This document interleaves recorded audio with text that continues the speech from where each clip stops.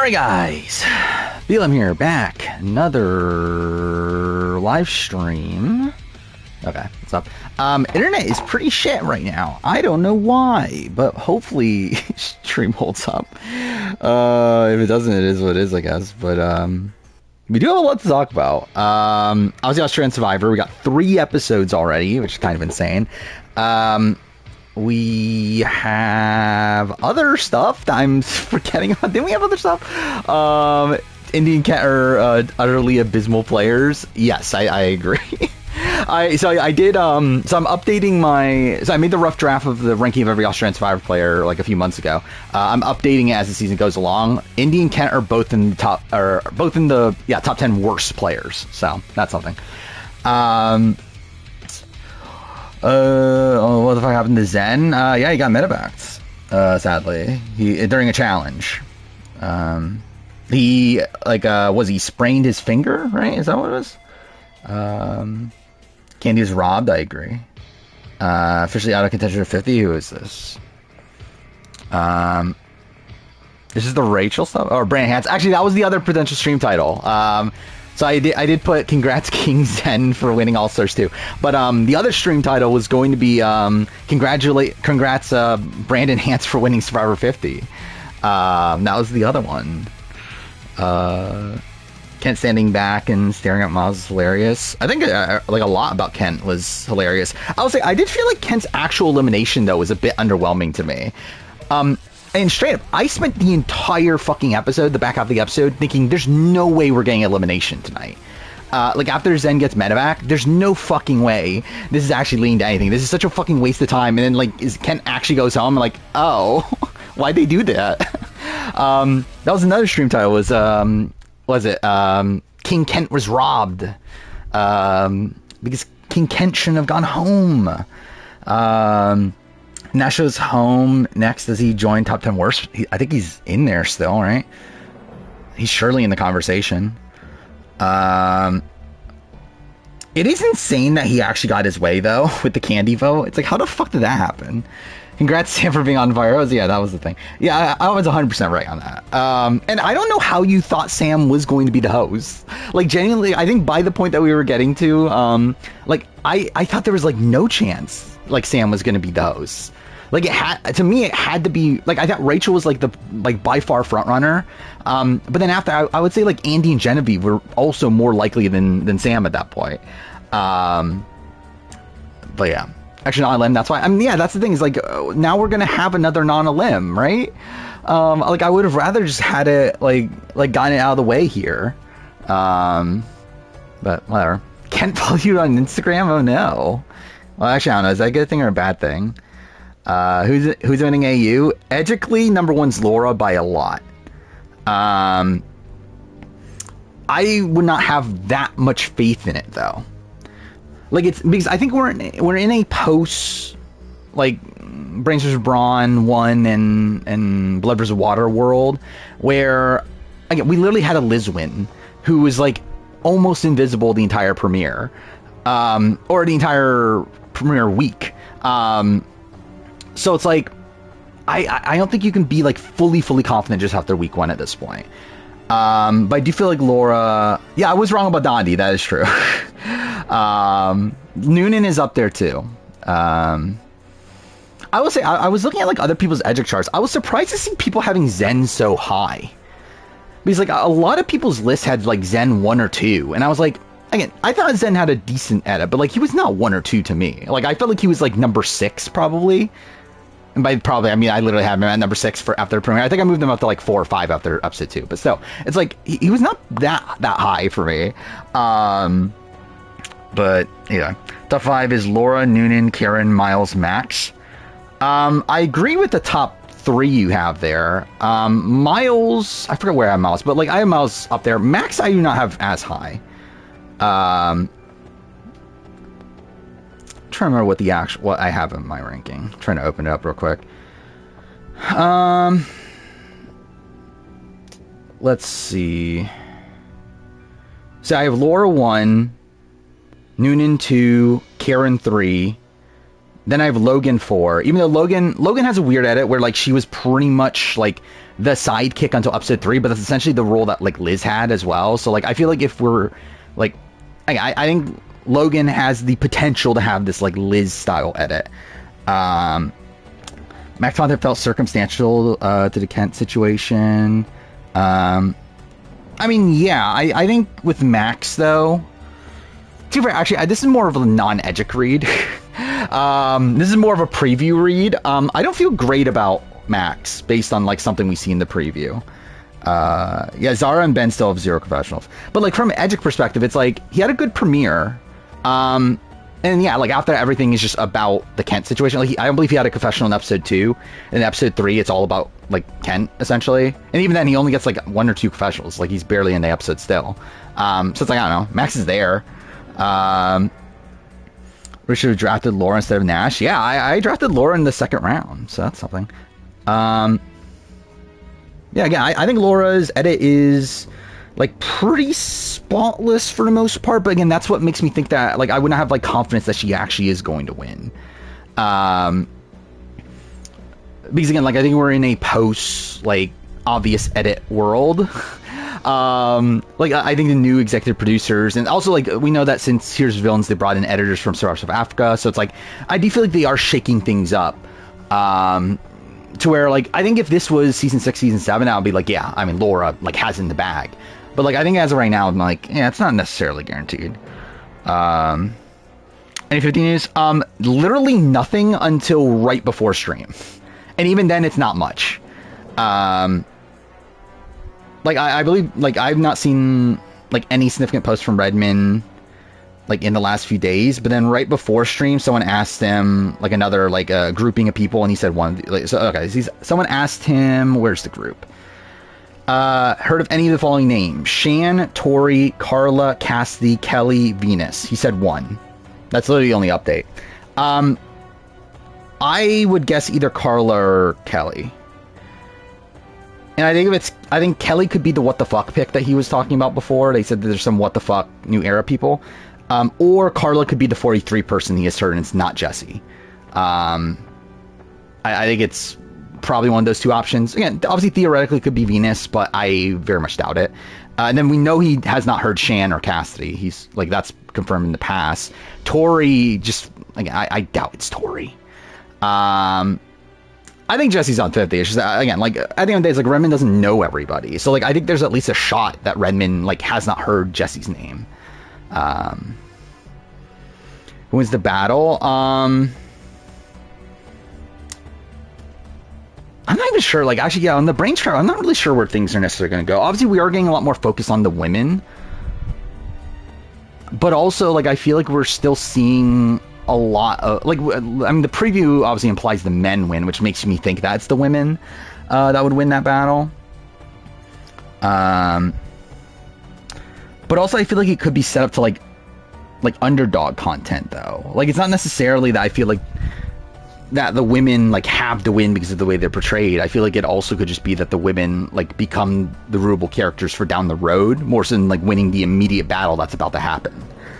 Oh yeah, Carson Carroll and stuff's also crazy. Where, yeah, I mean, I guess they're not friends anymore. What a shocker! I can't believe Carson's supposedly a dick. Who would have guessed that Carson's supposedly like trying to make money off of like Carolyn? I can't believe that, right? Pro Carla return.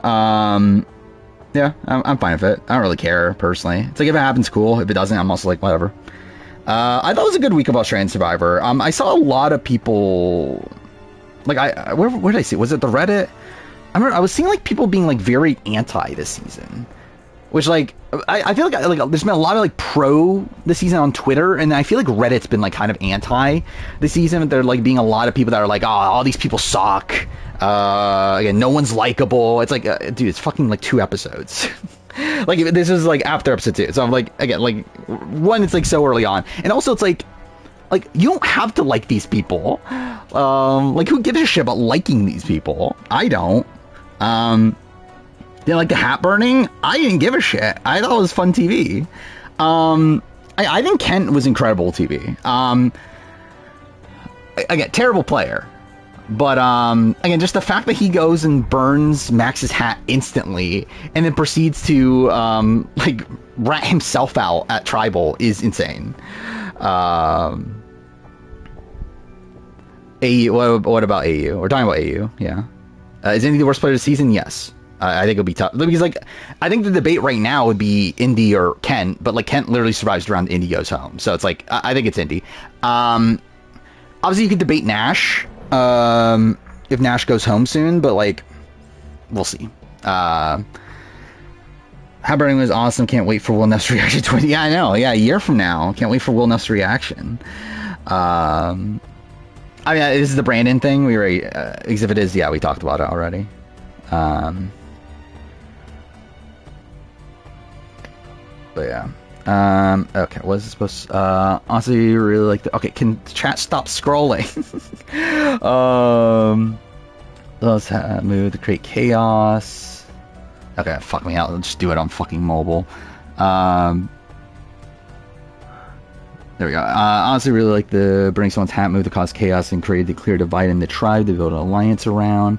Yeah, I don't think it's necessarily, like, bad if you can get away with it, but, like, also, yeah, that's not what he was, like, trying to do, right? It's like, I think, like, causing dissension in the tribe and then, like, trying to spin that into, like, making people against, like, Miles or whatever. He was able to actually do that. It's not necessarily a terrible move. I think it is overplaying. You don't need to do that. But, like, I could see merit to doing that. But also, it's like, yeah, why do you care so much to do that? Nash was actually able to convince people to vote for him. That is true. Again, like, the fact that he gets it, he got his way at that first tribal somehow. Mind you, he also, like, lost 2 of his own allies in Zen and PD. But still, it's like he at least got 5 votes with them. That is something. Kalen, yeah, I think it's a dark horse pick. Again, I think the big issue for Kalen, like, edgically, is that he didn't have, like, he was invisible in the premiere. Like, I literally had him, I think, like, 22 after the premiere on my power ranking.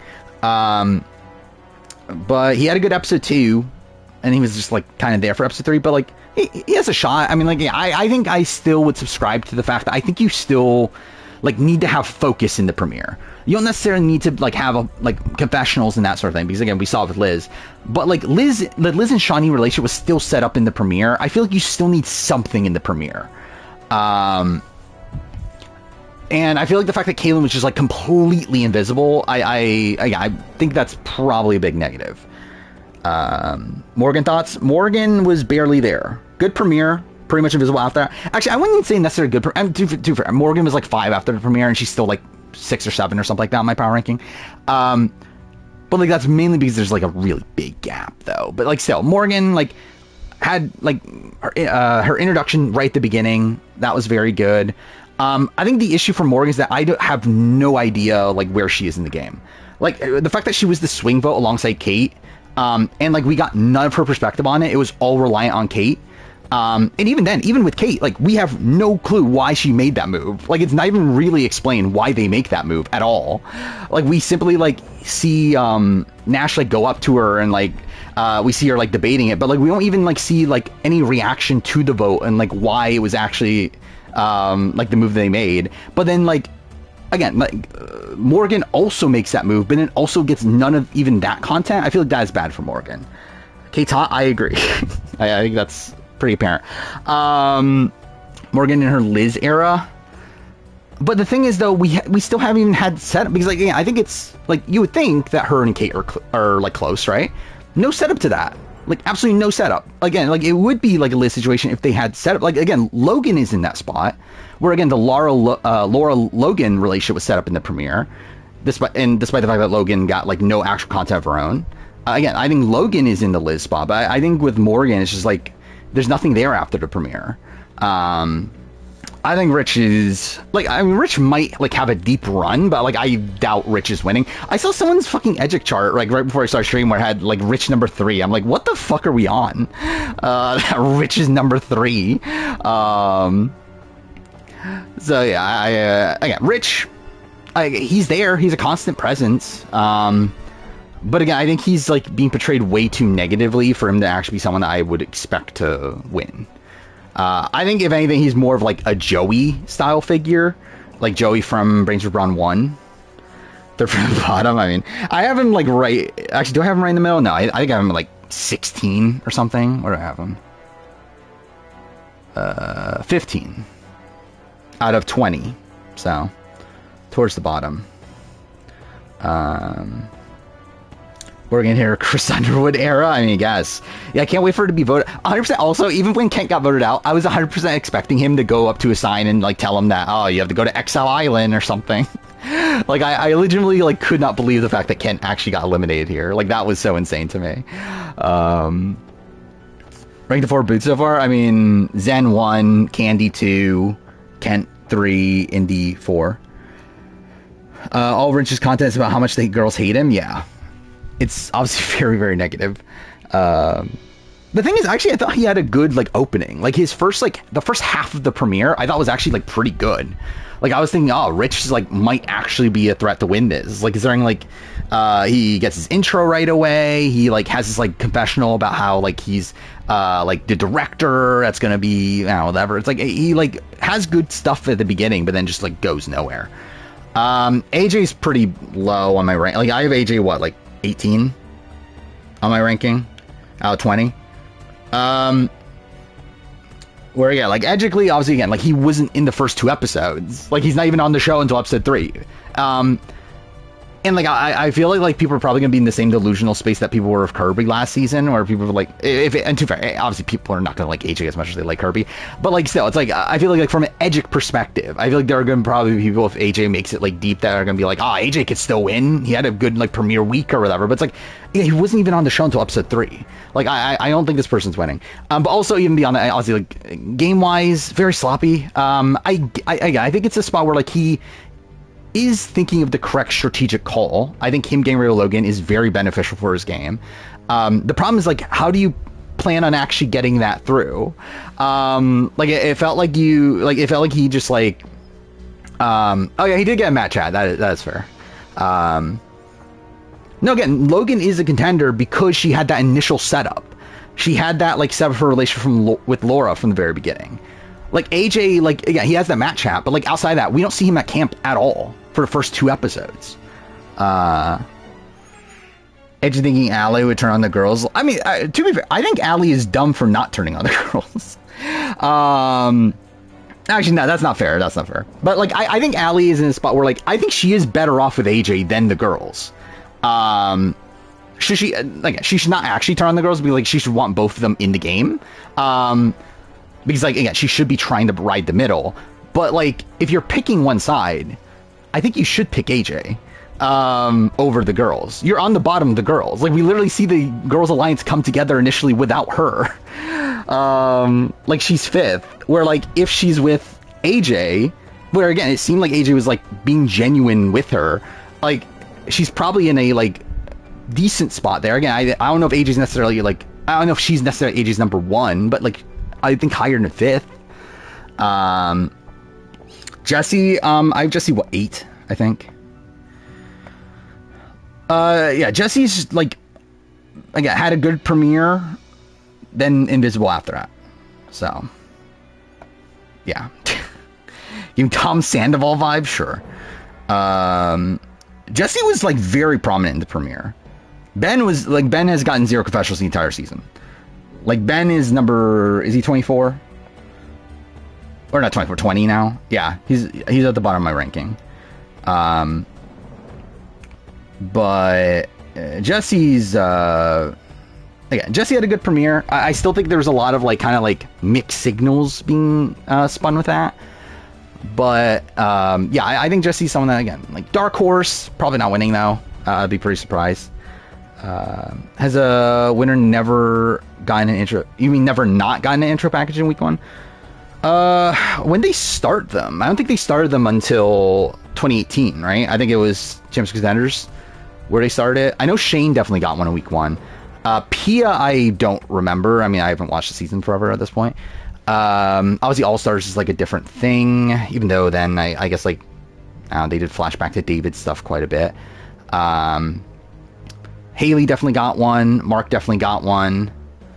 I don't remember if Liz's was in episode 3 or not. Like, I know, like, episode 3 is, like, the first episode where, like, she started to get some content that wasn't, like, just, like, her, Shawnee, but, like, also it's, like, a spot where, like, I don't think she was that relevant to the episode, so I'm not sure if that was the episode where she got the intro package, or if it was, like... Was it episode 2? Okay, maybe I'm thinking of episode 2 instead of 3.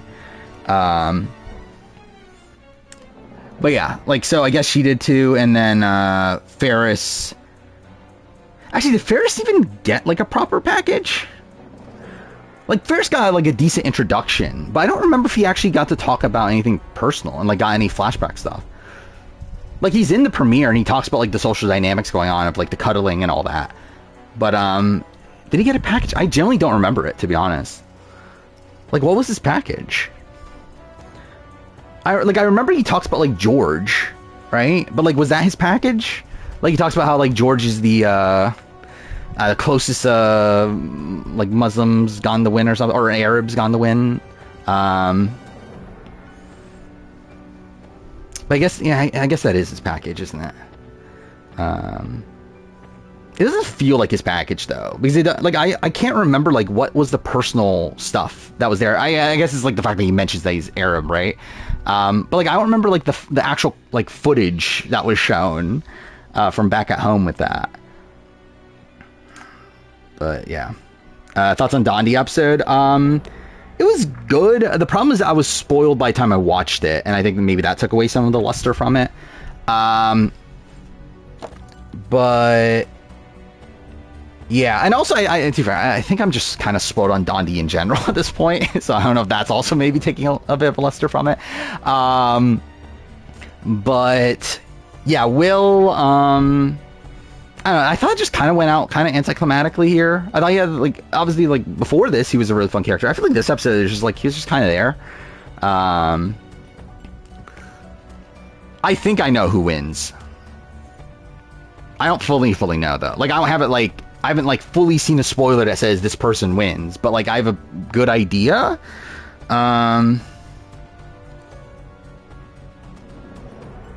There's a serious debate. Okay, so that thing isn't. But still, like, I think even then that would make sense at this point. Or, like, I think, like, just edit-wise, like, if this was a, like, winning... like, if this is a season that is telling, like, a winning trajectory, I think it would make a lot of sense. There's a lot of people analyzing the, like, sneak peek and, like, trailer footage. And same thing as the traders, too, right? I know there's a lot of people talking about trader spoilers, too. Do I think Will knew who David was, or just assumed that David's too good? I think it's probably a mix of the two. Like, I think it's a spot where, like, I would not be shocked if Will has seen David in, like seen David, like, on Twitter or something, but, like, didn't necessarily know he was from, like, Survivor or something like that. Like I would not be shocked if, like, he saw the gif of David, like, fake reacting to the Daisy vote off. Because, like, that's a very prominent, like, GIF that's used. So, like, I would not be shocked if, like, Will has seen that and, like, was like, oh, this guy's from another show. But, like, also, like, didn't actually know what show it was.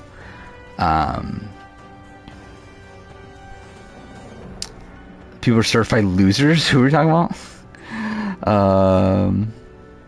Oh, they openly talk about Dondi spoilers on the subreddit? Oh, that's something. Yeah, I haven't looked at the Dondi subreddit. But yeah, I know who, or at least I think I know who is, like, thought at least to be the winner at a point. Where Paulie? Bad. Paulie's edit's really atrocious. Where is he at? Like 16, 17, something like that? Oh no, I have him at 14. I'm surprised I bumped him up that much. I have him right above Rich. I don't even know if that's necessarily accurate. It probably is, but I don't know. Paulie's edit's really bad. Like, Paulie had an invisible premiere outside of him telling Candy that the vote's on her, but even then, it's not even explained, like, where he got that from or anything. And then, yeah, like, he's invisible until episode 3, and then in episode 3, the only content he gets is because he finds the idol. And, like, no other content outside that, so... I think Polyset's pretty atrocious. Why I haven't done anything in the game? Because I'm too busy talking. Also, like, to be fair, like, I don't think I have that much left in the game. So I'm not, like, in a rush to finish the game, which would be funny if I don't end up finishing the game tonight. But we'll see. Polly's gonna get twist screwed. I could see that for sure. Okay, cool. What the fuck was that? Yeah, like, I think, like, Polly feels like more of, like, a vessel for Noonan's story than for his own. I don't remember the controls of this. What are the controls? Vibes of the Alliance leader gets overthrown mid-game. Like, maybe? I don't know. 2 Lauras are being edgic farmers. Oh yeah, I forgot about that. Yeah, Laura, Noonan's name is Laura also, isn't it? First, they think they should have done Here's the Villains, where the tribe gets to choose if they vote or not. I mean, like, I think they just should not have voted, I think is really the thing. Like, I was upset they even gave him the choice in Here's the Villains. Because, like, I just don't fucking vote. Like, you're just adding a non-limb. Like, why are you just, like, purposely adding a non-limb? I don't remember how to do this. How the fuck do I climb these? I don't remember.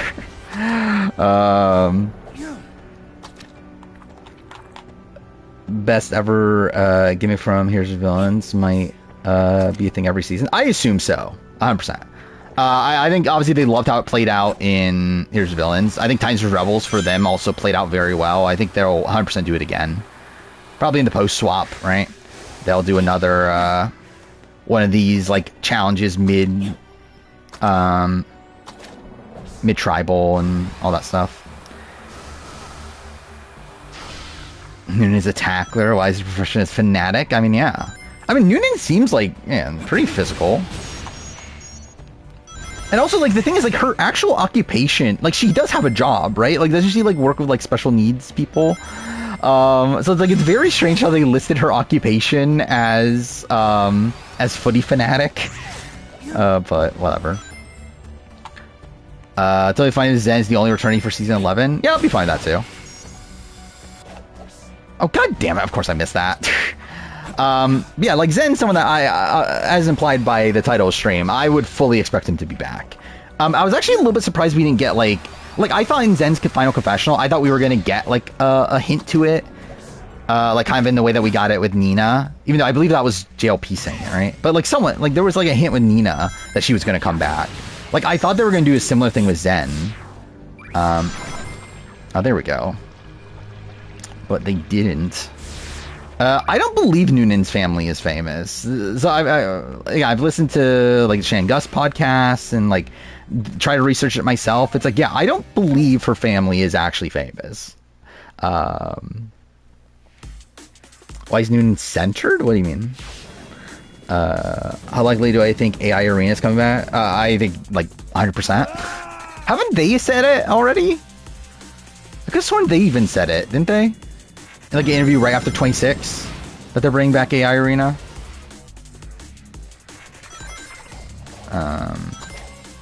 Watch this ending on A vs. the World 2, imagine. Yeah, like I assume it's like a thing of like, yeah, like they're just famous in their like specific town. Like it's, I forgot, what was her dad again? Her dad's like, actually no, her dad's like a horseback rider or something, isn't he? Isn't that what that was? I assume it's like they're like, yeah, like a known family within their like area. Zen Shamar Final 2, obviously. I see rumors exactly. Yeah, I did see that, which that'd be kind of insane. I would not bank on it lasting, considering how many times they've broken up and gotten back together in the past. But that would be insane, though. Yeah, get Zen and Kent back. Really, I mean, like, more likely it'll be Kent and, like, Nash, wouldn't it? If they do, like, a Captain Sword season like that. Like, it is funny. Like, I forgot who mentioned it. I think it might have been Mike Bloom. But, like, someone mentioned it. That, like, it's funny how, like, Kent and Nash together are Russell Hands. It's like with the Kent sighting, you have, like, the burning the hat and all that stuff. With the Nash, you have the idols and everything. It's like it is funny how like Russell Hantz coded the two of them are.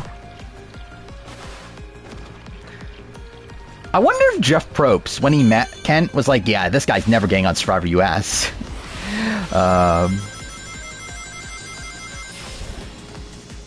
So yeah, I guess that's like a little bit of 50 news too. Is that Jeff was at the White Lotus premiere, and Natalie, and like talked to Natalie Cole and Parvati, who were also there. And like Nicole, what am I talking about? Natalie Cole like proceeded to like make a statement about it and like did an article talking about it, which is like, so you're not on 50 then, right? Like, there's no fucking way this would be allowed to come out if you were actually on 50. And if it is, then I think they'll be annoyed at you for saying this. So, like, I would not expect Natalie Cole at all. Though, to be fair, like, she was already rumored to not be in the running. But, like, I feel like that makes it even less likely. No, she was never rumored for 50. She was, like, we do know she was called for 40, though. Mark Burnett gets Kent a job at the Trump. Oh, I can't wait. I can't wait for Kent to be part of the Trump administration. Yeah, I can't wait for him to be the ambassador to Australia. Oh, cool. The famous guy is not on 49 because he has tour dates revealed. That's not shocking at this point, especially. At this point, I'm not expecting Dirk Bentley on 49. Like, I think at the point that he makes the comment, I think he's probably out. I do think he was probably in the running to begin with, though. I still, like, do believe that. I do think Dirk Bentley was the person in the running, but I do not think he's in the running still.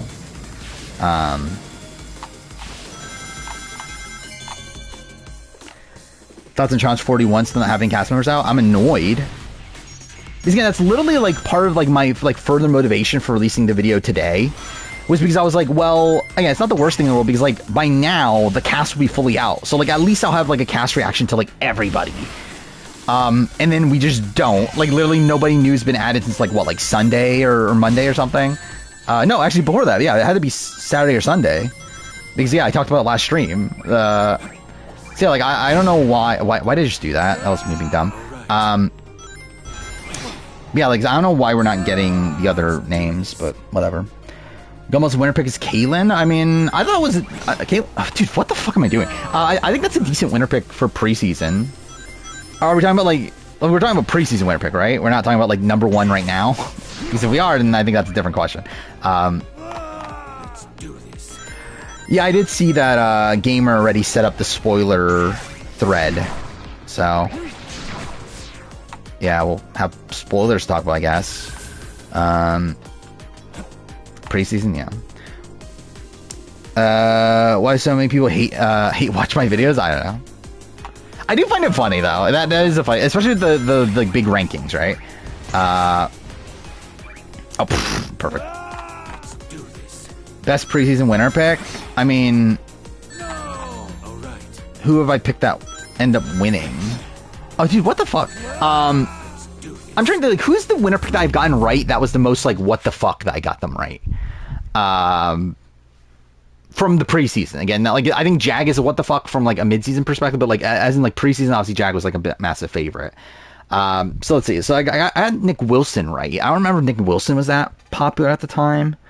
I feel like he was one of the top contenders. So, like, I feel like that's probably not the answer. Wendo, I know, was, like, everyone's pick, so that doesn't really count. Jeremy was a lot of people's picks. Michelle Fitzgerald, I don't remember. Was Michelle Fitzgerald a top pick for Co Wrong? I think she was, right? I think people were high on her. Because she was like very openly a fan. Gumball's probably 8th on the, I don't know what show he's watching then. I legitimately, like, how can you watch Paulie and think he's the 8th most likely person to win this season? And to be fair, again, like, this is a, I don't know, it's like a lot of people have, like, major issues in their edits, but, like, Paulie, like, again, literally doesn't get introduced until episode 3. Dude, what the fuck is this? Okay, what the fuck was that? How did I land that? Nash 15th, Rich 16th. I think Rich is above Nash. Like, I literally have I have Nash 16, Rich 15. Miles 9. Where do I have not Miles, actually? Yeah, that's where I have Miles, actually. I think the issue, like, my issue of Miles' edit is the fact that it's actually, like, pretty quiet. Despite the fact that, like, you would think that, like, considering the fact that he's, like, on the bottom and, like, is supposed to be this big underdog, like, he has only had, like, 3 confessionals this entire season. Which I think that's a bit strange.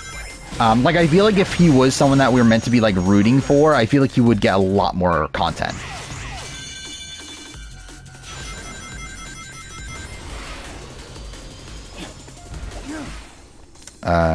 AJ 17, that's fair. That's where I have him, I think. Oh, no, wait, I have him. Did I have him? Yeah, I had him 18, right?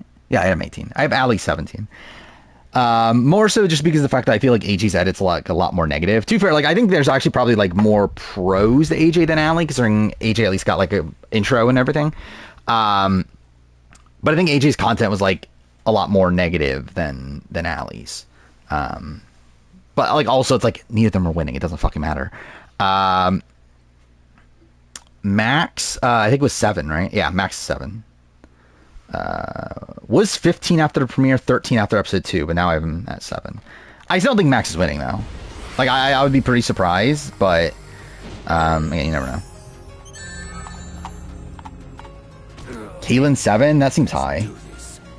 Yeah, I have Kaylin 10. Dude, Morgan might be too high. I have Morgan at 6. That seems too high, probably. And Kate's at 5, which is also probably still too high, also. Seeing they also have, like, had no content since the premiere. Where I have Ferris after week 1? I believe very high. I had Ferris, like, pretty high for most of the season. I never had him number 1, though, is the thing with Ferris. Or at least I didn't, like, towards the end of the season, at least. But he was always in my, like, top 4, I believe. Oh, I had Ferris actually number 1 after episode 3. His premiere week was 251. That was the only time the entire season I have him number 1 until the penultimate episode. So his ranking for me was 251454226623653453222221. So yeah. Has it been confirmed if it's a paired season? It is not. At least I haven't seen it. I haven't seen anything confirming that it's a paired season. I assume it is, though. Based on, like, the casting of it all. But, like, we'll see.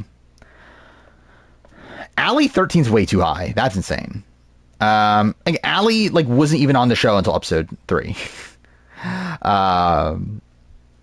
Like, not even, like, grouped into the Women's Alliance until episode 3. Or episode 2, I guess. She was grouped into the Women's Alliance. But, like, still, like, in the premiere, where we get the setup of the Women's Alliance, she's not even in sight.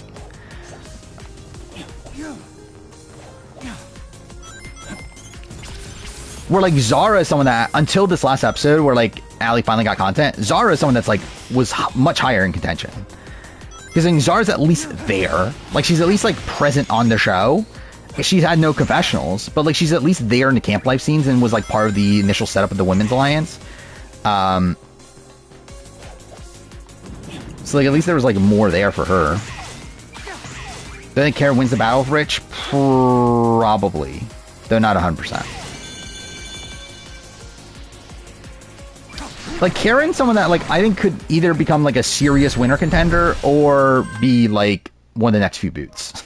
I think it's, like, either one. Why is Karen 3? Again, like, I think Karen's, like, had the setup of the Women's Alliance from the very beginning, which I think is clearly meant to be an alliance that we're supposed to be, like, rooting for. Which, again, do they win the, like, immediate battle right away? I don't know. But, like, I do think they are a team that we're meant to be, like, rooting for, though, at least. And, again, we get, like, so much strategic insight from her. Like, pretty much episode 2 is mostly narrated by her. She got her intro right away in episode 1. It's, like, I think there's a lot of good things there.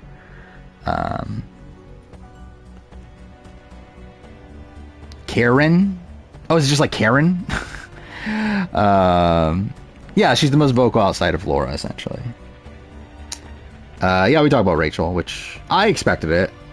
I don't know how other people didn't expect it. I mean, like Karen? But yeah. Better not see Michaela, Kara, Ashley on the elimination thread. I mean, I'm happy if Kara's on the elimination thread. At least that means that she got her comeuppance. But yeah, Ashley and Michaela would be a travesty. You like Kara? I mean, I don't like Kara, like, after recent events. And to be fair, like, I think it's like with Kara, it's like I always knew that that was a thing. But like now that's like so out in the open, it's like I think it makes it a lot more like, I think it's a lot harder to like her. Oh fuck me. Who's turbo fighting this season? Probably like every guy. Probably like all the rookies probably, and then like I don't know who else is there, like Theo, I guess. I don't know, him and Theo have always been like fine, right? I don't think him and Theo... Did him and Theo get in a fight? I don't think so, right? Need Bananas out first? That'll be cool too. Banana, like, if the boot list is like Kara, Bananas eliminate first, that's a perfect start. Oh yeah, Rogue. Yeah, Rogan would be a good one to get in a fight with.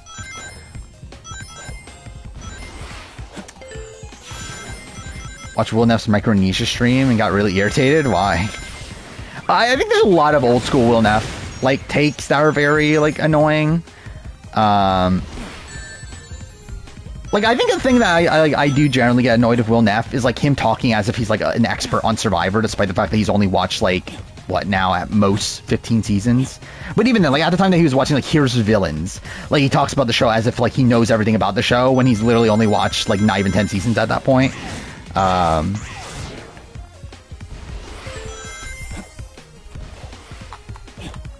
Hated Panama. I never watched Panama. Like his Panama watch. I might actually do it when I do the Panama retrospective. I'm debating on it. Like I was debating on it if I should watch it like somewhat soon, or do I wait until I actually watch Panama? Because like it's kind of this thing where like I don't want to necessarily watch Panama now and then be burnt out watching Panama when I do it for a retrospective, which is in like a year or so, less than a year actually. It's probably actually by the end of this year I'll watch Panama, right? So I feel like I'm probably better off like holding off until at least after the retrospective.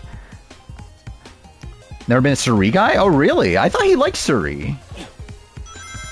Like I don't think Suri's his like favorite player, but I thought he always liked Suri though. I think he didn't like her on... He didn't like her in Micronesia though, did he? But I think he I thought he liked her in Panama from what I've heard of it. Because I remember I thought he was excited to see Suri on Micronesia. Well, I mean, that's Will Neff for you, though, to not like women. Actually, who is Will Neff's, like, favorite female player? Is there one? Because, like, he hates Kirby right now. He didn't like Haley by the end of that season. Of the first time around, playing with Brawn. He hates, like, Liz. He likes Shawnee, I guess, right? He likes Shawnee. He liked Brooke also, didn't he? Parvati. I think he liked Parvati after Here's Villains, right? But I don't think he liked her that much after Micronesia. Actually, that was the thing too. Like, didn't he think that like Here's Villains was like rigged? Wasn't that like a big thing for him? Him talking about like when the double idol play happens. That, this is like 100% producers told her what to do.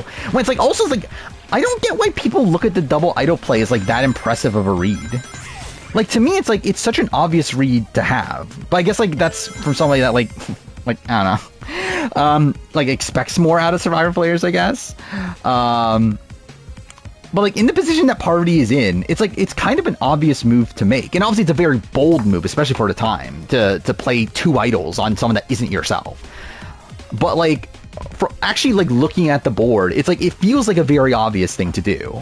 Wait, what the fuck is this? Producer Cooks are, yeah. I feel like he hasn't been like talking about Producer Cooks as much in recent seasons though. Though I plays the most overrated move ever, probably. Certainly up there. Again, it's a good move. Like it's still a good move. Like it's a move that sets up a villain to go on to win the game. Mind you, I don't think she like handles the aftermath the greatest. But like, it's like, it is, yeah. I mean, like, I don't know. It's a good move, but I don't think it's like this like all-time great move that people talk about it as. Love the opening for Australian Survivor premiere with the music and everything. Oh yeah, by the way, also, I noticed in the this, I think you're talking about like the actual credits opening thing, right? But like the opening scene of this season, like when they're like driving in the truck, I found it so funny. They played Tomohiro Kawaguchi's theme song, which like no one's gonna know what the fuck that is unless you watch Sasuke. But like I just heard the fucking music playing. I was like, they fucking like, it's fucking from Sasuke. And like, to be fair, like obviously they stole it from like someone else. Like it's not like it was made for Sasuke. It was like a song that was like I ended up looking up the song. It's like, I don't know, it's called like El Dorado or something like that. But still, it's like funny that the song just like it starts playing. I'm like, this is this is Kawaguchi's theme song. Like let's say I'll play the song. But yeah, like it's literally playing in the background as like the brains are getting on the bus or whatever. Let's see. Oh, I got an ad. God damn it. Yeah, it's like of all the songs to pick, like it's. I mean, like obviously, I assume they picked it like not knowing the Sasuke connection at all, because like obviously it's just a song. Like it's not like it was again made for Sasuke or anything. But like I found it so funny to start playing this song.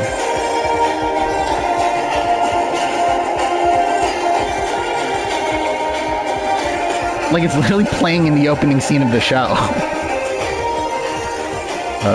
And it's funny too because like you actually listen to the full song, like it is 100% that song, because like before this is like something that sounds like completely different. Like this is like the chorus part of the song, but like this part that's like very different is like also in the show. Lord of the Witch is running AU. Is she running AU? But yeah, I do expect her to win. Or like, I think she's the top contender right now. She finished for Lost Records episode 1. How was it? I saw it got mixed reviews. But yeah, I'm still not going to play it until the second part comes. By the way, they did officially delay the second part, which is annoying, because the second part was supposed to come out in March. Like it's now coming out April 15th or something. So I'll have to end up playing that. Like the Don't Nod ranking, I guess, gets delayed again. But whatever. Them only giving Candy one shot in the intro is brutal. Oh, I didn't even pay attention. I really could not give a shit about the fucking intro, to be honest. Like the intro is probably like my like least favorite thing about like the Survivor fandom. I got like a thing that the Survivor fandom like loves. I just like could not give a shit. You're just wasting my time. Like, why is this on the show? You're just wasting my minute. I'll like scroll through a minute of the fucking episode. And then like when it's on TV, it's like, yeah, fuck me. I just have again, I guess I can do something else for a minute. Like I hate that it exists. I hate that it's on the show though.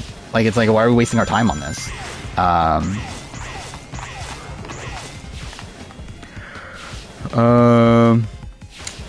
Who team from 41 draft do I think will be out first? Yeah, I didn't even bother looking at it. Mario Lanza loves the intro, so mad when yeah, I know that. Music playing when JLP said the battle.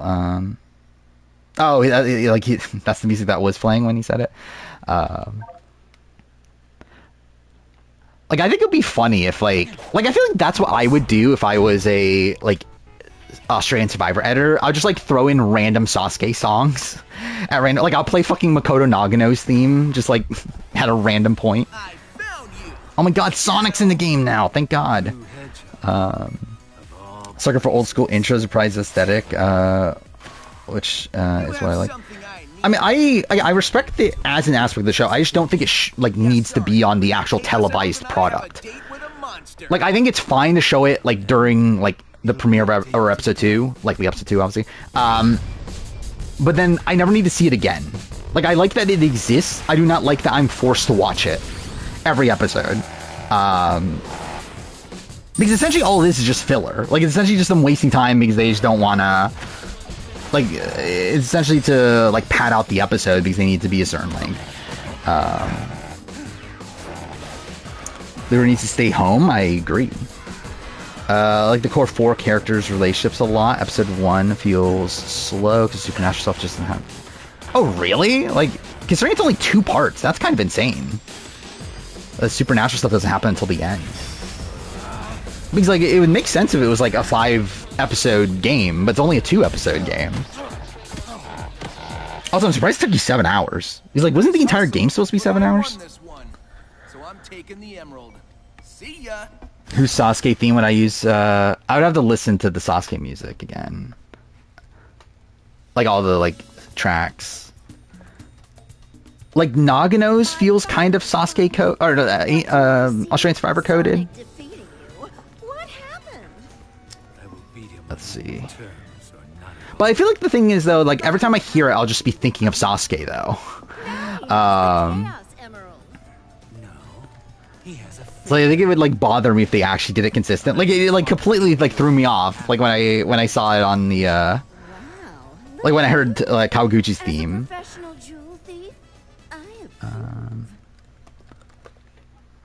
Let's see. Trying to find the channel that has all the theme songs. Okay, I think I got it. Carol one's insane. I don't know if it's insane. I think it's plausible. I mean, like, I would have Brittany one right now. Like, I probably would have... I think it's tough because, like, right now, I think the way that I see the game playing out, next episode, I think it's one of the Big Brother players that gets banished. It's either Danielle or Brittany. I think it makes a lot more sense if it's Danielle, but it also could be Brittany. But Brittany survives that. I feel like Brittany's in a decent spot to win. But also at that point, who's she winning with? Because I would assume she'll win as a faithful. I don't think Carolyn's recruiting her. So like I assume like Gabby is likely to be recruited by Carolyn if it gets to that point. So like I think a Gabby Carolyn traitor win is very plausible. I think if it's a faithful win at that point, it would be like Brittany and like Dylan, right? As like the 2 like top contenders outside that. Has Danielle 8? I mean that's fair. I think the channel air a lot of music right deals within Korea. Oh, are we talking about Genius? Is that what we're talking about? Oh yeah, you're talking about Genius. Yeah, I believe though because the way it works in Korea, I believe is that like copyright is like it's all like I forgot how like it was like one company or whatever like has like sells the rights to like most songs or something like that, and they're just like able to use like a lot of yeah, like the licensed stuff they could use, right? Like things from like movies and like games and like stuff like that they can use. It was like something weird like that, which is why like all the songs, like almost all the songs at least, were like things from like movies, where like Extreme Ways is from like Born, the Born series. And then, yeah, like Cowboy Bebop and, like, stuff like that. And, like, Ocean's 11. Episode is largely establishing your friendship. This is a brand new group. There are 25 chapters for episode 1. There's 25 chapters for episode 1? That's kind of insane.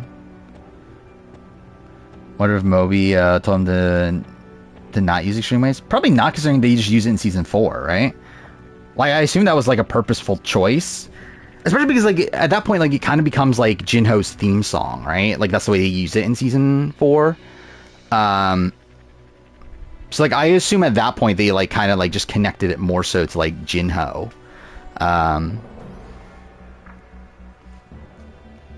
Putting this ranking of shows this year so far: Australian Survivor, Dondi, Traders. I think Traders better than Dondi, personally.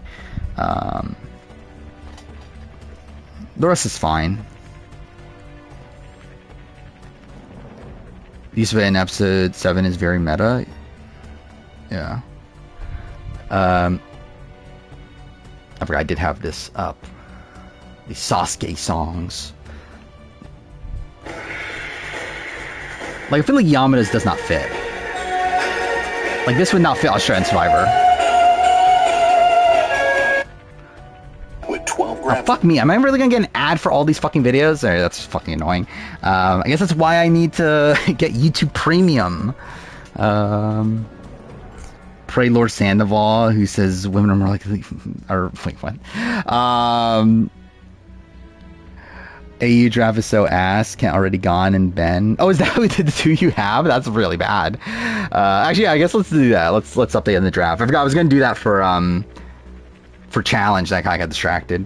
Yeah, I think the question was like, whose team do I think will be gone first from challenge? Probably Arlie's, like, has America and Leroy. That's probably not looking good. Them Gamer end up getting Tay and Aviv. That's also not looking great. Lion Melon has Jeremy and Blue, which is just like complete unknowns. I think those are probably like the top ones.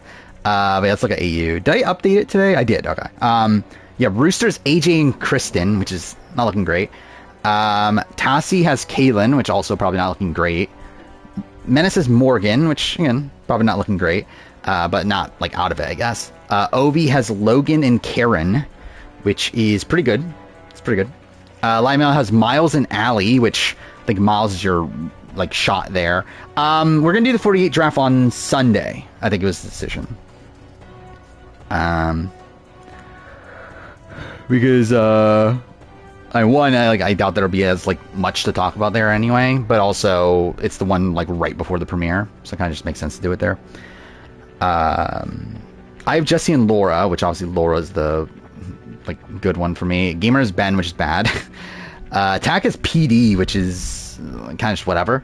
Ray Ranger has Paulie and Zara, which that's not looking great. Sorqua's Ursula and Kate, which I guess like Kate is the main one you're hanging on to, but like not looking great. Justin has Rich and Noonan, which like Noonan's the good one there. And then Julian has Max and Nash, which is not great, but again, I guess like Max is possible.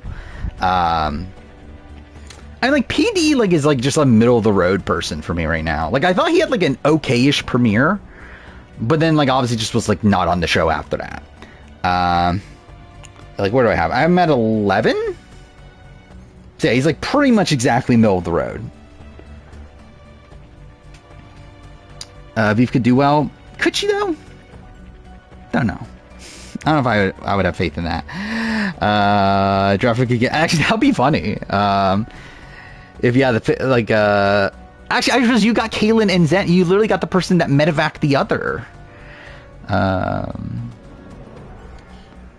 And making PD your winner pick. Well, that's something. PD just always felt fine to me. Like he's never someone that I like had faith in to like go on the win. But like I didn't feel like bad about him either. It's just like he's just kind of there.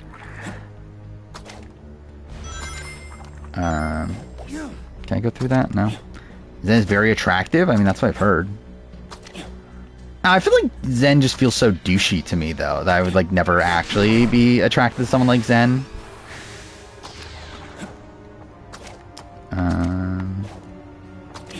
Kind of randomly on a whim. I feel like that's like also like that's an extremely random person to pick on a whim is PD.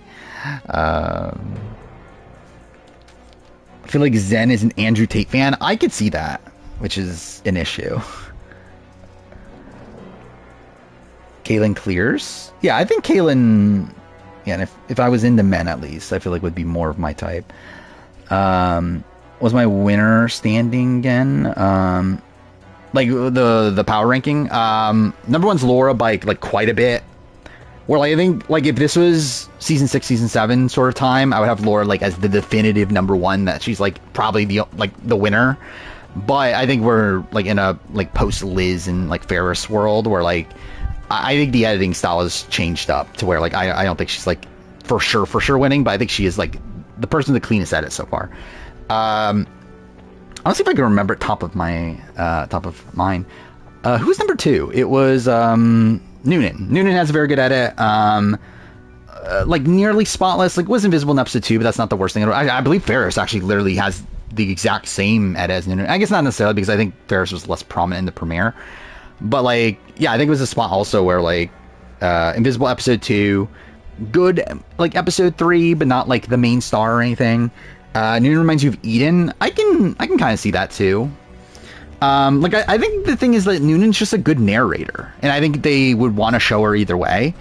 So to where, like, I feel like with Laura, I think that's something that's like propping up Laura a bit, is that I feel like with Laura, like, she's around other good like narrators, like good like entertaining people, and like Karen and Logan, and like she's the one that's like getting the most out of that. Where like, I feel like with Noonan, it's like, I don't know, it's like she's like seemingly the most entertaining by far, to where like I feel like you would want to show her. So like, it doesn't feel like it's like out of the blue that Noonan is getting so much content, because like she's just such a good like narrator to begin with. But yeah, 3 I have Karen, or what, Karen, right? Karen. But yeah, like Karen, I think is just like, again, like in the Women's Alliance, got a lot of good narrational content in episode 2. Again, like just, yeah. Again, like we've got established relationships. It's like she's solid. I still think, yeah, I think it's like a step down definitely from Laura, but I think like it's like good enough. Then what, 4 is Logan. I think Logan again is like, has a potential Liz style edit, where it's essentially like nearly 1-for-1. The fact that I like got an established relationship in the premiere, though just wasn't actually focused on herself, but like her relationship with Laura was very focused on. By the end of week 1, has a like standout episode, gets her intro package. I would not necessarily have faith in her to go on the win personally. Like I feel like I kind of see it more of like a Kirby sort of thing, where like I think Logan's going to be a big player, but like probably not go on the win. But again, we'll see. 5. See, okay, I might move Kate. I have 5, like, I have Kate and Morgan 5 and 6. I think I should move them down. I think they're too high. Who would move up then? I guess, would Max be 5? That seems too high for Max. Yeah, I don't know. After that, I think it's kind of a shit show after. I think the top 4, like, the definitive top 4. Then after that, it's just, like, all over the place. Like, I think Kate and Morgan, like I said before, I think Kate has the better edit of the 2, but like even then, like they're both like focused on the premiere, invisible after that. They were to swing votes in episode 1, which makes their content circumstantial, and even then they don't even get to explain their votes. I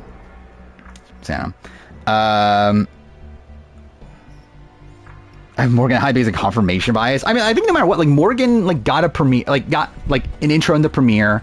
Yeah, like was alongside Kate, but like again, Kate was getting more narrational content. But even then, like Kate's, I feel like more, because like Morgan's intro was literally at the very beginning, right? So I think Morgan is going to be a main character eventually. But is that like someone that's going to go on the win? Likely not at this point. People talking about whether or not Zen is going to sue the show for injury. Yeah, I don't see it, and I don't think there's much ground for it, right? Because like, because essentially what happened is just that his finger got caught in the net, right? So it's like, it's not like it's something that is like clearly like production fucking up. It was just like a very unlucky circumstance. Like, it's not like Jackie with like the negligence of having like them flipping over that cube and going through shallow pool, and it's not like Ross where the rope broke as he swung over. It's like this is just simply a very unlucky thing that like it's more in line with like Nina, right? Where like it's not necessarily like production fucking up. It just like, again, like just things happen. The AE player have to be prominent premiere to be a likely winner. I think they have to at least be introduced, like not introduced, but like they have to be there. I think that's why, like, again, someone like Kaylin is someone that I'm like, even though I have him like relatively high in the rankings at like 10 or something, I'm pretty much out on Kaylin. Like I don't think he's winning. Like, he was not in the premiere at all. Like literally no focus in the premiere, and I think that is like not even like in camp life scenes. Sorry, I just think it's very unlikely to win from that spot. But I think if you're like at least like part of a, like, I don't know, if you're at least there in the premiere and then get your intro by the end of the week, I think that's pretty, like, that's still possible. I wouldn't have thought so until Liz, though, to be fair. I mean, every like Survivor US premiere is probably more important actually than the AU premiere. Where I think like premiere week is more like I think premiere week is essentially the equivalent of a US premiere. But you still have to be there in the premiere in AU. Where like I feel like with the times in the US where like the winner gets a pretty bad premiere, it's because they're like kind of intentionally doing so, with like the Tina situation or like Chris. I feel like otherwise, I'm trying to think. Like, is there one that really comes to mind? Like someone having like a bad premiere from a winner? I guess like Gabler, but like Gabler's like obviously circumstantial because like that stuff actually happened. Yeah, like Chris wasn't even in the premiere, but I think that's because they wanted the Edge of Extinction to be like the start of his story. And like Tina obviously is the like what was it, the dog that didn't bark or whatever. That's what they talked about.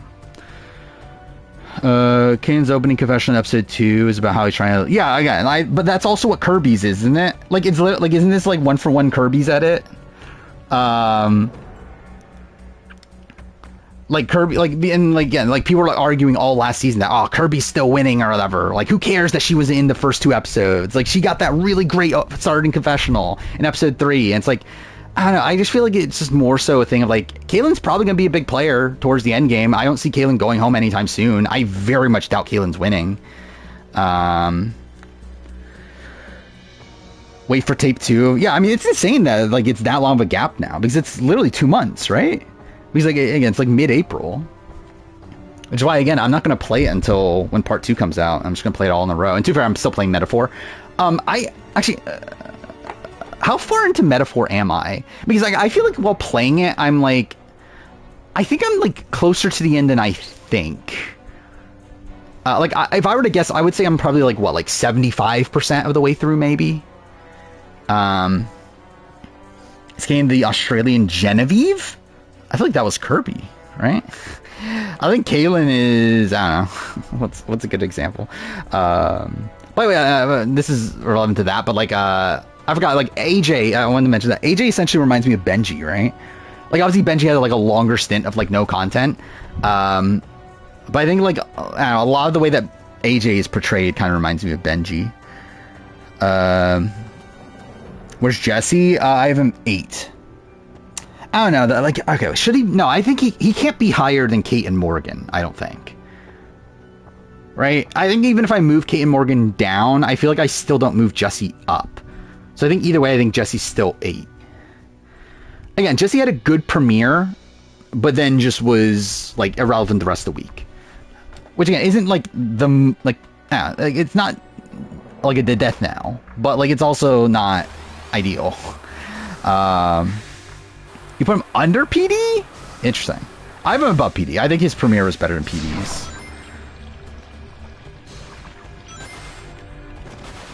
Oh, I didn't realize I could do that. Is it even where we're meant to be going? I don't even fucking know.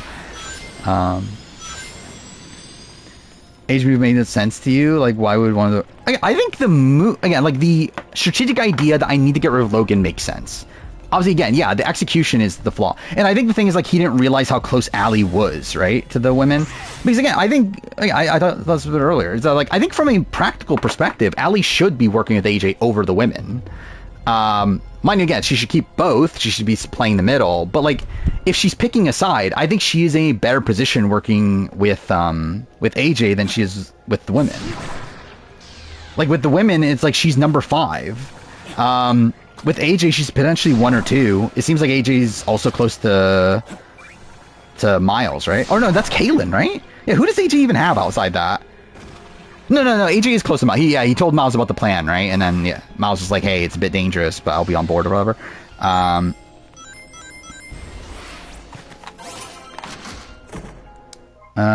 think this is what the AJ and the guy should have done. Tell the girls you're all in on voting for Kent. Powell, the votes on one of the girls. Let Kent vote for Miles on the revote. But the thing is, the guys weren't, like, Max and Rich weren't on board is the issue, right?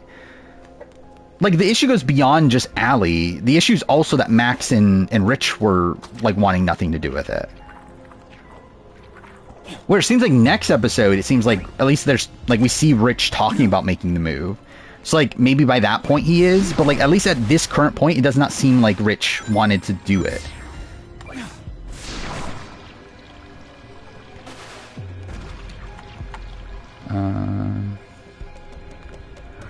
Wasn't Allie also in the VBs? No, it's Logan, Laura, and Rich are the three. Hi, Dave. Yeah, it's been a while. I mean, it takes away. They are complete garbage. I mean, let's see. I'm gonna open this up on desktop, I guess. Laura's mothering. I agree. All right, let's see. 47 is better than 46. I mean, that's like whatever. Like, I think 46 is better, but like it's not like they're like right next to each other. I think on my season ranking. Casey isn't a top 10 female challenger. I could see it. I still stand by her being in my top 10, but I'm also like, yeah, she's not, sure. Cook Islands isn't a bottom third season. Again, like, whatever. I don't really, I don't think it's, actually, where do I have it? Like, I think I have it towards the top of the bottom third, right? Again, there's definitely merit to Cook Islands, but I still think it is still kind of like a soulless season at points. BB22 isn't the worst season. I mean, BB1 exists, but I assume you're not including BB1 and all that, right? Then what? Tony is better than Leroy at the challenge? I don't think I can agree. I think Leroy in his prime is better than what we've ever seen from Tony. Like, Tony's best season is Vendettas, and I think Leroy's, like, Battle of the X's 2 season is better than Tony's best season. Hisel is a flop. Sure, I disagree, but yeah, sure. Ian winning B14 is the best outcome. I agree. I think Ian winning is a great story. I don't think it's the best gameplay win. I think it's a terrible gameplay win. But from a storyline perspective, I agree. Like, I think Ian beating Dan is, like, the perfect story for that season.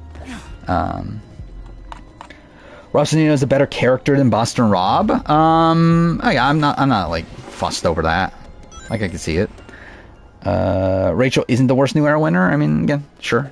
Like, I think she is, but it's still not like, it's not by that much. Like, I think Kenzie and like Marianne, I would have like only like a couple spots higher. So it's like, I don't know. And Cassie should have won over Gabler. I mean, that you're probably just outright wrong.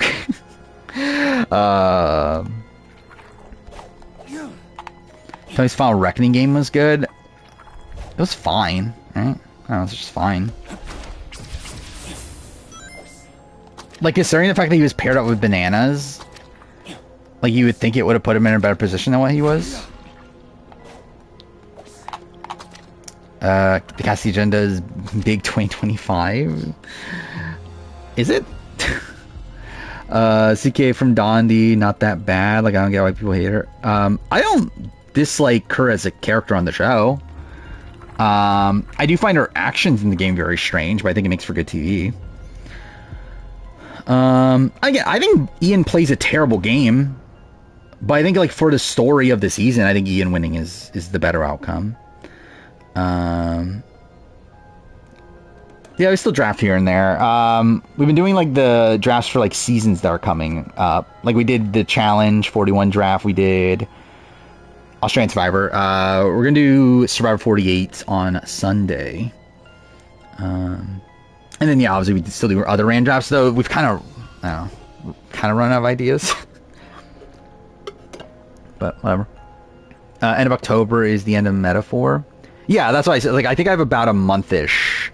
Oh, but it's chunky. Yeah, okay. Well, we'll see. Oh, yeah, I did watch White Lotus. I didn't talk about that.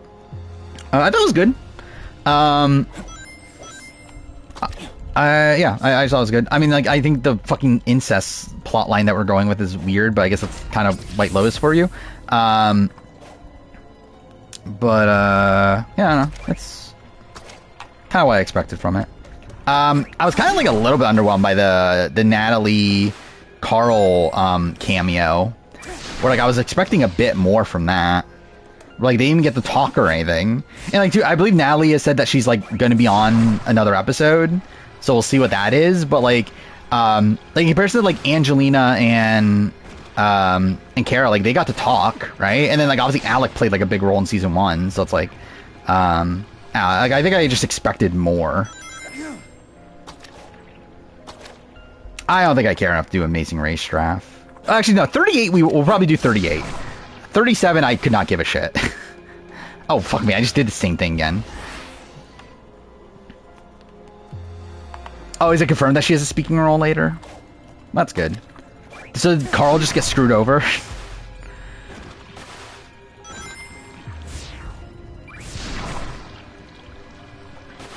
Oh, fuck me. Just recall Mike White. I did see that someone, like, posted that, that Nick Wilson is super excited or whatever. Which, yeah, maybe he got the idea from Nick Wilson. Maybe that's where this all stemmed from. The only 50 news literally came from right before stream, where, like, Redmond gave, like, a list of, like... Or, like, someone asked him about a list of, like, 6 people. And Redmond said one of those people are people he's heard. Which was... Let's see if I can remember offhand. Shan, Tori, Carla, Kelly, Nalbandian, Venus, and there was one other that I'm missing. But, yeah, he said one of those people are on his list. Which I'm expecting it to be Carla or Kelly. I think Kelly would fit in line with the fact that he said that there's some what the fuck picks from the new era. Because he previously said, like a few weeks ago, that he would be shocked if, like, Kelly's in the running. And, like, now, if he's now heard that she's in the running, I think to him that would be a what the fuck pick. Well, also, Carla, like, again, we know that he knows at least one 43 person. Like, I think Carla is, like, a plausible person to be that 43 person, even though I would expect Jesse to be more the person.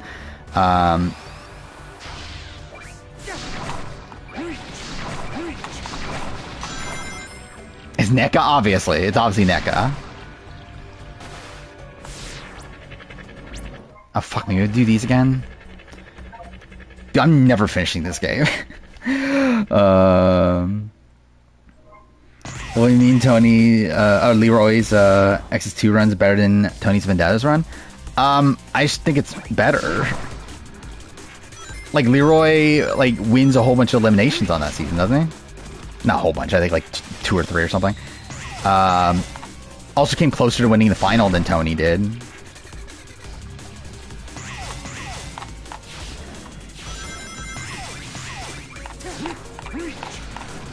I feel like 45, wait, no, whatever, yeah, it's 45. I feel like the 50 cast is gonna suck. I don't agree, personally. I actually have faith in the 50 casting process. I think the fact that we know that, like, Sean Rector's in the running, that Amanda Kimmel is likely a person in consideration, they're clearly, like, putting care into this. Like, did I even do the fucking objective? I don't even know what the objective was. I did? Cool. That was definitely purposeful. I don't know. I have faith here. I don't want Rob, Parvati, or Tony. Like, I'd actually be upset if they are on. Like, I have no interest in seeing them on Survivor 50.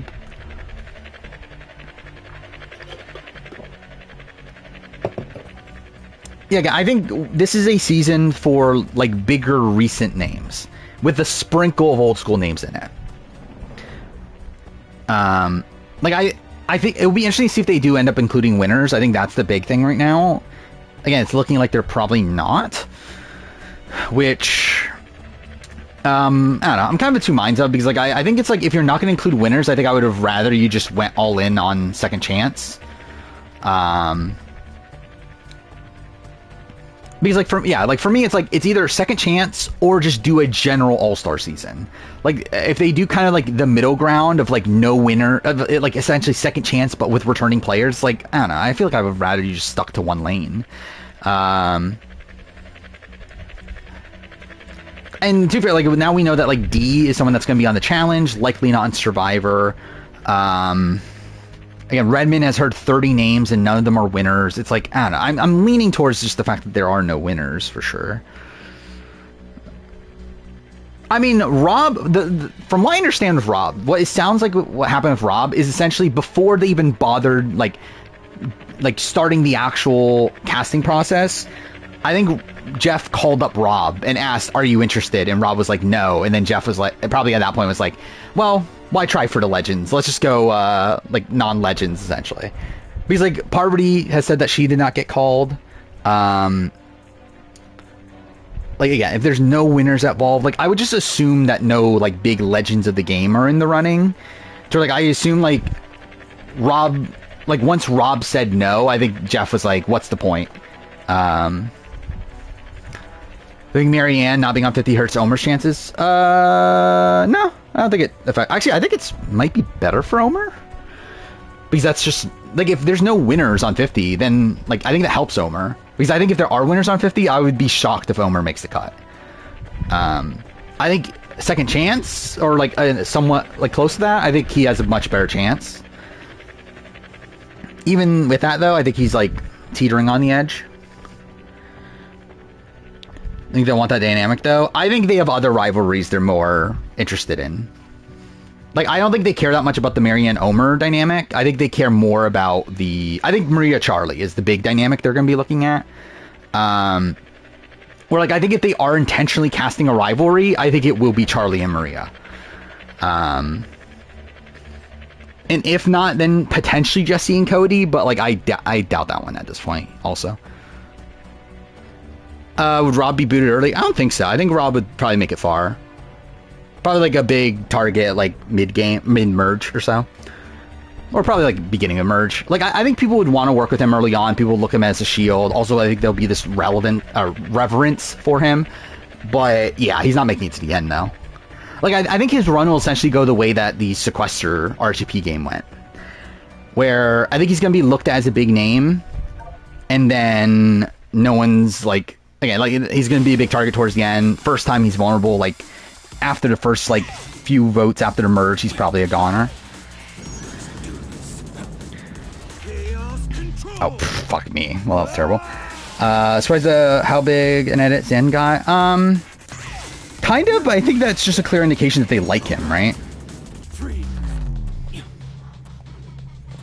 Try Maria's, like, wait, is Timu? Wait, what's Timu? Ricard and Shan?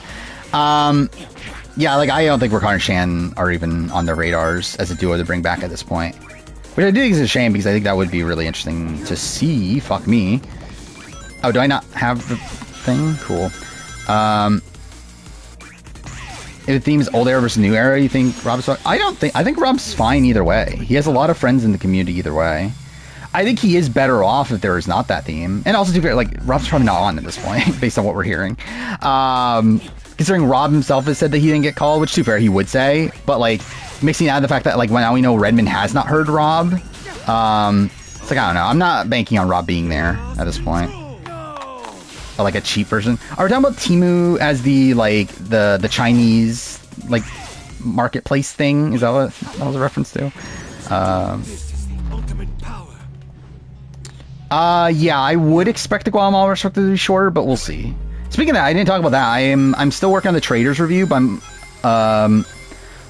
so I finished writing and recording. I'm mid-editing to where I just got to the Tony banishments. It's looking like it's going to be longer than Season 2's, but that's not a shocker. Not by, like, a ridiculous degree, though. I would expect it to be, like, 2.5 hours, probably. So, like, it's not going to be, like, one of my longest reviews ever or anything, but, like, it'll probably be longer than what it should be.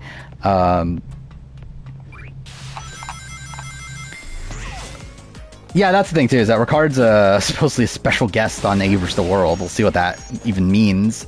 God damn it. Well, I'm just being dumb. With Rob called Jeff today and says, I'm in. How much cash? I mean... Like, Boston Rob? One, I don't think that will ever happen, that Rob would change his mind at this point. But even if he did, like, I think we're too deep in. I don't think, like, if Rob literally goes in and says, hey, I want to be on Survivor right now, I don't think, like, Jeff is upsetting the entire, like, setup they Ray have right now to just throw in Boston Rob. But I could be wrong. Oh, really? He's going to be the host for the after show? That's interesting. Would be a pretty good pick. I mean, we know he's like a big Australian Survivor fan. And obviously he's a big Survivor US fan, so. And, like, I doubt you can get, like, a legitimate legend that wasn't on the season to do it. Or at least not for a reasonable amount of money.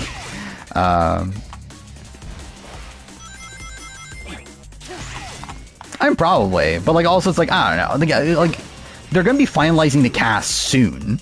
It's like, are they really like they've already gotten to the point where like most things are set up. Like they haven't made the final decisions on who exactly is gonna be on, but like everyone's got like they've already done all the like all the testing, all the interviews, like everything else is done. It's like, are we really going this far out of our way for Boston Rob? I think if anything, they'll just put Boston Rob on. Like, I think it'll be like Winners at War, where essentially that's what happened in Winners at War. Is that like, they'll just take out somebody for Boston Rob, but they're not going to like change up the entire casting pool because of Boston Rob. They're just going to like replace him with someone. Like they'll take out like Jonathan Young and put Boston Rob or something.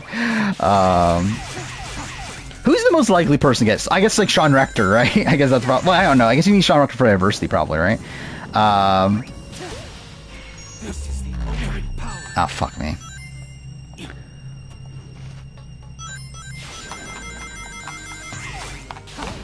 I don't know anyone necessarily got swapped out for Rob, but we know that Rob said yes like very late into the process. To where like it was after IOI had already filmed was when Rob said yes. Has diversity of his Italian heritage? Sure. Carolyn votes Boston Rob again. I mean, I assume that they're not going to be working together, right? Oh my god, dude, I still have 2 more of these to do. Oh no, 3 more? Fuck off. Okay, cool. Dude, fuck me, what is this? Stop.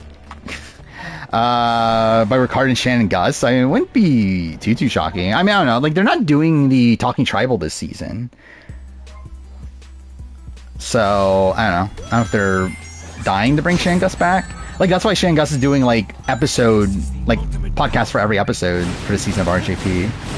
Because she's not doing Talking Tribal. Yeah, I thought it was a good first week. I was a little bit underwhelmed by, like, the ending of episode 3.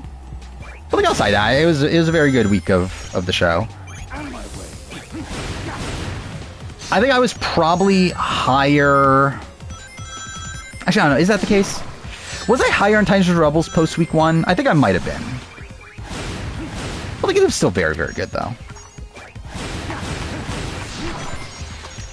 I think that's what, like, some people were speculating that. I doubt it. I doubt that played a factor. I think they just simply didn't bother doing it.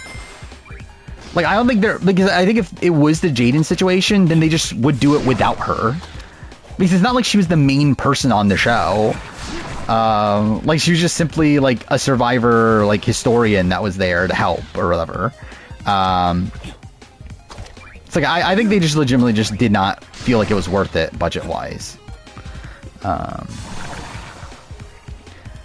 We're gonna orchestrate Sesna's Blindside. Was this Kim Power and Alex Bell? I feel like they would work together, wouldn't they? I guess not long term, but oh, why did I do? I literally did the same thing again. What the fuck am I doing?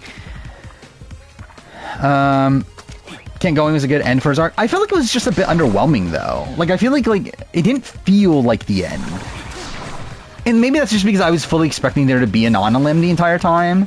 But, like, I don't know. Like, he actually gets, like, a pretty quiet, like, boot episode. Like, he only got 1 confessional, I believe, the entire episode. Where, actually, I think it would have been more satisfying if he went home episode 2 than if he went home episode 3.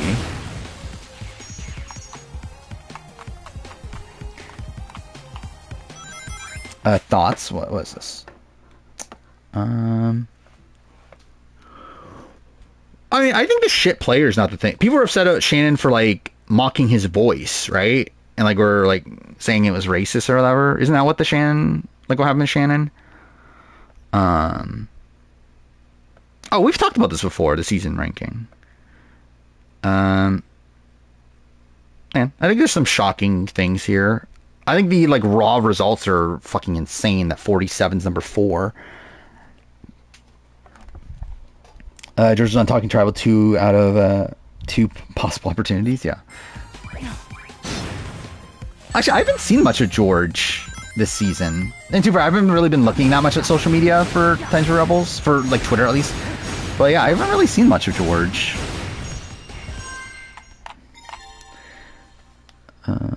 Isn't even friends with anyone from Amazon? Amazon, no, right?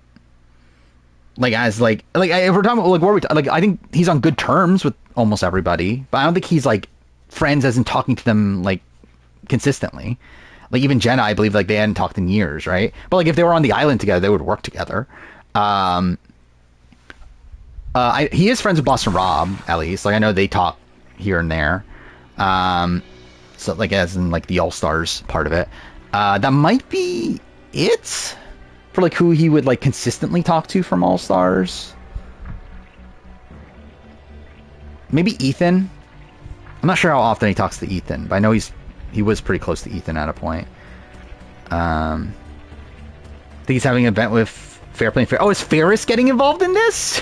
Oh no. I feel like that's not a good sign for Ferris. That he's getting involved in the Fair Play and George of it all.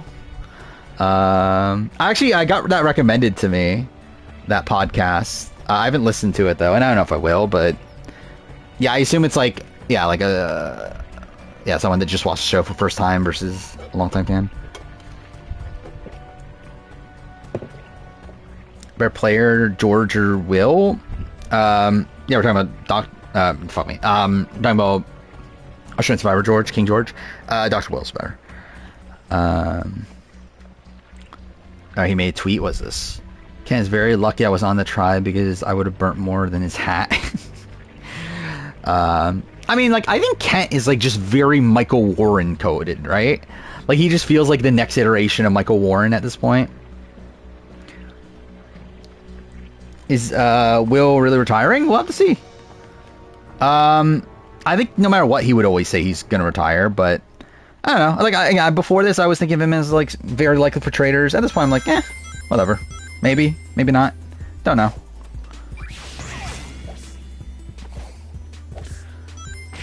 He did seem pretty apt to play the traders on his interview with Rob, though. It's like, I don't know.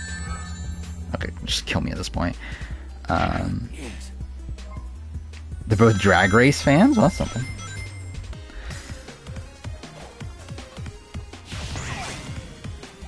I mean, I think there's like a decent comparison between Dr. Will and George. Where like I think like you can very much compare Brain's Brawn George to Dr. Will BB2. Oh fuck me, dude. Oh wait, there's a thing here. And then you can compare All Stars to Here's the Villains. Okay, cool. How am I meant to do this? I think my like stance on the two would probably be the fact that I think George's like individual games are probably stronger, but Will is the player I would have more faith in. Will's becoming the host of Big Brother? Imagine. I mean, he'd be better than Julie, at least. Also for your animal-based saying for Kent? Well, how many were there? I know there's praying mantis. Oh, fuck me. Yeah, I talked about the brand enhanced stuff at the very beginning. What is there to say? It's like it's fucked. I don't know. Like, kind of sad. But also, like, not unexpected, considering it's brain enhanced. Brain enhanced got arrested for, what was it, racketeering and arson. And for, like, being part of a gang.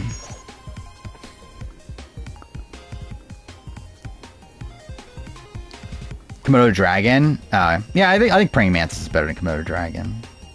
Yeah, Komodo Dragon was the, like, the poison thing, though, right? I think that's probably the most, like, vivid, like, imagery he gave. Maybe it is Komodo Dragon.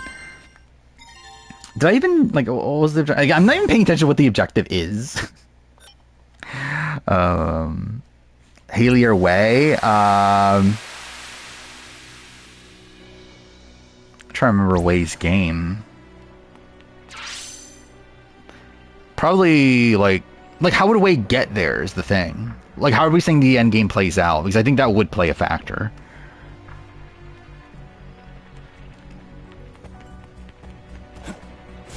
Like, if it's a spot where, like let's say Haley is winning those final few challenges and taking Wei to the end, I would probably vote Wei.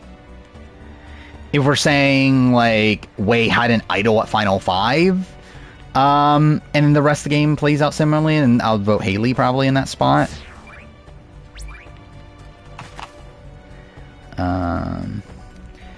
If that was the end for Will, then it's good to know my goat still got it.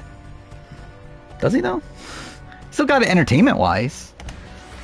And to be fair, like, actually, like, I was surprised to see like Letty being kind of pro Will, by that point. So I mean, that's also something. I'm voting for loser like Haley. I mean, I think you're gonna upset Twitter. I don't know if you know this, but Haley's the best player of all time. I actually do find it funny how, like, Shannon, like, actually talks about Haley, like, as, like, the best player of Survivor of all time. Like Shannon Gus. Which, like, I think is, like, I think it's obviously, like, purely biased, right? Like, I think it's purely because, like, she looks at, like, I think she sees a lot of herself in Haley, and then also the fact that, like, she's very close friends with Haley. But yeah, I think it's insane to think of Haley as the best player of all time. Again, she's very good, but still very flawed. She hates Gabler. But yeah, Chris Underwood, I think, like, obviously doesn't think he played a good game. But again, I think the thing about Haley is that for her, it's like, oh, Haley got screwed to begin with, and that's why, like, none of this matters. Like, all the criticism against Haley doesn't matter because, like, she got screwed to begin with. Which, like, again, yeah, she got very unlucky in how that situation played out, but she also played that situation poorly. So, like, I would give her, like, a bit of a pass to where, like, again, like, I was saying before with Haley, like, Haley's not at the bottom of my winner ranking because I do think the way that she gets voted out is a very wonky circumstance, but, like, it's still bad. Like, that she, like, again, she literally loses the battle to the person that she ends up beating in the final two.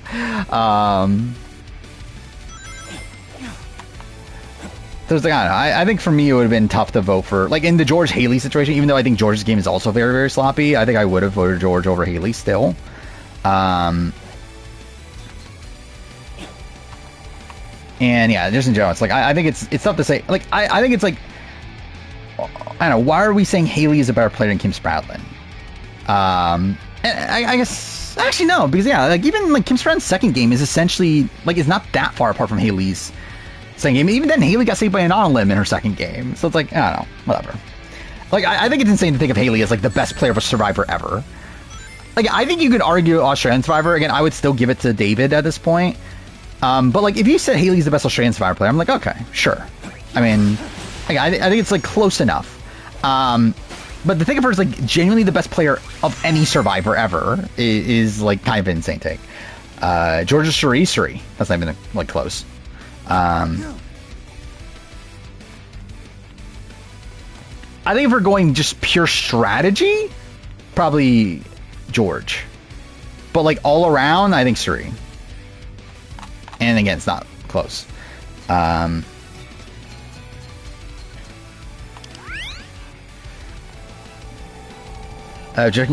fuck me. If Gretchen Cordy was saved from a non-limit twist, and then fought 2 against Richard and 1, would she be the best player of all time? Obviously. That's exactly what all this means. Okay, cool. Best strategist, boss Robert George? Potentially George. Like, I think George might be up there, like, best strategists of all time. When we're just talking about, like, raw strategy. Like, again, being able to, like, think of what the optimal play is and executing on it. I think George is probably, like, yeah, I think he's debatably number 1. I think he falters in other aspects of the game, though, more than other players, like other, like, elite players. I'm actually very interested in seeing George on A vs. the World in particular for that. Mind you, again, like, I'm expecting George, obviously, to have, like, a massive target on his back to where, like, I don't know how much he's going to be able to, like, truly play. But, again, obviously thought that in Here's the Villain, so. It's like Jag for me. I think it's different than Jag. Because again, like, the situation that Haley was put in is one that was perpetuated by a ridiculous, unprecedented twist. So where, like, I think it's better. Like, Haley is better than Jag, in my opinion. And also, I think Haley plays more optimally outside that, too, than Jag. They were, like, even that, like, part of it's different. But, like, in terms of just the vote off, I think the vote, like, Haley's vote off is a lot more justifiable than Jag's. Where Jag just legitimately went out in a normal round of the game and just, like, actually just lost a standard vote. Like, Haley, like, is in a spot where, like, she's put in a, like, really terrible position because of what happened in the bait-in boot round. But again, I think she plays that round poorly to cause that. But it's still a spot where, like, the fact that, like, only, like, at that point, they thought only 3 people would be able to vote, and all 3 of those people ended up being Brawn members. In particular, Danny, someone that she had, like, a pretty hostile relationship with. Like, the fact that you gave, and ultimately you gave Danny, like, that much power, for that round, I think is, like, it's very unlucky.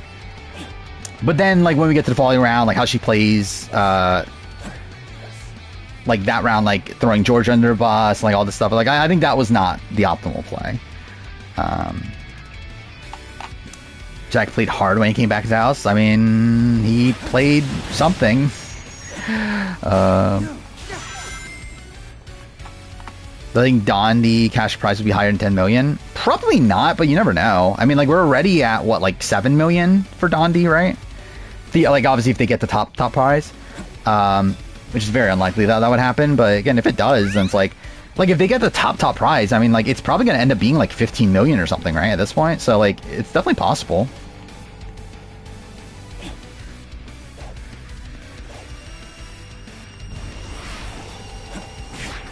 God damn it, did it again.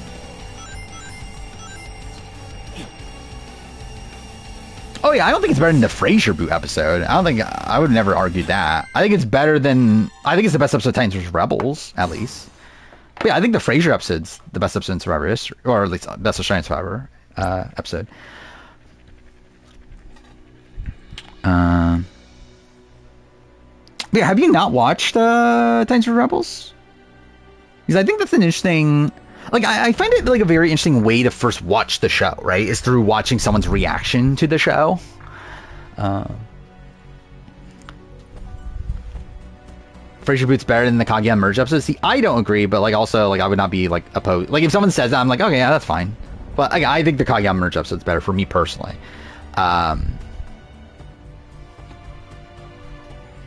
Do collab with King Jeff? I mean, do I want to collab with King Jeff?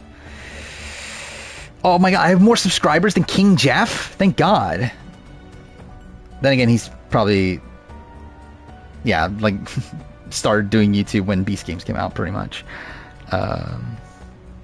Chinese animated film is the highest grossing animated film of all time. Really? That's insane. I guess China's just its own, like, separate beast, though, right? Like, box office wise, but yeah. You never watched Survivor AU before Will did? That's insane. I think that's yeah, that's kind of like a weird way to get into it, I feel like. Put Eden Boot up there with the Frasier one on first viewing, but found it less memorable in hindsight. I think I haven't rewatched it yet, but I think, like, my opinion on it is that I think, yeah, at the time, I think it was as, like, on par. Like, I still think the heights of the Frasier boot were higher, but, like, I think it's like somewhat on par at the time of it airing. I think after the fact, it's not as high, the actual vote off, but I think the, like, storytelling of the episode is something I still do very much appreciate. Like, I do appreciate, like, the Eden Jaden, like, sort of dynamic that ends up going on in the episode, and how that plays out. Cool. Stop that. More excited for week 2 of Australian Survivor than the 48 premiere. I'm not, personally, to be honest. I'm more interested in the 48 premiere. But, man, both of them, I'm moderately excited for.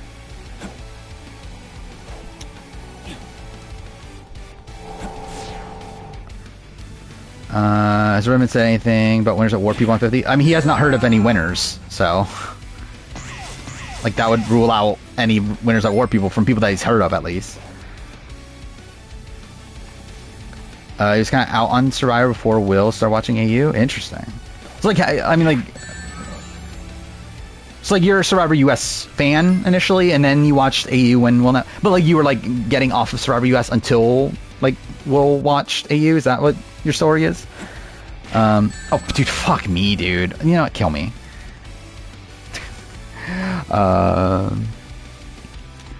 Is Candy always the target, or did she get unlucky? I think she got unlucky, right? Like, I think the majority, like, target was Ursula, right? I don't know. I think it would have been interesting to see what would happen if they tied it.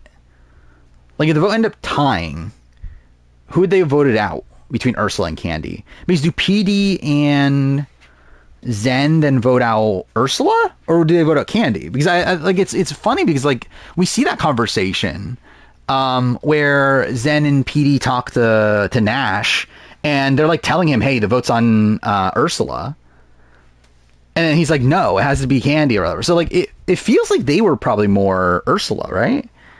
Unless like he actually convinced them, which I doubt it, but considering they still vote for him. But like I don't know. Yeah, I think I would lean Ursula going home, but I'm not like 100% locked in on that though. I do think Candy ends up like, is Candy the best first boot? Because like obviously it's like Candy and Phil are top two. I'm pretty sure, right? I had them above Shane, right? Because of how like screwed they were. Like I think there's an argument for being higher than Phil. Considering like it seemed like Candy actually had an alliance and was like in a decent like majority and kind of gets taken out due to a wonky split. Where like Phil gets screwed by the twists like 100%, but also like Phil was never like particularly well positioned seemingly. Where like it didn't seem like Phil actually had like a true alliance that was backing them. And even then, they actually like got the majority of the votes against them by the time the twist happened, right? Because it's not like it's not like they got voted out in like a weird plurality like vote like that. It's like they got voted out by like a unanimous vote against the people that were there at the time. So it's like I think they're both like really, really screwed, but like I think I would give the edge to Candy. Like, I did put Candy, like, one spot higher than Phil on the, player ranking. Television by Kate and Morgan. Not great, but, like, I think the thing is that we just don't know, like, enough about the dynamics to, like, fully understand it. But, like, it doesn't seem good. Like, I don't know what their justification is outside. Like, is it physical strength? Is that their thing? Because, like, too fair, if that is, then, like, honestly, if Ursula is better physically than Candy, like, I think that's kind of undeniable. But I think the thing is, like, I just don't know where Candy and Morgan land in terms of who are they close to. Where I think that would, like... but even then, though, like, they're making this move, they're not even necessarily in the majority, right? Because like, even as is, Nash still doesn't have the majority, right? Nash is probably like still in a spot where he's probably next to go. So like you're siding with Nash here just for him to also be on the bottom. So like unless they had something against Candy, or like Candy had something against them, then I would say yeah, it's probably just outright a bad move. I think. Should just either go for the numbers? Well, that's really stupid. Because they literally messed up the split, right? Because the way this vote plays out is that it turned out to be a 5-4-3, but like the split was supposed to be 6-5-3, right? Oh, no. It was supposed to be 5. No. I'm wrong. It was supposed to be 5. 4. Yeah, actually, no. It was supposed to be 5-4-3. Just that Morgan and Kate were supposed to be on Nash, right? Instead of Candy. That's what it was supposed to be, right? So, like, it was supposed to be the votes for Nash plus Morgan and Kate, and that would have been 5, and Nash would have gone home if he didn't play his idol in that world. Ursula was still gotten the 4 votes that she did get in a real-life scenario, and then Candy would still get Nash, Kristen, and Ursula, right? So it was still supposed to be a 5-4-3, just a different 5-4-3. So essentially, like, they just essentially decided which, like, person went home in the split. Kristen had I was actually like decently high on Kristen after the premiere. Not high, but like I was like, okay, she's like not dead because she was there. She had a confessional talking about Nash. She's like on the show. But then obviously she gets nothing after that, to where like, at this point it's not looking good. But like I thought like after the premiere, I thought she was okay. She was essentially like a lesser version of PD. But yeah, it's not looking good now for sure. Let's just always. I would love it. Again, I would love if Australian Survivor did that. Like, I think it'd be so funny if they, like, completely broke the meta. And to be fair, they've kind of broken the meta the last 2 seasons. Again, Liz obviously broke the meta in the sense that, like, she was not even in the premiere outside of, like, the talk about Shawnee and Liz. And even then, that was through Shawnee's perspective. And then Ferris, again, like, was very abnormal for a winner that, like, was so... Like, he's, like, before that, I feel like the... only person that we've had that was like the main character the entire season that went on the win was David, and that was an all-star season. So like even Ferris's win was a bit abnormal.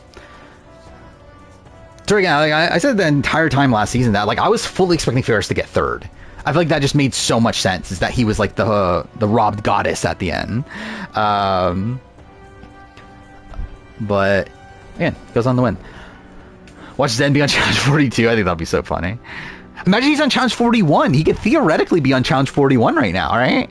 Like, we don't know 4 people. There was talk about there being an Australian Survivor player. Like, watch it be Zen.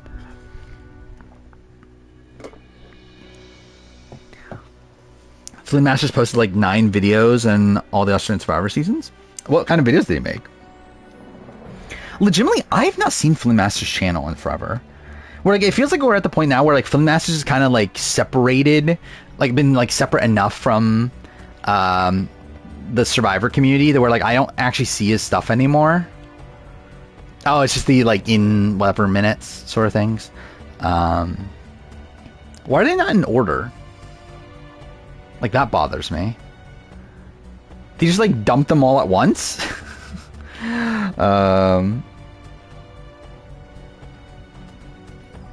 Views drop? Well, that's a travesty. Still, a pretty good sub count. What's this? This is so insane. What is this? Oh, USA Final 5? Yeah. Looking at Ben and Enzo being there is really funny. I like Brains for Brawn 2 so far. I think it's good. I think I was higher on Titans for Rebels after first week than this, but like I'm still pretty high on this. Like they're both very good. I think I'm way higher on this than I was on Here's Villains after week 1. Yeah, so they are retrospectives. Can't be too in detail then, though, right? And you bring Kayla back? Yeah, I would like to see it. I don't know if she fits mainline show, I think, is the issue. Where like I feel like she does feel abnormal if she was on Challenge proper. How do I get up there? Have I seen this? What is this?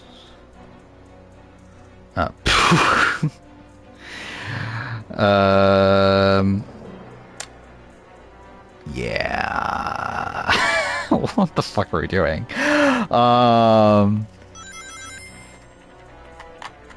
Like Desi would fucking kill Challenge proper. I think she'd be good. I don't know if she'd be like my top pick to win. I think Michaela is a lot more coded for Challenge proper than Desi.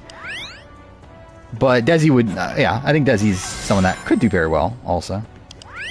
And I would like to see Desi on Challenge proper. I don't know if she wants it though, right? Like I don't think she's dying to play again. Okay, cool.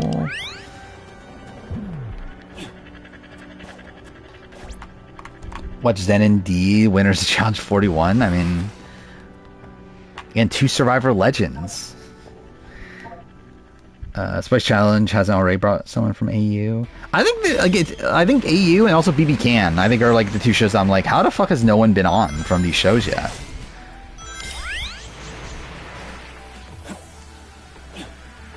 Desi made for TV. Yeah, I agree. I think like Desi's not the most riveting TV personality.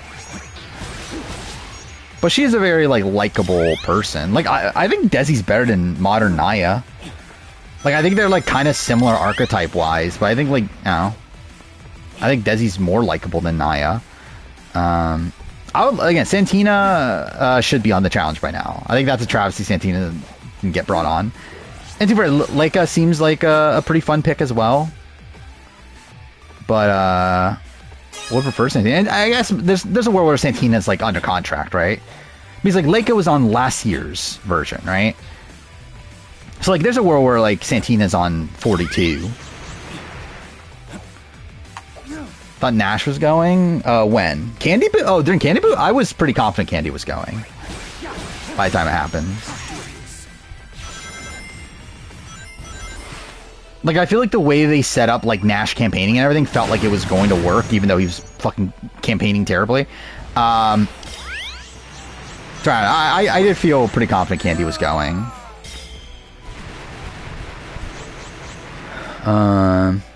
Avocado, Australian Survivor, disappointed Zen Mataback seemed like a good enough player.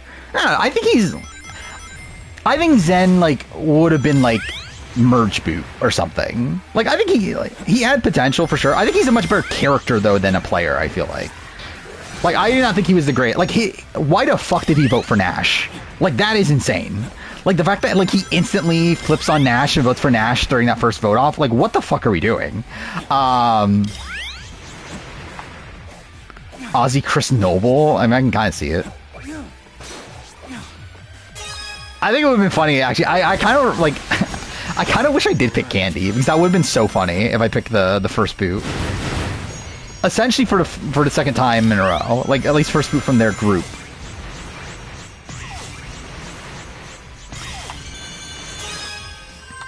Okay.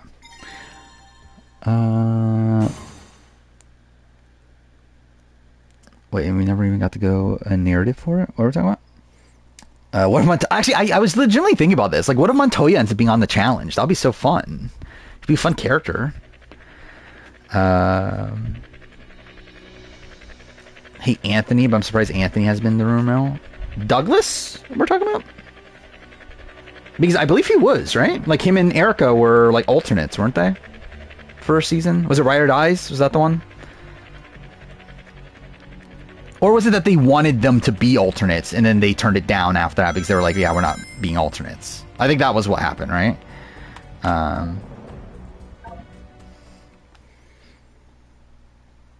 Thought random Queen Ursula was going right before Tribal. Well, okay, actually this is the thing to talk about. I knew Ursula wasn't going because the trailer. By the way, the trailer spoiled a lot for me this week. Where, because of the trailer, there was no fucking way Miles was going anywhere. Ursula could not go anywhere until this episode with the challenge, the wrestling challenge. Actually, no, wait, no, that was even a different challenge, wasn't it? That was even this one. That was a different one, right?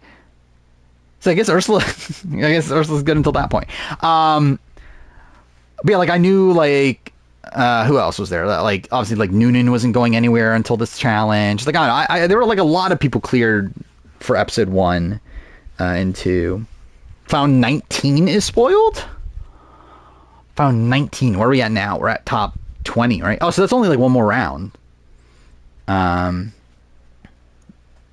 still, not a good look. Yeah, BB Can 6 Erica. It was, yeah, Erica Hill and Anthony Douglas were going to be alternates for a season.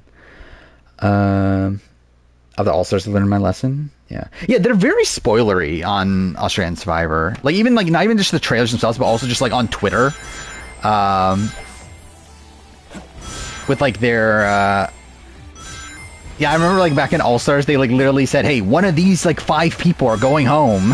It's like, why the fuck are you posting this?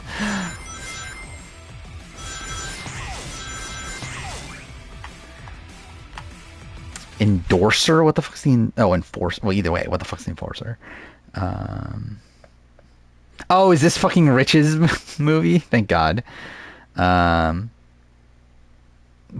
Stylish but shallow was the review. Yeah, seems shit, based on what I'm seeing from it, but... I mean, I got Antonio Banderas and Kate Bosworth. So that's like... What's Kate Bosworth done recently? Like, I feel like the last thing I remember her in was Superman. Like, what's she done since then? Let's see. She was in Remember the Titans. Yeah, she really hasn't like done that much, right? I don't see anything here notable. Oh, still Alice, but I barely remember her in that. Confident Women's gonna win Brawn 2? Yes, I think. Yeah. I think like all my top contenders are women, so yeah.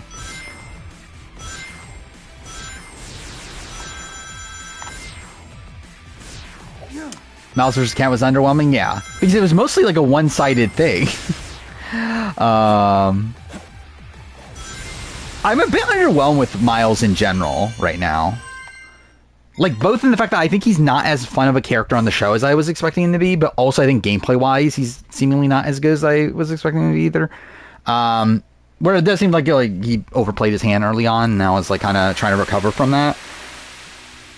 Where I was expecting him to be like Jordan Parhar. Like, that's fully what I was expecting. Like, I was expecting him to like buddy up to like Kaylin or like Max and like be like their number 2 and like be like the strategist behind the scenes and that sort of thing.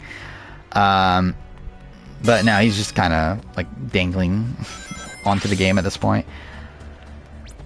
I mean, I think Indy Brains of Brawn is worse.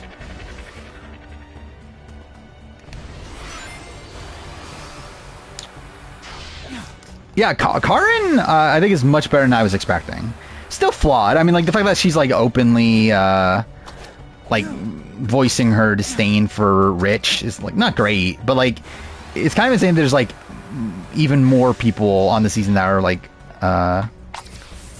worse socially than her. Traders frontrunner. Well, I think it's down to 4 in Carolyn, Gabby, Brittany, Dylan. I think where he stands, if it's a Traders win, obviously it'll probably be Carolyn or Carolyn and Gabby. I think will probably be the Traders win situation. If it's a Faithful win, I think Brittany and Dylan, maybe, or maybe I don't know. I don't think there's a world where. Is there a world where Gabby doesn't get recruited at this point? Because like.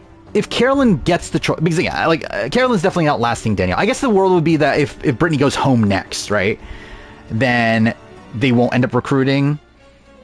And in that world, I think Gabby could win as a Faithful, with probably Dylan at that point. Because like looking at the other people, Dolores is barely on the show. I think at best she's getting like the MJ spot of like voted out right before the end. If not even murdered along the way, which I think that's probably even more plausible. Ivar is also barely on the show. I would be mind blown if he doesn't get murdered or... Actually, he has to be murdered, right? Like, who's banishing Ivar? I guess you'll banish him at the end for money, right? Like in the way that MJ goes out. Who else is there? I feel like I'm missing at least one person. But, it's like... it's definitely down to those. Oh, Tom exists. Tom's not winning, right? I think it'll be funny though. It'll be so funny if Tom wins. Yeah, I think Tom feels like he feels like first boot of the finale. Like that's like the Cedric spot in Canada of like the person who has like. He's like a bit of a dodo. No one can fully trust him, to where while people don't necessarily think he's a traitor, they also just like don't trust him enough to actually take him to the end. So they're just gonna vote him off at like this like end game spot where like he's kind of expendable. I ranked it earlier. It's Zen, Candy, Ken, Indy. The fact that Kent isn't the worst player of the season is kind of insane.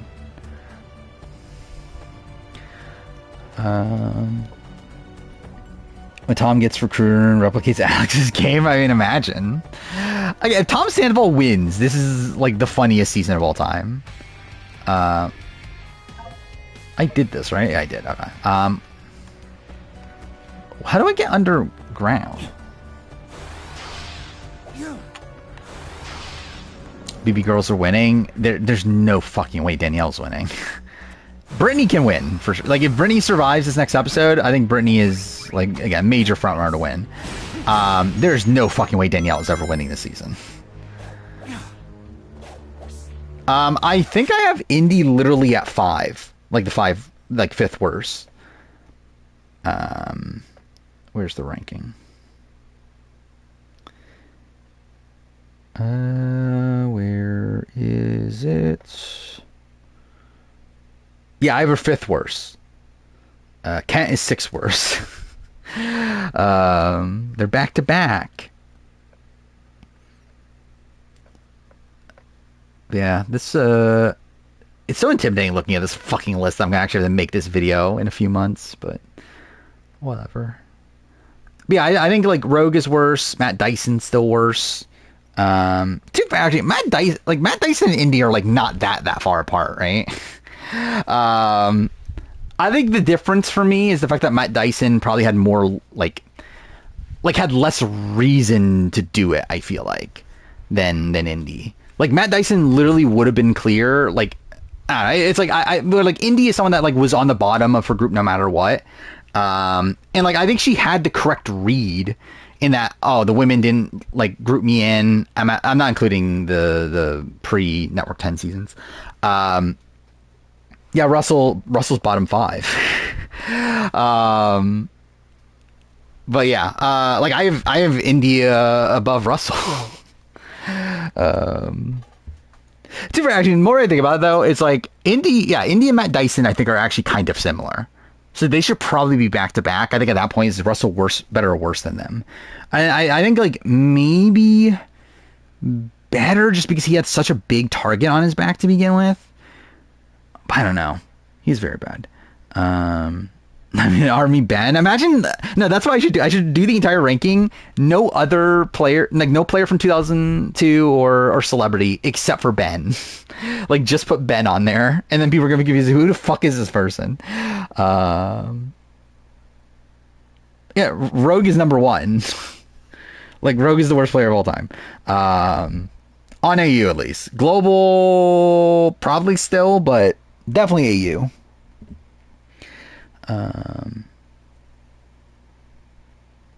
I mean, actually, wait, no, I think I forgot Dez when talking things through. Where's Dez?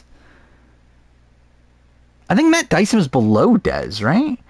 I think actually that was the thing to me is that I think like Dez.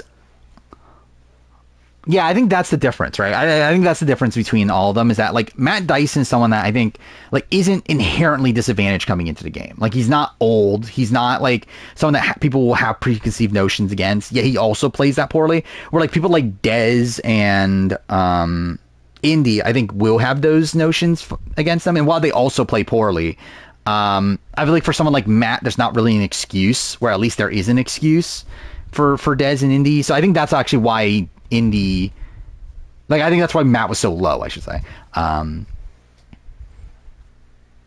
Yeah, he fits in just like this. I mean, yeah, that'll be so funny. I'm not actually gonna do it because I think I respect the list enough to not do it, but that would be so funny though, just to add in Ben out of nowhere. Are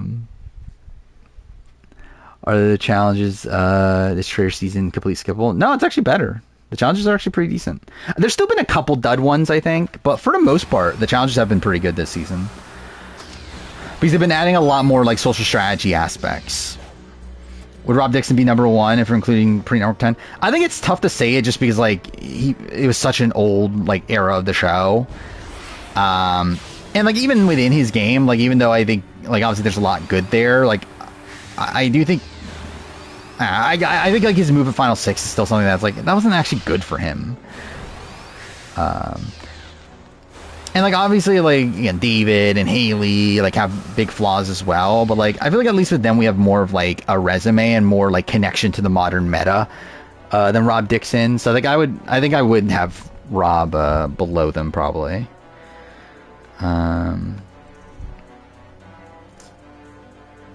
Russell's second worst player. I mean, can be.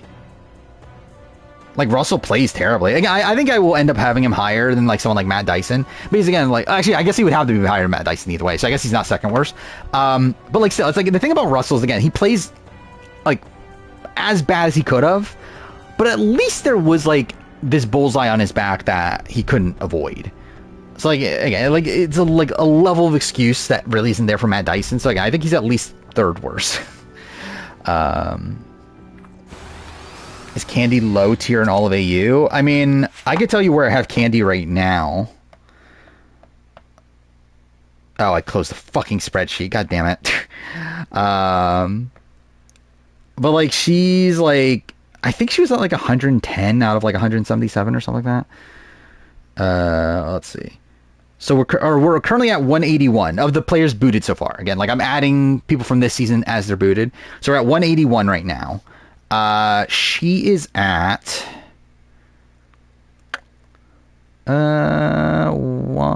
where is she in this? No, she lower than I thought. Oh no, she's lower than I thought. 138. So yeah, that was that like 40 spots. Like what was that 43 spots away from the bottom? I think she's the best first boot. I like right now I have her right above Phil. So I have her right above Phil. Right below Sarah from Here's Villains. Not sure if that's... Nah, I think that's probably right. I think the thing about Sarah, like Sarah survives like a good amount of tribals. And also even when like she gets voted out essentially because she quits, which is like criticism, but like, I don't know. And what, like Hannah, season 4 is there. I think that's about fair. Dude, this list is so fun. I need to actually like properly go through this list again now. The one that pushed Miss Grease down the stairs.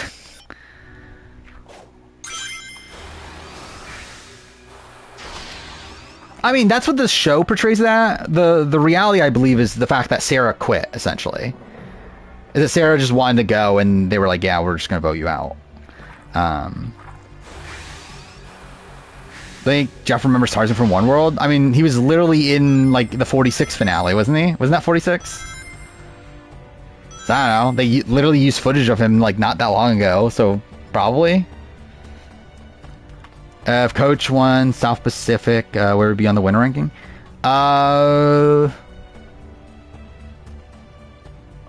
Probably third, right? Maybe second. I think it depends on, like, I think it would be the debate between him and Rob. Depends on how how exactly he won.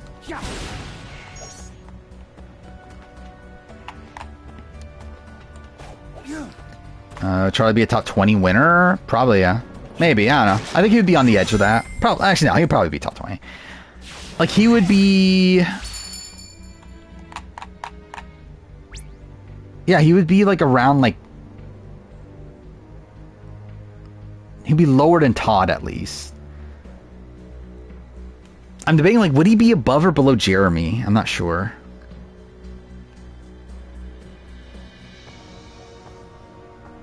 Who wins Coach, Sophie, Rick final 3? Probably Rick. But not Coach. I do like Sophie, but I want to live in a universe where Coach is the Survivor winner. I think it would have been fun. No, like, Noonan's number 2 for me. When Tarzan in the finale, they did, I forgot what they talked about, but like they showed a whole bunch of clips, and like Tarzan was one of them. I don't remember what the context of it was, but it was during the 46 after show. Let's see. I'm going to try looking it up. I generally don't remember. What was the context of it?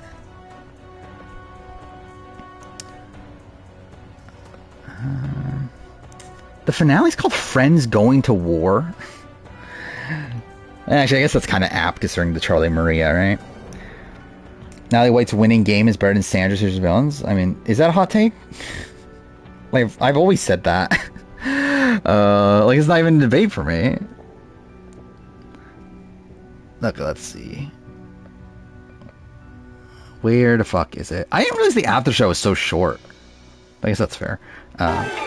Yeah, it's only like, what, 25 minutes? I think, I've said that you create. Dude, Charlie looks so depressed. This is so, like, why did they do this? And of course, Charlie like defended it on the Unfire podcast because that's Charlie for you. But yeah, this is just fucking terrible. They do this. Again, number one's Laura. It's not close. Ripolatro, yeah, it's not looking great. Mind you, if I do finish this relatively soon, like within next like hour, I'll still probably play Pilatro. I don't know where the fuck this is.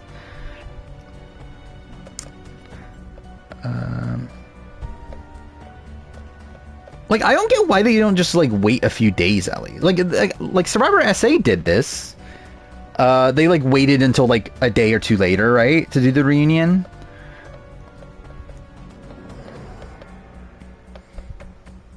Where is it?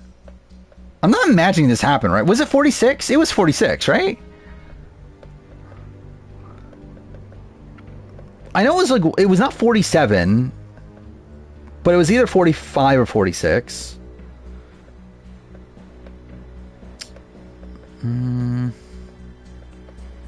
Was that the very beginning? Did I just like skip it over at the very beginning? Oh no, here it is. Oh wait. I think I found it. Yeah, I found it. What is this about? You know what? I can get it out too. Okay, wait, what was the context of this? That was the only thing I didn't mean to do. Well done. Thank you. All right, I have a question for the group. Over 46 seasons, there have been a handful of phrases from players that have sort of become part of the lexicon. Oh, that's what this is all about? I shan't say because the game is afoot. Yeah, there. Like, they have, like, Tarzan saying the game is afoot. That was in the reunion. But that was about, like, words that like, get into the Survivor lexicon? That was really what the context of all of it was? Yeah, sure. Imagine doing a ranking of every Survivor. I've thought about it. I'm never doing it, but I've thought about it. How do I, like, what am I meant to be doing? Like, how am I meant to go underground here? Like, is...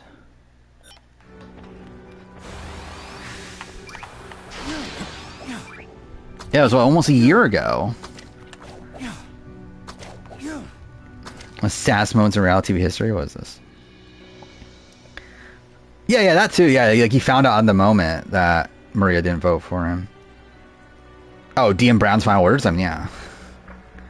I think that's like one of the most depressing scenes I've seen of anything. Is that episode of Battle of the X's too.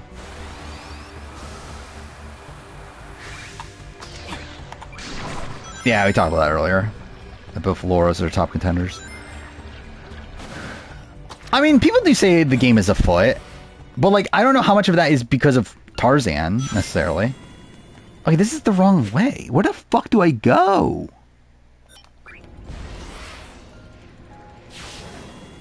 It's only Ben and Zara. Dude, fuck off. Fuck this.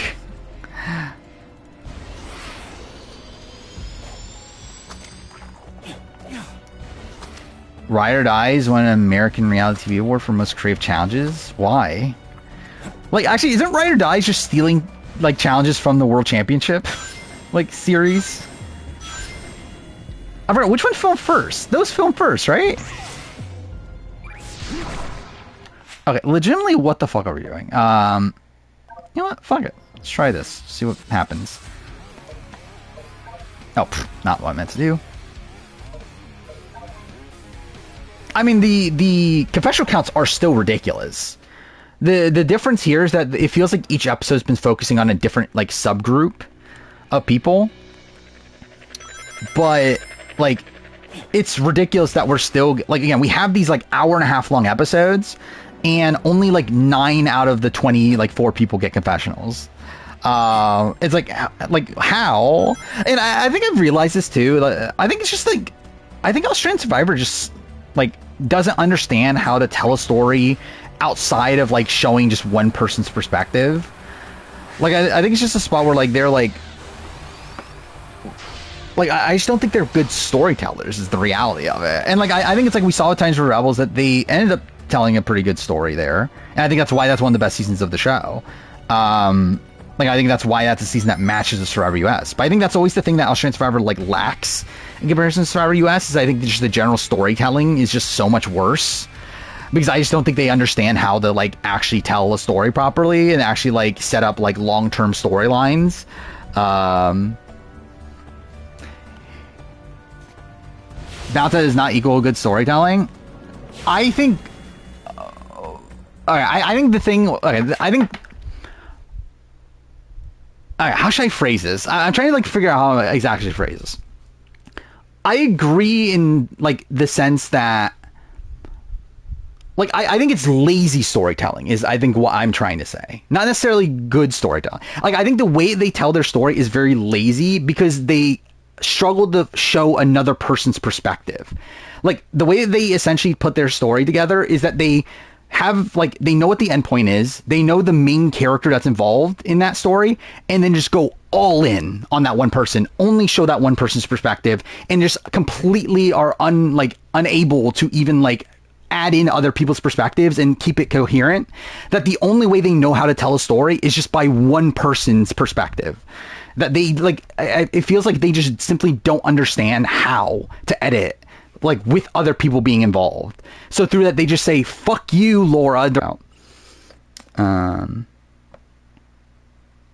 right, is audio cut out?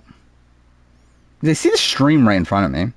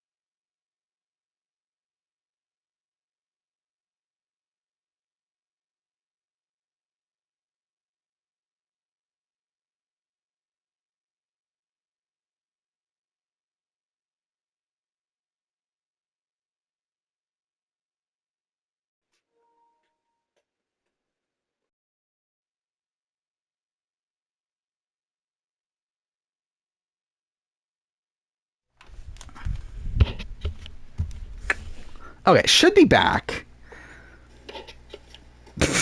Perfect.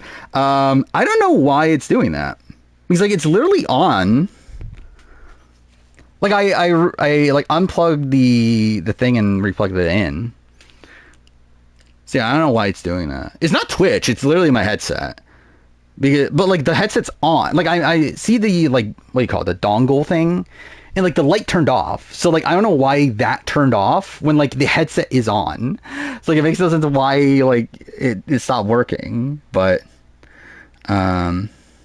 whatever. Actually, let's see something. Okay, yeah. So actually, I guess this would be the test. Is like if I can hear audio in the game, right? Because that would tell me essentially if the headset is on or not. One problem about Australian Survivor is that it's lopsided in a way that when someone other than main characters does something, my immediate reaction is, wait, who the fuck is that? I mean, yeah. Do I go on the rant again? No, you know. I just realized the heads of the coven are Laura and Logan, both I guess that is true. All the US Survivor never had this problem, even when it was unbalanced. I think like certain seasons do. I think a lot of the like Palau is a season that like you have some people there that you're like, who the fuck are these people? But I think it just comes down to like, I think with like the way they tell their story is just done in a way where like they just don't like, I think they struggle to tell it by adding in other perspectives. That it feels like just a very like again, just like a lazy way to tell the story. It feels like there's no like complexity in how the story is usually told because you're simply just seeing one person's perspective and they're just reiterating the same shit over and over and over again.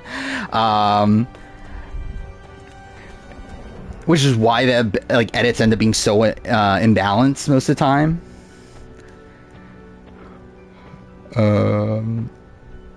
A Survivor is more dynamic for me than current Survivor because they use better at creating defined characters. I don't necessarily agree with that. I mean, I don't know. I guess defined, maybe. Actually, no. I still don't necessarily agree with that because, like, who the fuck are like half these people still? It's like, yeah, you have some like Kent, who's like, again, you know exactly the type of character Kent is. Nash, same thing. Like, I think it's like, again, like, it just, the top people, yeah. But then there's like a lot of other people that, like, even someone like Logan, who we got a lot of this episode. Like, I know not much about Logan as a character still. Like AJ, kind of similar thing. It's like, yeah, he got a lot of content here, but like, what is he actually as like a character? Allie exists. Like, I don't know, like, I mean, there's a lot of people here that I'm just like, who the fuck are these people? So, again, like Nash, I feel like we got a good sense of. Zen, I thought we got a good sense of before he went. Man, I would not necessarily agree that that's the issue. Or that's the thing that AU does better than Survivor US. And I think that's probably more of a casting thing, I think, than an editing thing. Sarah from last season, like, who was that? I mean, I remember Sarah, but like, most people probably won't. Top 5 seasons of all time. There's Goliath times with Rebels, Kaguya, Here's Villains, China. I think that's very high for China. I mean, yeah, we've talked about this like a billion times already, the Brain Hands thing. But, yeah, again, it's insane that, that's gotten to that point. I just hate China. I mean, China's good. It's just that it's one that I struggle to say is like one of the best seasons of all time. Things outside of gameplay. But I think when it gets to the gameplay part of it, I'm like, what's the biggest gameplay moment? James going out to idols in his pocket? Like, that's not that interesting to me. Where I never found like people going out of idols in their pocket, like just the raw concept of people going out of idols in their pocket, like that interesting. Cutting out again? It should be on. Like, I literally see it on right now.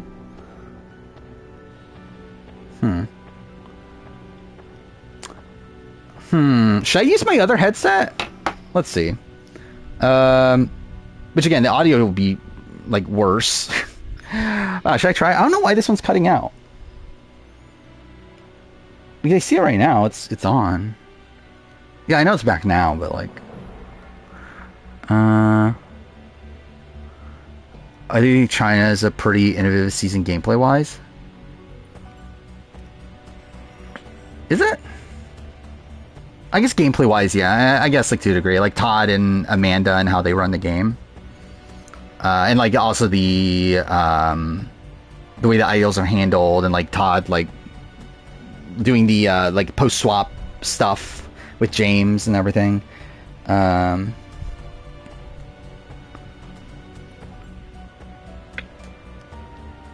Last time was from the lag. Oh, I never saw it pause on my end. Todd's creativity with the idol and having so many individual connections in a way that most winners had. I mean, I don't know. I feel like other winners have had those individual connections. Maybe they weren't portrayed in the way. Like, I feel like Todd got that like the like content on the show showing us highlighting each of those connections. But like someone like Brian Heidick had those connections. But I obviously, again, like I think it's the like the way that it was edited that probably changed things there.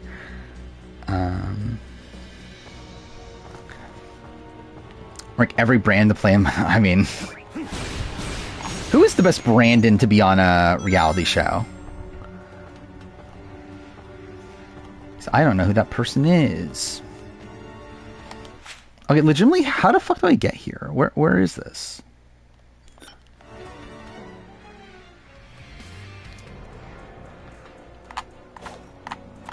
Who has a small set in? Oh, a small winner edit? Liz, probably, right?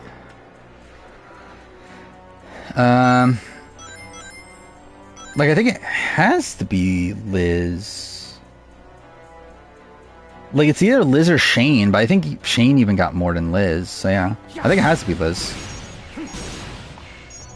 Brand from a circle? Oh, yeah, he did win, right?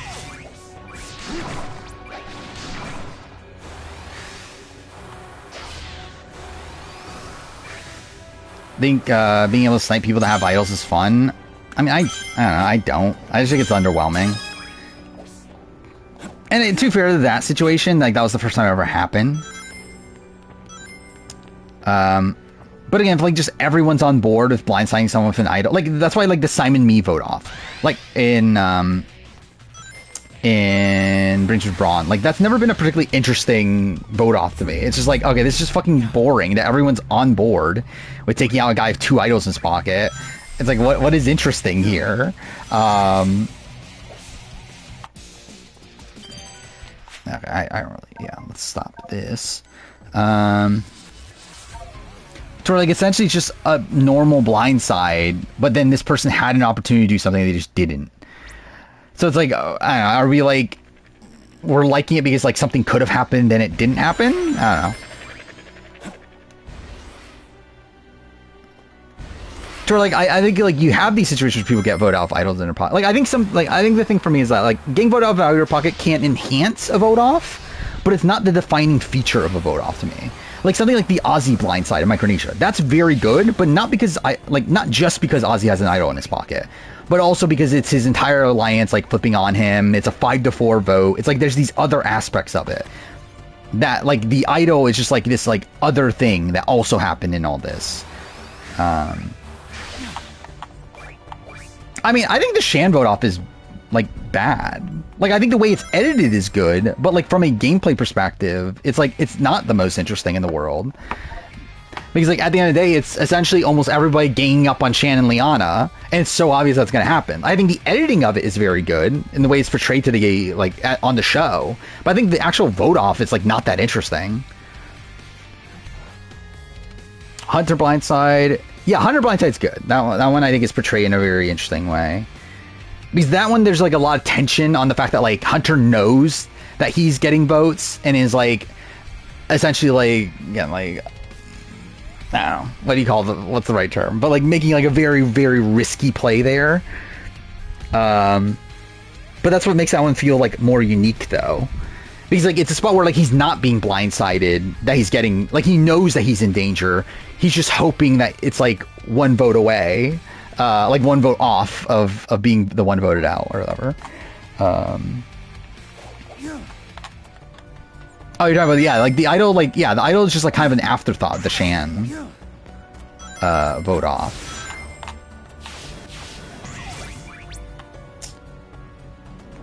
Wait, this is one I already did. Okay, where the fuck is this one? Like, how do I get underground here?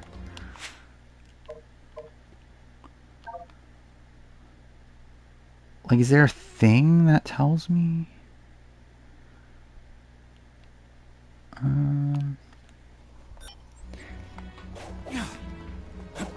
Yeah, this is like my Kristen of 46 from like a gameplay perspective. Is I think like just everyone getting voted out of idols in their pockets at 46 is like not the most interesting thing in the world.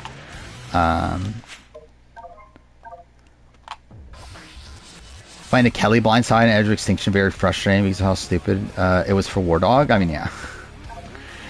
That was such a weirdly edited thing too, right? Because they like had to rush that one together. That would have been a like I think Edge of Extinction would have been better if it was 90-minute episodes, right? Actually, maybe. I think that one episode in particular needed to be. That was such a weird episode because like it was filmed as a full episode, but then they had to crunch it down because they felt like the Julia Boot episode was more important, or the Julia Boot round was more important, when that was supposed to be part of a double episode. Oh, wait, legitimately, like, where is this one?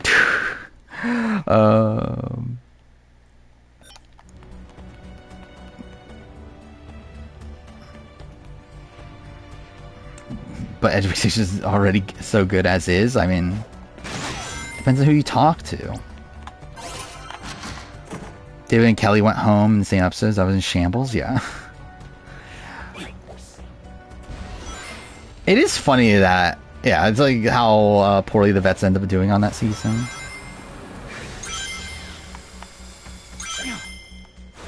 I am still surprised that, like, I guess Bruce was targeted, I guess, right? On 45. It's just that, like, but I guess to be fair, he wasn't targeted because he was a vet. It was And even then, like, he was barely at that. Buster won All Stars would be in the winner. Again, he would be right next to Redemption Island Rob. I think Redemption Island Rob's still better. Especially if it's like a tight, like if it literally is just like Sheehan flips her boat, then yeah, like Redemption Island Rob's definitely better.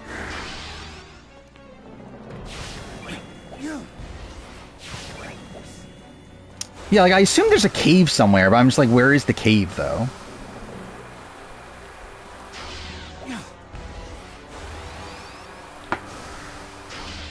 Is AU episode 2 the biggest why is nobody shutting up tribal? I mean, it's definitely not good, gameplay wise.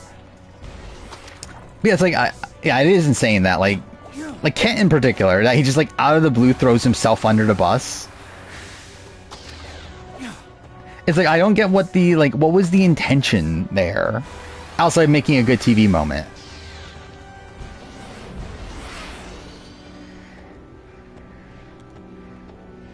Like, I don't see, unless it's, is it up there maybe? Like, is it like something that you go in through the top?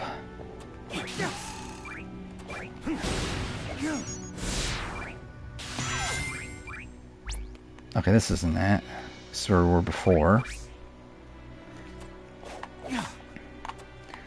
Worst betrayal, Dreams flipping on Four Horsemen or Danny Deshawn flipping on Black Alliance.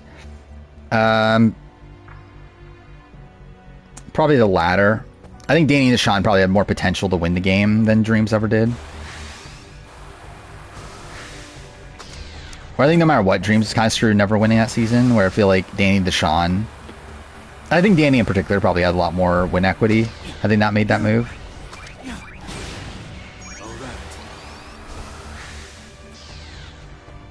So it's like supposed to be down here.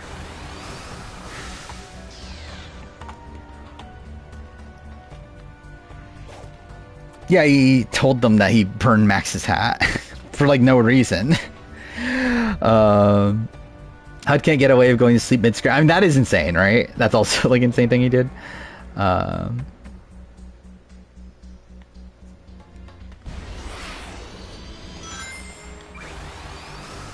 mean, what is the squid thing? I don't remember. Let's see. Is there a... Okay, now it's all going to be those. Records, maybe? No, it's just completion stuff. Oh, here. Maybe. Because I don't remember how to do most things. Okay, so that, yeah, I knew how to do that.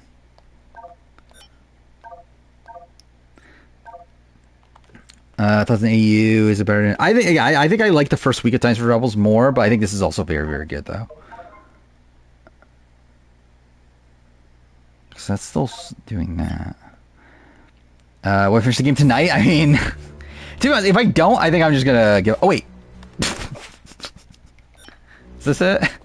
It is, isn't it? That's so stupid. See, I knew that the entire time. I knew what I was doing.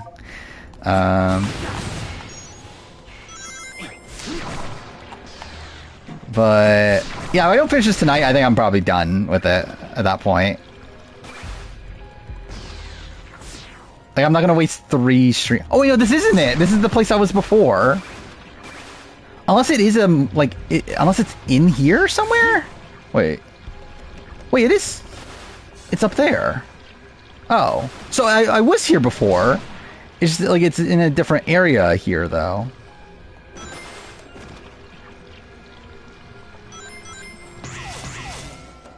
Okay, well, not that far, or maybe it is.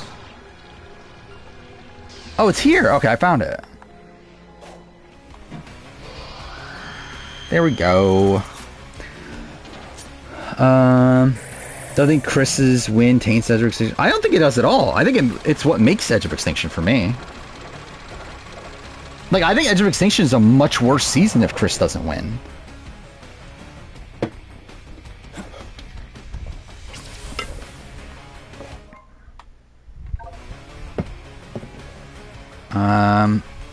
Again, Laura is number 1 for me by a lot. Is this the final boss, or is there another thing after this? What if Devin wins? I think I would have it lower personally than Chris winning. I think it's still like a fine ending, but like I think I like the way they handle Rick on the season as is. Like the fact that he is like essentially this like final boss and like is set up to be that the entire like time. So like I think him winning would have just been too boring. Like it's just like it's kind of what you would expect. I think the fact that we get like such a unique ending to the season is what makes it a lot more like notable to me. And yeah, I think he's like edited perfectly as this like fallen angel.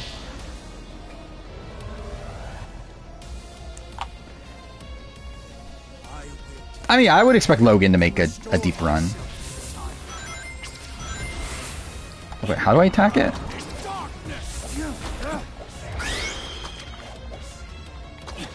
Oh, cool. I thought I was gonna, like, meant to attack it.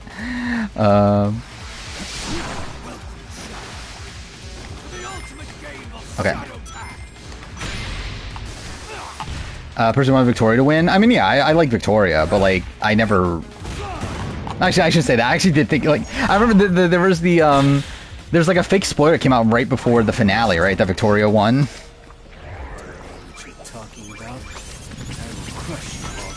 So I think I actually did put like a little bit of credence into that coming into the finale.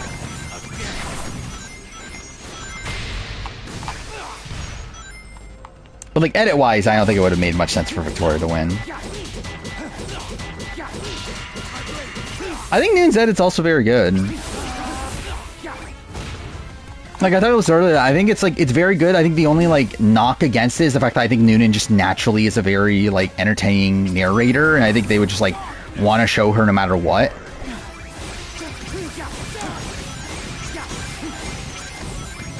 But I think she's clearly meant to be like the main character from what's it called? From the Brawn tribe.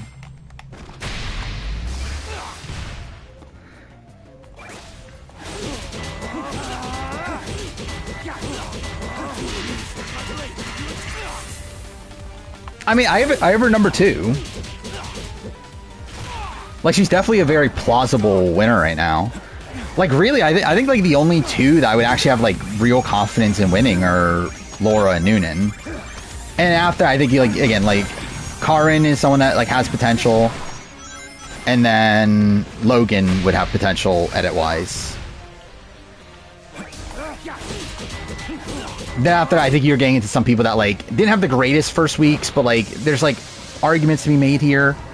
Like someone like Miles is someone that comes to mind. It's like one of those sort of people. Jesse, like even like still Morgan and Kate, even though I think they definitely had a very flawed portrayal by the end.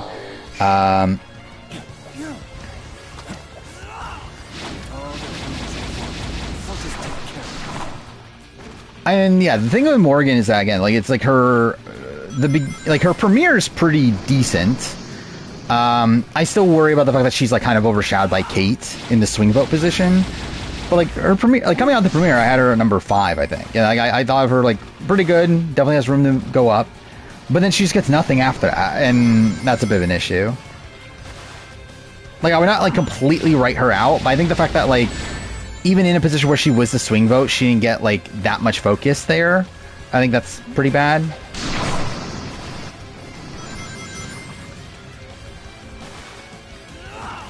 I mean, obviously, the fact that she has a kid, or that she's pregnant, means that she's gonna win. But I did say that Shannon had like the opposite read of me, which might be a good read. I don't know the logistics of all this. That like Shannon was like, oh, she's pregnant, so like she probably like was pregnant while on the island or whatever. I don't know. It's like I don't know if it lines up that way. So like she was like talking about how like she thinks that Morgan might be like medevaced eventually because of it. And it's like I don't know. That's not really the read I get. Where I think it's more so a spot where like I assume she got pregnant like right after the season, right? Oh, I need to swim up the pole? Oh. Oh, okay, it swam up that way. Okay, well, I played that fucking terribly, but...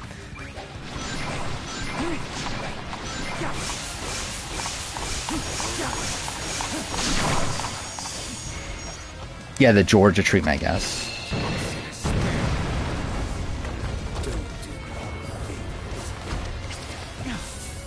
Still, the Crescendo would win, so it's a bad precedent. At least on seasons of people returning to the game after being eliminated, kind of tells you. I mean, yeah, I think it's a bad precedent game-wise. But that doesn't really affect my opinion on Edge of Extinction as a season.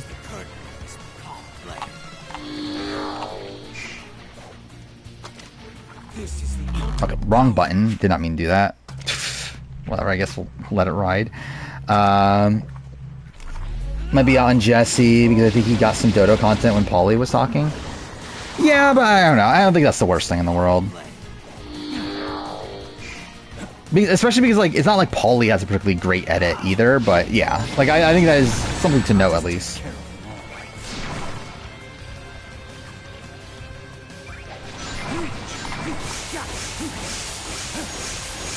Oh yeah, I talked about it last stream. It's like, fuck me, dude. Like, the funny thing, he had access to it. He, like literally his mod gave him the fucking episode, like, right after. But he was like, no, we'll just skip it at this point.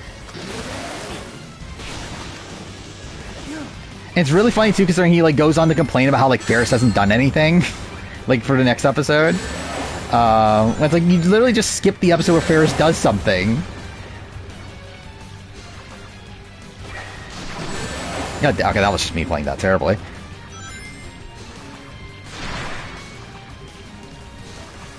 Oh yeah, I did watch Extracted. Yeah, kid kind of sucks. Cool. I would say, like, as a whole, I don't love the, like, structuring of Extracted. Where I feel like it's the type of show that probably would be better off if you binged it. But, yeah, it's a fine show for what it is. God damn it. Okay, what the fuck?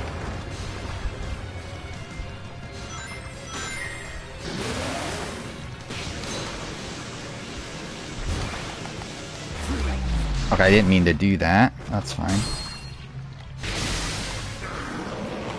We make wheelie power rankings? No, that's literally what I don't want to do.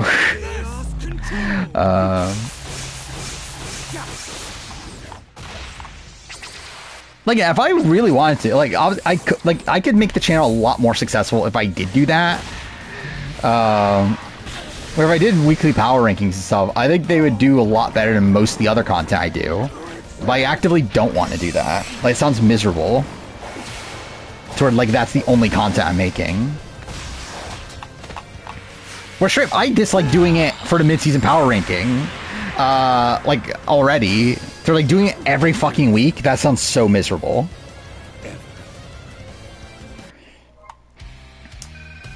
Okay, so there's that. I did not watch the Jemmy video. How many people from the Coven are seeing in the endgame? Probably not many. If I were to guess, I would say like at most 2. I don't know. Like, I'm not expecting Zara to get there, considering she has like barely any content as is. Like, I think like I'm not even expecting them to necessarily even win the battle, like, coming up. I think they're meant to be a group that we're rooting for, but I'm not expecting like the entire group to make it that deep. I think Fire making it Final 4 times for Rebels will break Will's heart. Probably, yeah. I mean, especially because it's Caroline, who he hates because he hates women. Big complaint this season right now is why don't people just take out Kirby or Ferris? Yeah, that's also the thing too. Yeah, like in that episode, it explains that we're using each other's shields and that sort of thing. Yeah, like his big complaint is like how they never explain it. The warrior that will destroy you.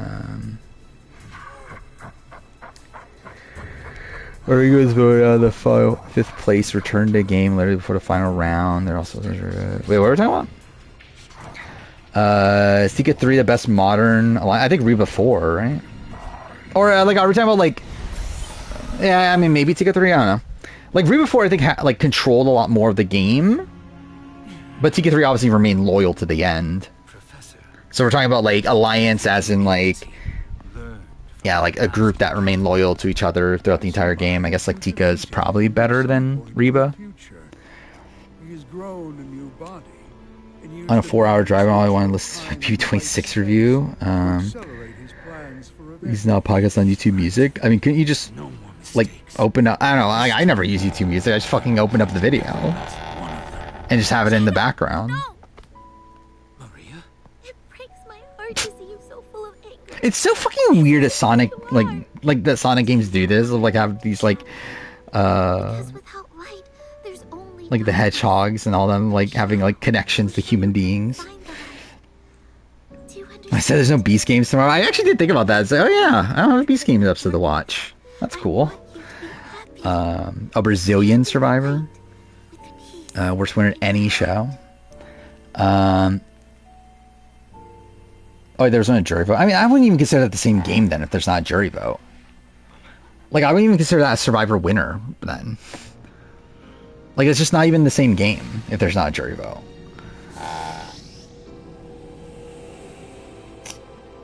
Best alliance in Survivor history. To be honest, I've actually never thought about that with Survivor. Big Brother, I think it's a cookout, but like, yeah, Survivor, I don't really even have a answer that like is top of mind. Because like, I think like Cops R Us, I wouldn't consider an alliance because like I think that's more of like a duo. For me, like I would consider an alliance like at least 3 people. It had to be an alliance that like sticks to the end, but also I feel like maybe like I don't even know. Like I think like sticks to the end, but like not just like not like Ometepe where it's like just Rob like leading like a lot of people along. I think it's like I would want everybody to be like an active participant in it. So maybe like Tom, Ian, Katie is something that comes to mind. I'm not sure if that's the answer. No, Turbo was also a game that's entirely challenges.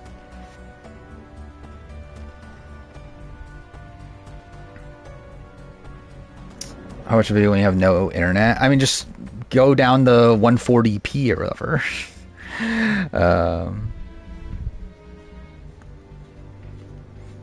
I've seen a video of Sonic can't spell. I've not. We'll start going... hard rooting for Alex. Last react. Yeah, I did see that. Alex is boring as fuck? What? I think Alex is like one of the best characters of the season. Like, how do people think Alex is boring? Like, just Alex's boot episode alone is incredible TV. By the way, Alex should 100% be on the challenge. Like, how's Alex not on the challenge already? Yeah, I was thinking about that too, Kim's alliance. I think my criticism there is the fact that I do think Kim was a lot more active there than the... Like, I feel like Chelsea and Sabrina, I don't feel like do that much. And, like, same thing with, like, Christina and, like, I don't know, Alicia does stuff at least, but, like, I don't know if it's great. Alex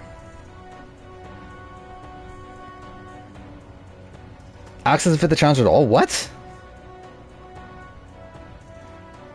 Wait, like, do you know we're talking about Alex, Titans vs. Rebels Alex? Like, how does he not fit the challenge at all? Like, I think he's like the epitome of what the challenge is. Like, what? He's like very messy, very confrontational, extremely physical. Like, I guess like the hookup part of it is like, I know, like, I believe he's in a relationship now where like that's the thing, but like, oh, it's like, what are we talking about? That he's not like fit for the challenge.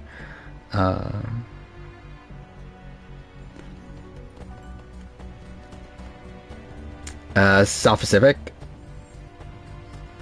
I don't know, I think that's another one that, again, I think it's mostly coach. Like, I think it's like too heavily coach coded. I don't know what the fuck I'm saying there. Anyway, I think coach like does a lot more actively than the others. So we're like, I would want it to be like Reba 4, but just a Reba 4 that doesn't turn against each other. Where like each person like has a role that they're playing in how they navigate through the game.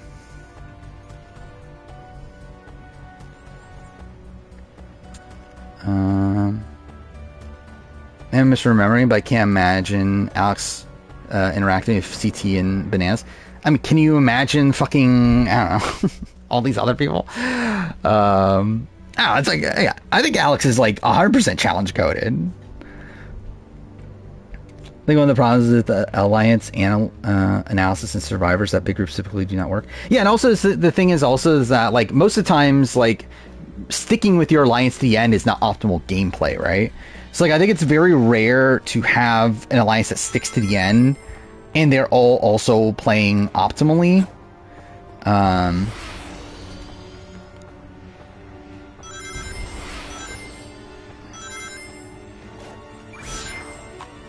I guess to be fair, I guess like the cookout isn't obviously playing optimally. But like also I think for what their motivation was in the game, they were playing to their like towards their goal, I guess.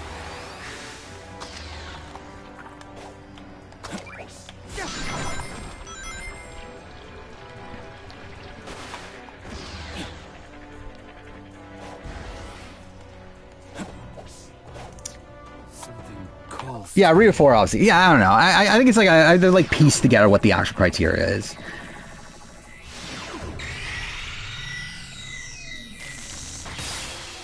Because yeah, it's obviously not optimal that they like for them to not flip. What is one more season than Horacio? I'm gonna guess this is. Oh no, it's actually not. It's Ronnie. Okay, cool, sure. I was gonna guess that it was like, I don't know, like Katie or something. Oh yeah, I did see Twitch's storage limits. It doesn't really affect me because I don't have many like highlights and that sort of thing. The only ones I have are the speed runs that I've done, that I've submitted. Like everything else I like obviously post to the YouTube channel anyway. So it doesn't affect me, but like I'm sure, like I know Anthony Caliber like posted on Twitter that he has like 1,100 hours of highlights that he now needs to transfer over. So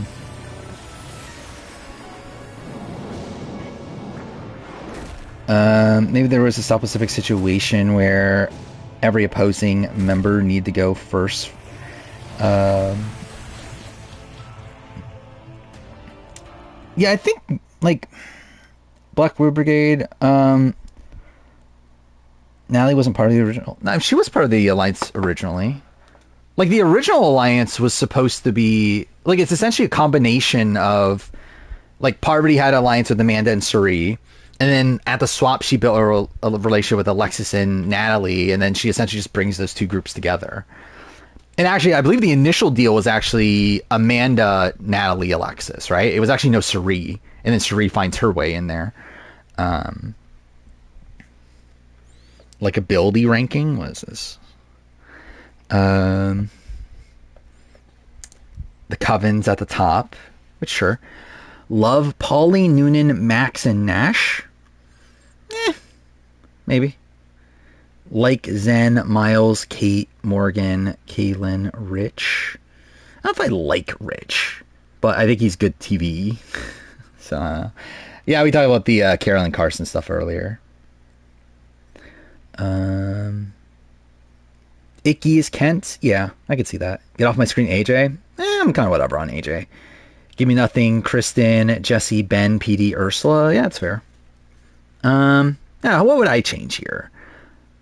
Like, Zara is just there, but like also too for Zara, like the little that we've gotten of her is kind of fun. Like the fact that she is like openly telling Laura and whatever that no, we need to go for Rich and like that sort of thing. Like she's like kind of fighting back, I guess.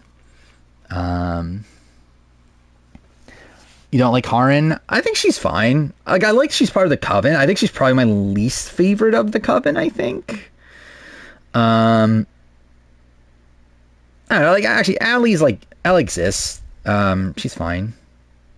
So I'd probably put Karen or Karin above Allie, probably. I would not expect the Coven to make it deep together. Like I think Laura and Logan will probably make it deep.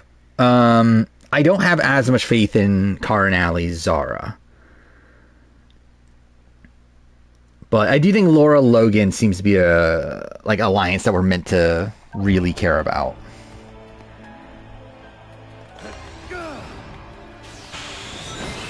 Oh, why fuck that up?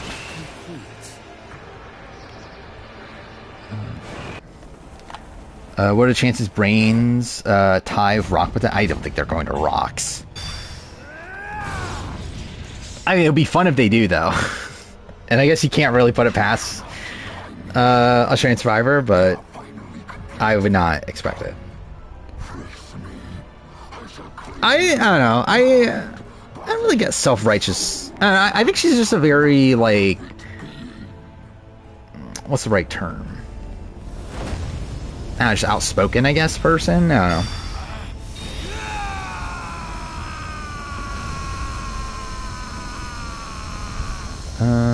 Do they think Brain men have a shot at winning?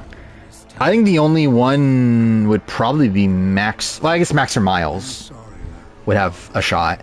Rich, I think, is pretty dead. I would be very surprised, considering how negative his edit is. Kaylin, again, like, all, like, just had nothing in the premiere. I think that's pretty damning.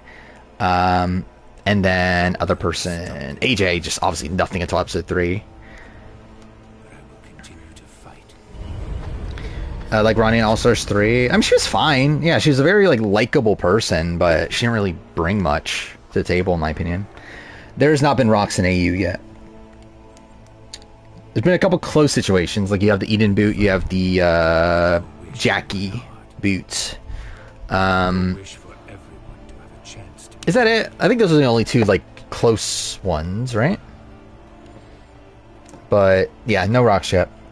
It's actually like I'm very, like, I would have expected more like rock situations in Modern Survivor. I'm actually surprised that we like don't have them still. And to be fair, it's like yeah, obviously rocks is like a last ditch effort. Like it's like it's something that you shouldn't actively want to do unless you're Jake O'Kane. But I would have expected that we would have gotten more. Like the fact that we haven't had a rock draw in US since Millennium Gen X is kind of insane. I would assume we're going to see it again at some point, but it's obviously still going to be like a very rare situation. Oh, cool. I think US casts too many players who play optimally and risk averse, yeah.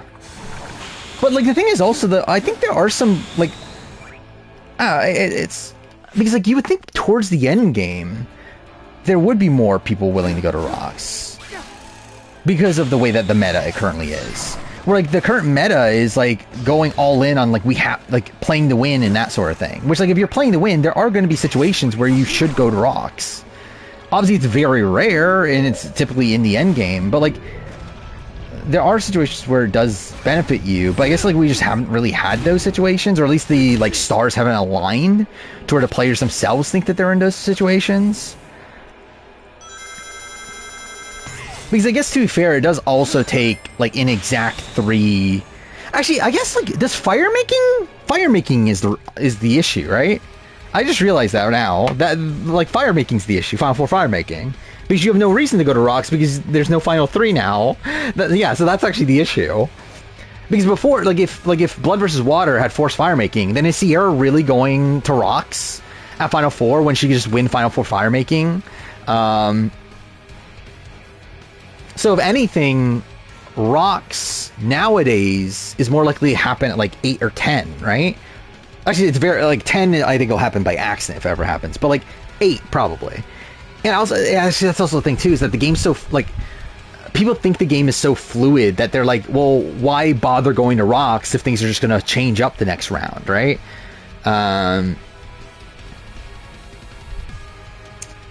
See, actually, the more I think about it, it might never happen again on Survivor US, unless it's by complete accident, which, to be fair, it was actually an accident in Millennium Gen X, so it could theoretically happen by accident, but it seems like that's literally the only time we will get it. Like, it does seem actually very difficult to get it purposely.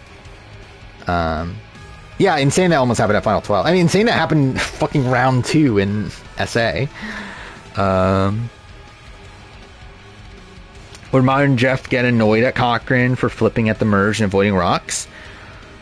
No, I think he would see both sides of that. Because I think Jeff has always been very pro Cochran flipping. So I think he probably still sides with Cochran there. There's no way Danielle's ever winning the traders. Like, even if Danielle isn't the boot next episode, there's no fucking way Danielle's ever winning. There's no way they would edit her this way if she was winning the season. Like, they're literally going out of their way to show her negatively.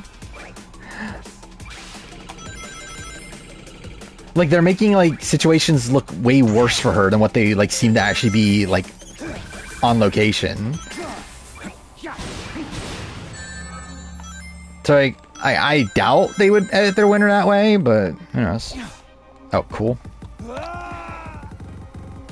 Max and Cat are besties now? Oh, thank God. Wait, he's 100% safe next episode? Like, most people?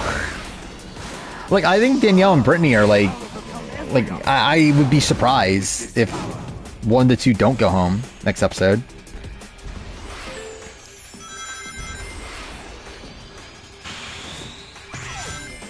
Like, I just feel like storytelling... Actually, really, storytelling-wise, it has to be Danielle, right? Why else are we getting the Dylan... Like, Dylan's gonna go after Danielle content? Unless the target was Danielle.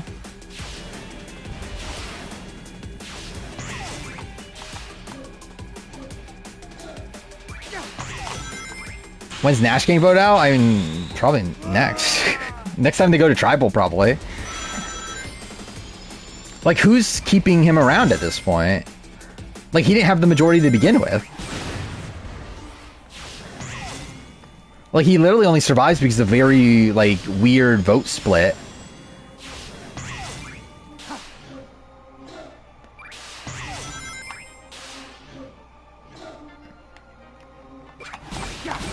Do I think the hate on Danielle is compared to BB3? I think it's very different levels of hate, right? And, like, different reasons for the hate. Where, like, I think the hate for Danielle and Traders is because she's, like, being portrayed as playing terribly. Where it's, like, the opposite for Big Brother 3. Where people were, like, upset how, like...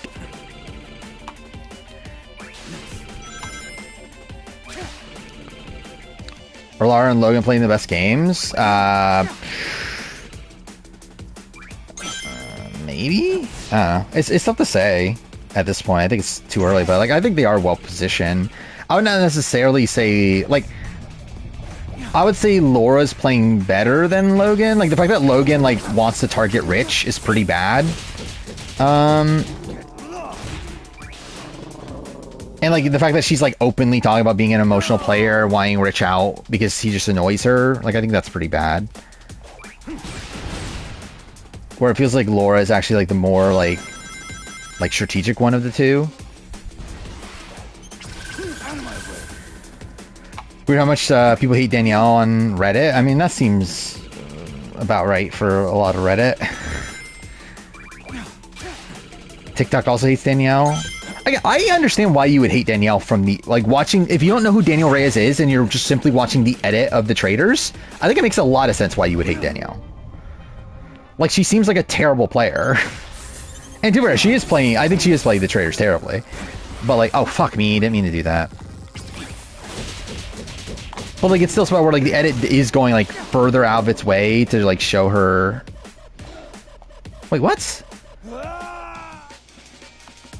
Why am I dying? Like, why is that not working? Yeah, Logan's also being, like, outwardly looked at as a threat also is the thing.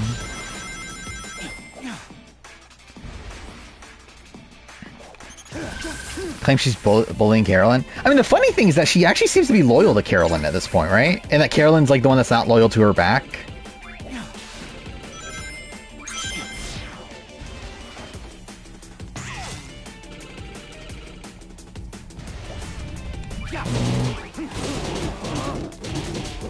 Oh, I meant to hold. I'm an idiot. Well, cool.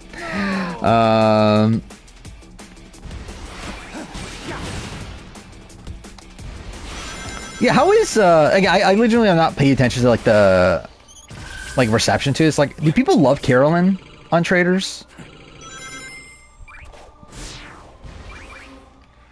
He's like, I've seen a lot of the response from like the reality TV community, but I haven't really seen the response from like the casuals. People love Carolyn? Yeah, that makes sense. Okay, this is just like Survivor all over again.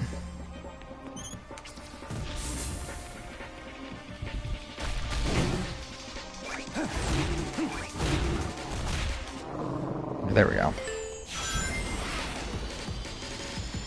I think Danielle just wanted Rob and fucked up the path to that. Yeah, I mean, I think there's other issues with her game outside that. I mean, I think the fact that she's like so overly dramatic to the point where like people are like catching on to the fact that like this is very suspicious. But again, like, I think the edit is like overhyping that. Where like we have like Jeremy like look at her as a traitor because of that. And again, I think I personally would have looked at it as a traitor because, and too far, I know who she is. Like I know who Daniel Reyes is, which is also a factor. But like I think clearly like from like a lot of the other people like Sierra, people like Dolores, like people like that, like they clearly just believe that's who Daniel Reyes is. So like for them, it wasn't like as big of a deal. Out of my way.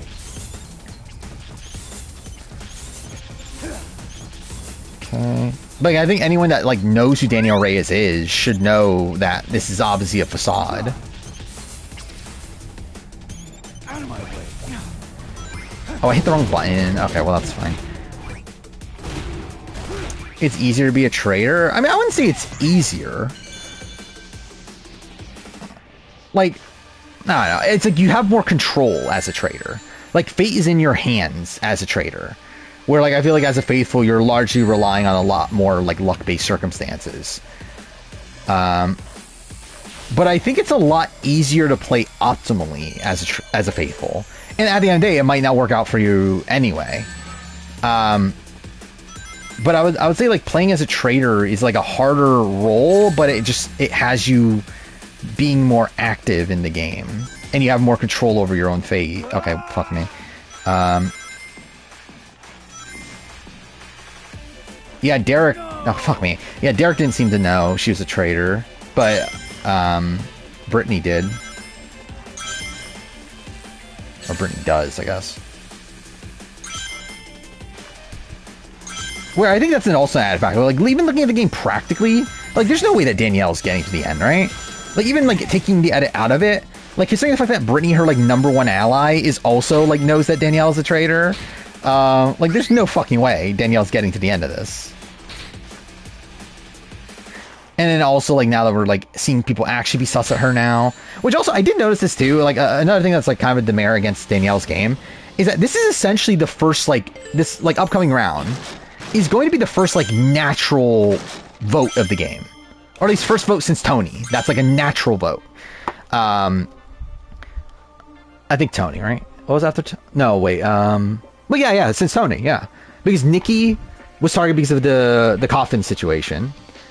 Wes targeted because of the Cage Boys. Rob targeted as a Cage Boy. Sierra targeted because of the coffin situation. Essentially, like, for the last 4 rounds of the game, these twists that were put into the game have essentially stagnated the gameplay to where that has been the primary focus. To where this is the first point since the Tony vote off where, like, the vote is going to be based around, like, actual, like, social strategy. Which, if Danielle ends up going here, I think that's even more of an indictment on her for me personally. By the way, also, like, making the review has made me realize that this season, like, I think the producers really fucked up in structuring this season. And I think it's turned out good anyway because of how, like, interesting, like, people like Boston Rob and Carolyn and people like that have been, and, like, Danielle, like, I guess, essentially the traders. Like, how interesting they've played it. But, like, the format of the season is, like, really dog shit. When, like, you look at, like, how many, like, because, like, again, like, the Cage Boys and the Coffin Twist, like, back to back, essentially just gives the Faithfuls people to murder. Or people to banish. Like, it stagnates the gameplay where, like, it's essentially just, like, these last 4 rounds have essentially just been, hey, let's target the people that are involved in these twists. And like it's literally like so blatantly so in this last episode where like literally their explanation for why we're targeting Sierra is because she like let's just get rid of the last person from the coffin. Wait, what? Okay, cool. Oh wait, no, that wasn't the part I fucked up last time. Do you think Danielle can get Dolores and Tom to vote with her? Probably not Tom. Probably Dolores, though. It does seem like Danielle and Dolores are close, right? But, like, Tom, I don't believe there's any connective tissue there, is there? I don't get... What am I meant to do there? No. Cool. There's a good traitor from a versus Faithfuls sense, but not a versus the other traitor sense. I don't know if I would even agree. Like, I would agree in, like, with the basic concept of the, yeah, like, it does seem like a lot of the Faithfuls don't look at her as a traitor. Like, I think she's the player that, like, yeah, like, I think it more so comes down to just reputation. Like, I think if you know who Danielle Reyes is, then you know that, oh, this is, like, she's obviously a traitor. But, like, if you don't know who she is, and you just see her as this, like, very frantic player from the very beginning, then you're like, oh, this is probably who she is then. She's just... Because I think, like, the thing is that I think a lot of people look at her in the same way they look at Carolyn. Because they simply just don't know who she is. So, like, they look at, like, her doing all these, like, I don't know, really dumb strategic decisions and, like, be very frantic and think, oh, that's just who she is. But again, if you've seen her, like, actually play a proper game, like Big Brother and stuff, then you realize, oh, no, she's not this dumb. She's actually, like, a good player. I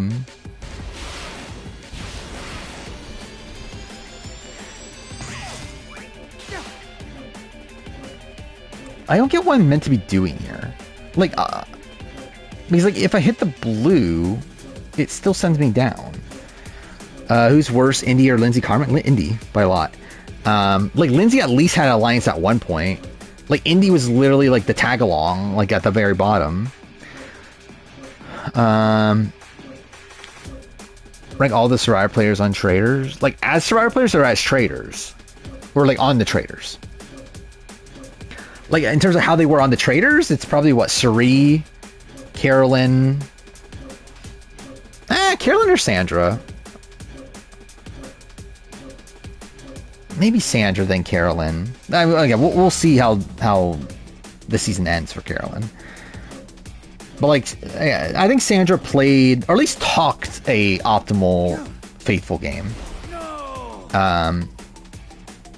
Yeah, so I would say Suri, Sandra, Carolyn, Rob or Parvati? And then Jeremy Tony at the bottom. But yeah, Rob or Parvati, which one's better? I think, like, both had pretty big targets on their backs.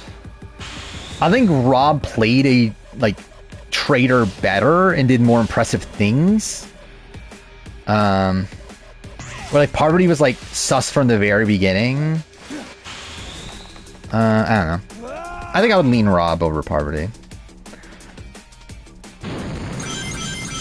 Because I think, like, the thing, like, Parvati, like, everyone knew she was a traitor, right? Where, like, even Rob, by the time he goes, despite there being so much evidence against him, like, people still did not actually believe, like, some people did not believe he was the traitor still somehow.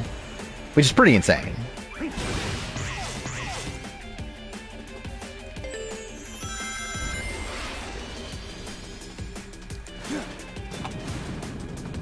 Kind of insane that Indy BB24 is not the worst Indy. I mean, that is true.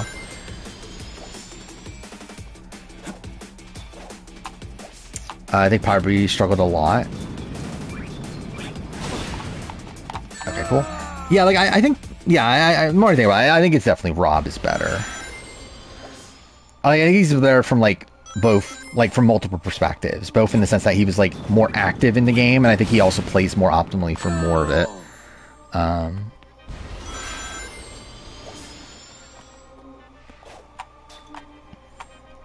Big Brother, I mean, that's a bit tough. Because most of them are really bad. I guess at this point, is Brittany one? I guess it depends on, like, how this next vote off goes, right? Where, like, if Brittany goes, then, like, at that point it's, like, a bit more debatable. If Brittany, like, survives this next round, and especially if Danielle goes, then I would say Brittany's, like, by far number one, I think. And then maybe Oh, I forgot what Rachel. Yeah, Rachel should be in there. Rachel, I'll probably have at number 2, I think. Again, depends on, like, I think if Brittany goes out this next round, I'd probably have Rachel 1. If not, then Brittany's probably 1, then Rachel 2. Yeah, after that's a bit tough. Is it Derek? Maybe Derek, then Danielle, then Cody, then Janelle, Dan, maybe? Or maybe swap Dan. I don't know, because, like, Dan survives over Janelle. So maybe Janelle is worse. Okay, cool.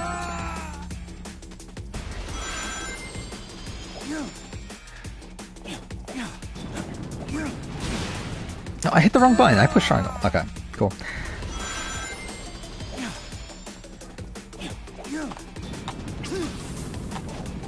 Maybe that should be a video where I'll never do a, like, faithful ranking, but maybe, like, do I'll probably do a trader ranking at some point. But, like, yeah, maybe I should rank all the, like, Survivor players that have been on traders and all the Big Brother players at some point. I won't do it, like, now, but maybe, like, after, like, season 5 or something.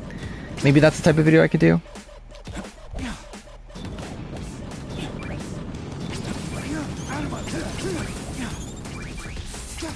Okay. How am I meant to do? Oh, I should probably use the time travel thing, right? Or the slow-mo thing. Oh, can I not? Oh, fuck me! Of course I missed that.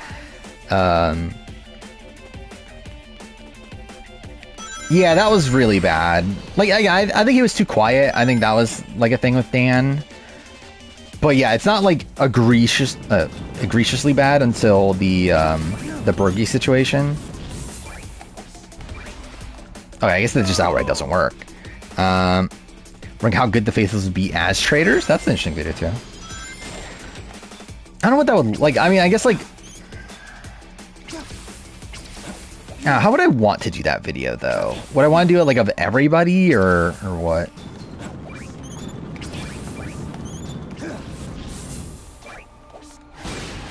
Oh, that's what I meant to do. I'm an idiot. By the way, I don't think this game's supposed to be like 4 hours, and I think I'm on like hour, like, what, 12 or something? Like, I guess not hour 12 playing this. I guess I'm on hour, like, I'm 8.5 hours in, I think, of playing Shadow Generations, which is supposed to be like a 4-hour game.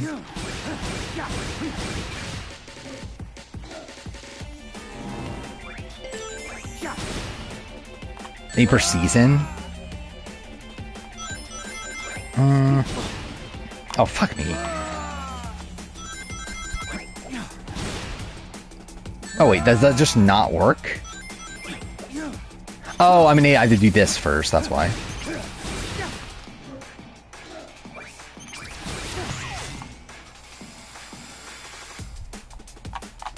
What is the answer? Like, who is the faithful that probably would have done the best as a trader? Would it be like Jeremy? But I guess maybe not, because like Jeremy was targeted, actually. Like, people did think Jeremy was a traitor. I guess it would have to be someone that was like clear.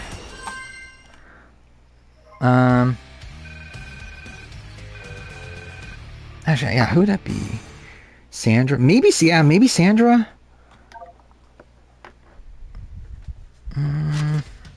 Or maybe like... And would Sari do well as a faithful?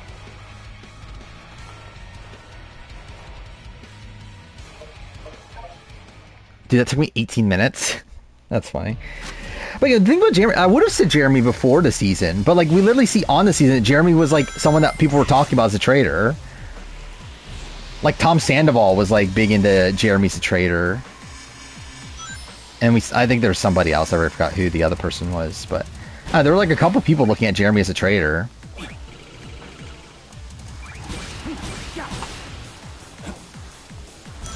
What if Junsock did the Traders US? Imagine.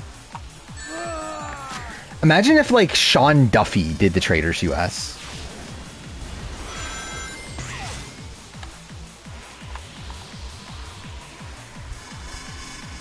But still, he was still being targeted. I think to be like the best, you would have to be someone that like isn't targeted. Actually, it was Brittany. Brittany was also sus of Jeremy.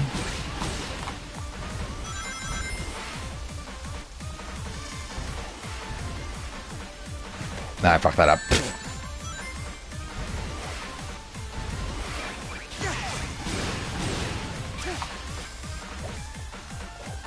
Oh, is that why? Because 6 cameras were falling? Well, that's kind of a dumb reason. I think the more and more time goes on, the more and more you realize that the trailers just kind of sucks as a game. And, like, obviously it does fundamentally. Like, there's a lot of just, like, inherent format issues with the show. But the more you hear about production, the more you realize that these people are really working with nothing. Like, they're given, like, almost no time to actually, like, do anything.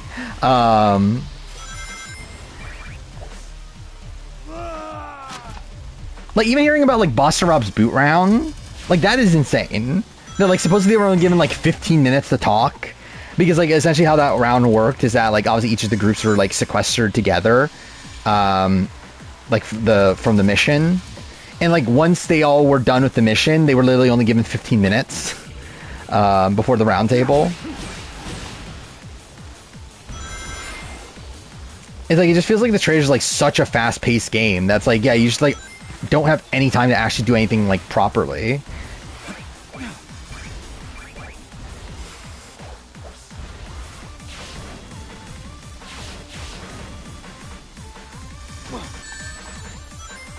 I mean, it's not a lot of time. I don't know if it's only 20 minutes. Because, like, normally we see them, like, eating food and all that sort of stuff, right? So, like, I would assume it's at least, like, an hour or so. But I know during, like, the Boston Rob boot round, like he was talking about in the Express, that, yeah, they were only given, like, 15 minutes for that round.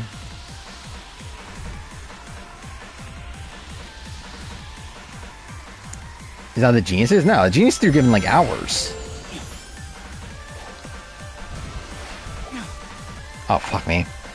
Like, the main match just lasts, like, a few hours. Like, it's all over the course of an afternoon, though. But, yeah, you're giving more than, like 15 minutes to an hour, though. Then you cut down the missions and make it so traders have to sabotage missions. I don't know. I'm kind of, like, mixed on the overall, like... Like, I've not particularly liked any of the, like, traders have to do a special thing. Like, I don't know. It's like, I just think it's, like, really lame if, like, a trader gets caught that way. Like, if that Gabby situation had actually happened, where, like, Gabby caught, like, Danielle leaving the room, and, like, if Danielle actually got voted out because of that, that's really fucking dumb, I think. Like, of all the things that, like, would, like, screw over Danielle, it's, like, the fact that, like, Gabby heard her voice as she was leaving the secret room or whatever, it's, like, I don't know. It's like, I would much rather prefer, like, Danielle being caught because of how, like, sloppily she's playing than that. And yeah, like with Carolyn, the outfit thing, that would all, and I talk about that in the review, like that.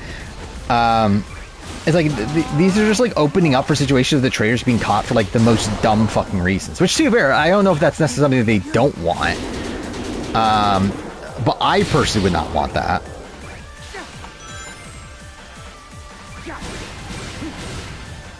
Oh, perfect.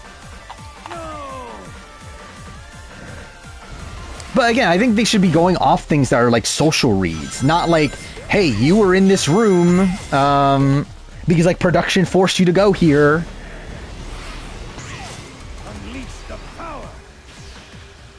Okay, cool.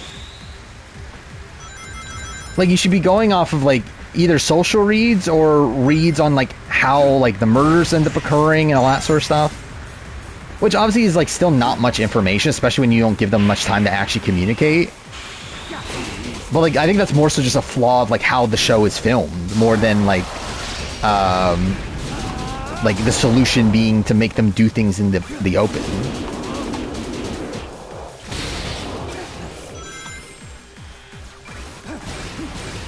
And yeah, I guess that's, like, a fair thing too, right? Is that, like, obviously, like, a lot of the reason why everything is so condensed is because the filming schedule is so short, and the reason the filming schedule, or, like, I think, like, a benefit, or, like, I don't know, like, a reason why it's so short is because it's tough to get some of these bigger names for longer periods of time.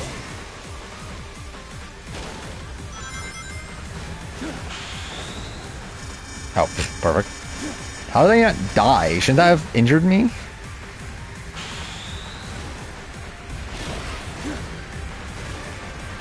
Fuck. I'm gonna do what if found jurors were finalists for Big Brother. I don't remember if that's still on my video list idea. Or, wait, video idea list. There we go. I think there's a reason why I haven't done it. And I don't remember what that was.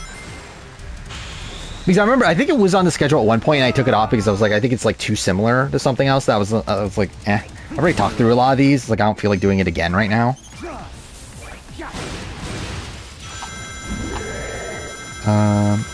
Kind of like the suggested format by Tony. I'll read this. Where if you don't vote a traitor, I'm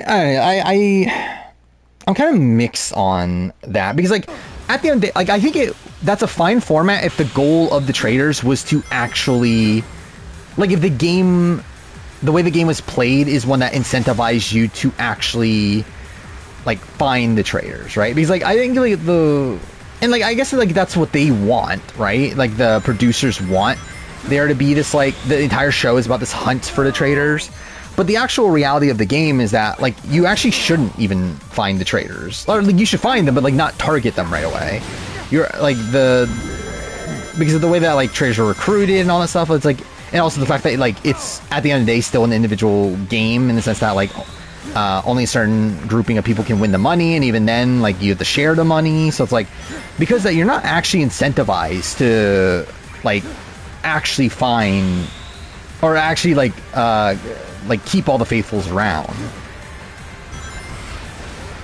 Dude, I'm fucking this up every time.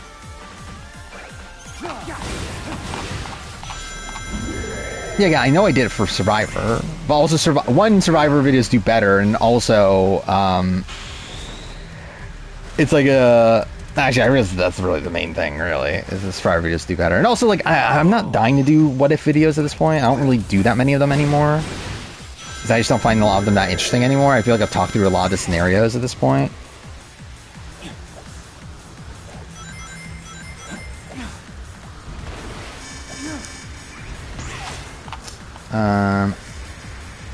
Again, it was on the schedule at one point, and I took it off just because I was like, I don't feel like doing this right now.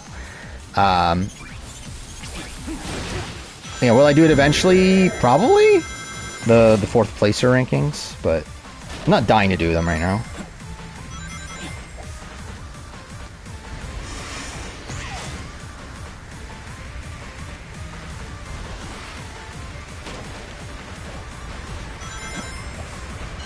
There we go.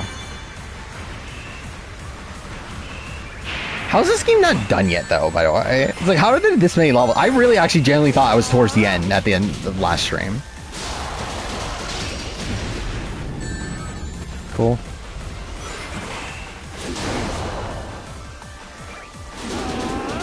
How would Rick be Ed if he went South Pacific? I could not tell you because I don't think they would have wanted to portray him differently. Like, obviously he would get more content, but I think, like, I don't think they would have wanted to give him more content.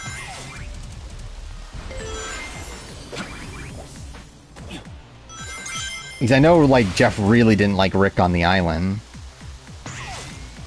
And also, it didn't really seem like he brought much to anything.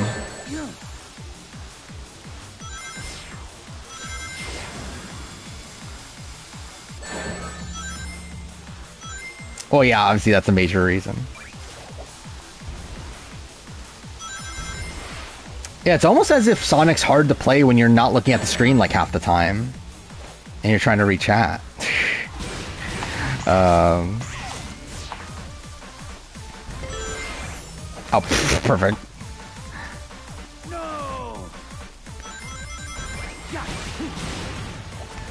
Oh, fuck me. Of course I missed that still.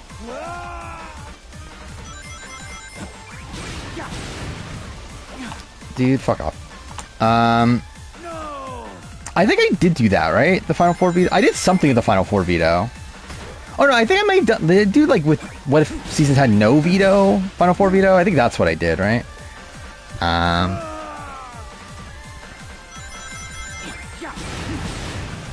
Oh, perfect. Yeah, I gotta go fast in reading. Yeah. Again, the only reason I'm playing this is because I did want to legitimately play it, but I also don't have the time to play this. Where if I didn't play this on stream, I'm never gonna play this.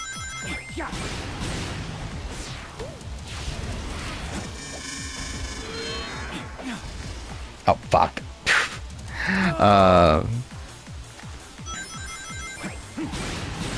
And that's the way it is with most games at this point. If I'm not playing it on stream, I probably won't have time to actually play it outside that. So, it's like, this is the best it's gonna get. Oh, fuck, dude. Okay, cool. I did play Frontiers. I didn't finish it. Like, well, yeah, I didn't finish it, but then I watched the ending, online.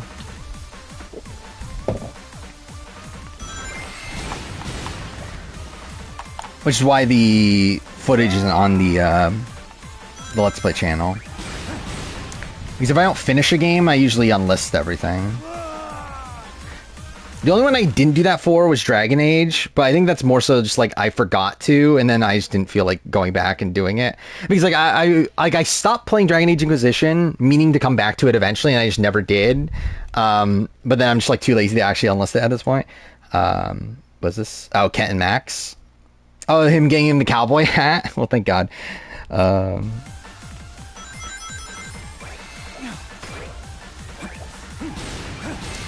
Yeah, Danganronpa is gonna be like like any like narrative focused game.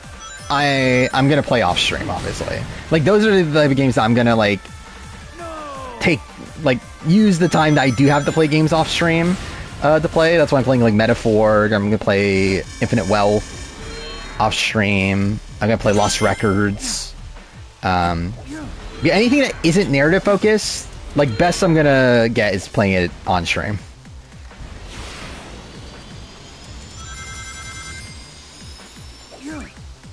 Oh, cool, dude. Oh, whatever.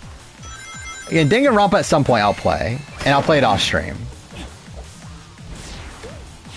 But it's just a matter of when. I have so many other games I want to play this year, actually. I was like thinking about this, of like, because like I'm doing the My Year in Gaming video for next year. Or at least I'm thinking about doing it. It'll depend on like how many things, like how many games I play that aren't going to be talked about in the Year in Gaming video. And I think there will be a decent amount if I just have the time. Dude, fuck off. But yeah, if I have the time to play things after the games from this year, where like I still want to play the Gears of War games before E-Day comes out, which I don't remember if that's this year or next year. But I do want to play the Gears of War games. I want to play. I'm going to play Citizen Sleeper for sure at some point. Because Citizen Sleeper 2 is on Game Pass. So, I'll probably play... Yeah, like, I'll play 1 before I play 2. And it's not that long. Like, if it was a long game, I would have probably just said fuck it and not play it. But, they're, like, less than 10-hour games. So, I think I could find time to play them eventually this year. And I hear they're very good. Or as I hear... Dude, I haven't heard much about 2, but I've heard 1 is very good. Oh, well, cool. I fucked that up.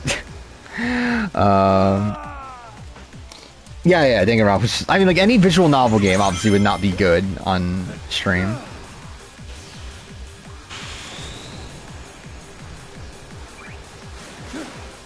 I hit the fucking square button. Okay. Yeah, anything that, like, I actually care about the narrative of, I won't bother playing on stream because there's just no point because I'll get nothing out of it.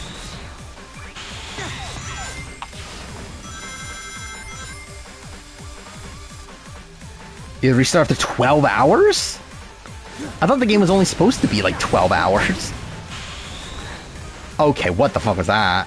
Wait, am I actually... Oh, I almost survived that. That would have been funny. Yeah, Danganronpa is something I need to play off stream. Zero Escape, I want to play that series because I own all of them. The Ace Attorney games also, I own like almost all those. And just like still haven't gotten around to it. Dude, fuck off. There's a lot. There's so many games I need to play. But again, am I going to get around to all of them? Probably not. But I'll get to as many as I can. I want to play Danganronpa, and if I do, I'll make it into a video. Because I do want to... Because I feel like there are enough people that would be interested in that. Unless I hate it. Like, it would be funny if I hate it. But I guess at that point, like, I could just make it into, like, a total drama sort of thing. Yeah, I fucked this up again. This Sleeper 2 is a lot bigger. It's damn near RPG. Yeah, I would still play it though.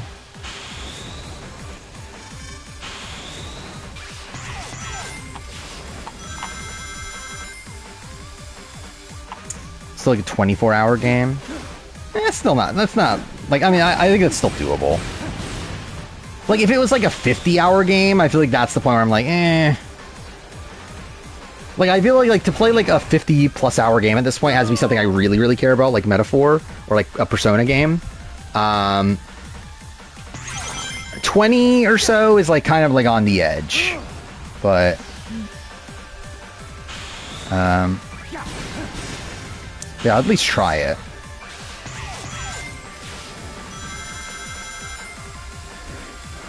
When I hate it, you'll cry. I mean, I think it'll be funny if I hate it, but I hope I don't.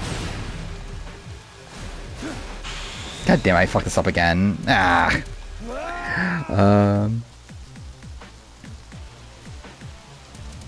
Length of a classic Telltale game? Yeah, it's not that long then. Unleash the power.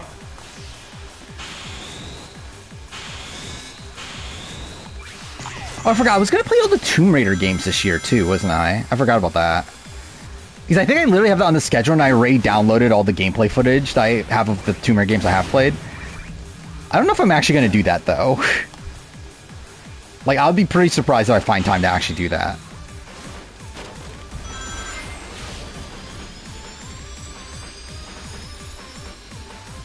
Is Danganronpa really 60 hours? Oh, there we go, finally beat that level. Let's see.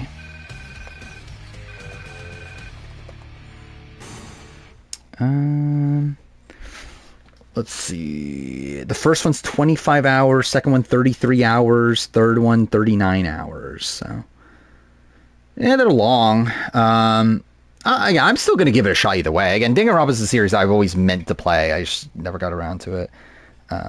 Threaten Your Life, was it? Oh yeah, Metal Gear 2. Yeah, I need to play Metal Gear at some point. Like, I own all of them, and I just, like, never properly played any of them.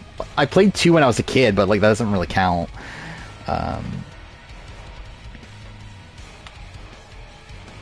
Wait, is there really another level here? Oh, the boss, okay. You step on the gas of the metaphor playthrough. I mean, I'm either way. I'm not planning on playing Lost Records until like right before. Like if I agreed. Like no matter. Yeah. So like obviously the next episode comes out April 15th. I'm probably not going to play the first part, even if I can, until like right before that. Actually, I forgot about that. I pre-ordered a physical copy. I don't even know when the physical copy is coming out. Like, what if the physical copy doesn't come out until, like, way later? I never actually thought about that until now. I guess we'll see how that works. My copy of Plucky Squire should be arriving soon, right? Wait. I just realized something. Wasn't that coming out today? Or yesterday? Wait, let's look this up. I could have sworn it's to the 19th. Today's the 20th. Obviously because it passed midnight, but like... Oh, it says arriving Monday. Did I just remember the date wrong? Maybe I did. I don't know, whatever, either way. Plucky Squire's arriving soon. Yeah, genuinely I might double dip. Like, if it's like a spot where like the physical copy doesn't come out until like way later, then I probably will double. I'll probably buy it digitally and then also buy it, like keep the physical copy.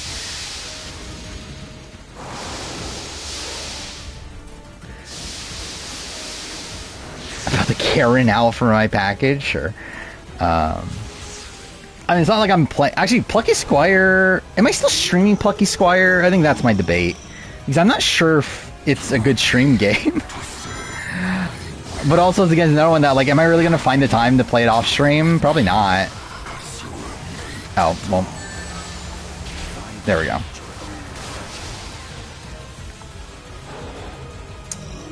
I mean, that's the plan. Is watching Celebrity Australian Survivor. Something I think I am doing, though, from now on, I think I'm not gonna bother, like, making sure that video is out for the respective anniversary. Because I don't think it matters, is the thing. Like, I think I've been, like, trying to be, like, very strict on, like, oh, this needs to come out, like, around the time of the anniversary. But, like, realistically, most people don't care. Most people don't even know when the fucking anniversary is anyway. So, like, I'm not gonna, like, rush myself to get, like, these things out, like, right on time. Because, yeah, I'm in that spot, the Amazing Race review, or Retrospective, the Amazing Race 7 Retrospective should probably be coming out, like, beginning of March. But, one, it's not going to be ready in time. But also, it's like, again, who fucking cares if it comes out, like, at the end of March? Do people really care that much? Like, it's not like it's a timely video anyway. It's not like anyone's, like thinking at all times that, oh my god, it's the anniversary of Amazing Race 7. So, yeah. I think it's just going to be a spot where, like, they're going to come out when they come out. I have all these other extra videos that, if worst comes to worst, I'll release those in those spots. If it's not ready in time, but... Cool. That was terrible. Speaking of that, the Palau Retrospective is this Saturday's video. I never did mention that. It was going to be next Wednesday, but I do think it's weird to release the Palau Retrospective on the day of the Survivor premiere. Like, to release, like, a 3.5-hour video about a season that isn't the season that's about to air, I feel like feels weird. So, yeah, it's going to be the Saturday's video. And next Wednesday is going to be the casting early boot video instead. Which was going to be the Saturday, or actually it was going to be the following Saturday. So essentially, like, the way it worked is that the Palau Retrospective was going to be the day of the Survivor premiere. I moved that up to the Saturday video. The following Saturday was going to be the casting early boot video. I moved that to the Wednesday video, and then the Dreamcasting Survivor 50 video, which was supposed to be on Saturday, I bumped a week. Is essentially how that worked. So essentially, like, those three videos just kind of switched slots. They look like a cute couple. What is this? I have not watched BB6 at all yet. Oh, Max and Kent. Yeah, I'm very far behind on these things. Next thing I need to watch is Rob and Amber's wedding special, which I actually will be watching soon, probably on Monday. Like, so the way things are set out right now, I'm expecting to be caught up on the Traders review entirely by next stream. Where I have about an hour and 20 minutes of audio to edit at this current point, but then I need to add on episode 9. I need to, like, obviously write and record episode 9's worth after tomorrow's episode. But still, I think I can be caught up on that by Sunday. And then from Monday on, just work on the Amazing Race review. Hopefully get that done in, like, a week and a half-ish, like somewhere in that time frame. But also I'll watch, again, the Rob and Amber wedding special. Once that's done, I'm trying to remember if there's anything else in between. I don't think there is for another few weeks. I don't think there's anything until the mid-season power ranking, right? Oh, no, until Traders review. Traders review and then mid-season power ranking for Australian Survivor, like, kind of back-to-back. Which obviously I have to keep up with the Traders review for the next few weeks. But still, like, yeah, once I'm done with Amazing Race, then is BB Can 3. While I work on the BB Can 3 script, I'll probably watch BB6, because I think that's the next show to watch. Actually, no, do I have to... Wait, let's actually look this up, because I'm not even entirely sure. Oh, no, Total Drama. I watched Total Drama World Tour. I forgot about that. That's what I'll watch then. And then the Power Rangers movie. I forgot about that. And then Big Brother 6. But... yeah, again, like, it's the spot now where, like, I'm far behind on retrospectives and stuff. It's like they're gonna, again, I'm gonna try to release them during the anniversaries, but if I miss the date, I miss the date. It is what it is. And they'll just be out when they're ready, obviously. Especially because I'm doing so many of them this year. Like, I very much regret how many I'm doing this year. But I feel like a lot, like all the ones I am doing outside the fucking Ramen Amber wedding special, like are warranted. And that one would be super short anyway. But like, I feel like a lot of them are like, again, warranted. It's just a matter of like, again, like I think I have to just let go of the concept of like needing them all out on like a specific date. Or to song ranking. I mean, we'll see how that goes. If Rules video should be ranking every Survivor player and do the bottom 10 first and switch. See, I don't want to do that because I feel like people would be genuinely upset. That's why I'm doing the fucking wedding special instead. I'm still debating over like how exactly I approach the video, because it is going to be a joke video, the entirety of it. But I'm like debating how straight I play it. Because like again, either way, it's a joke. It's just a matter of like, is it like extremely like sarcastic or is it just like deadpan? Because I already know like a couple jokes I want to make for it, but I'm just like, yeah, how exactly do I do them? I've not done April Fool's videos in the past. I've thought about certain ideas, but I've never actually done one. By the way, April Fool's Day is on a Tuesday this week, so that week the video will release on a Tuesday instead of a Wednesday. Wedding special is like, it's literally like an hour. It's not that long. That's the only reason I'm doing it. Like, again, if it was more than that, there's no fucking way I would be doing this. But it's the fact that it is going to be like such a short video to make that makes me willing to do it. Deadpan, yeah. And I'm going to be so upset how little strategy there is. Can't believe they didn't put strategy in the wedding special.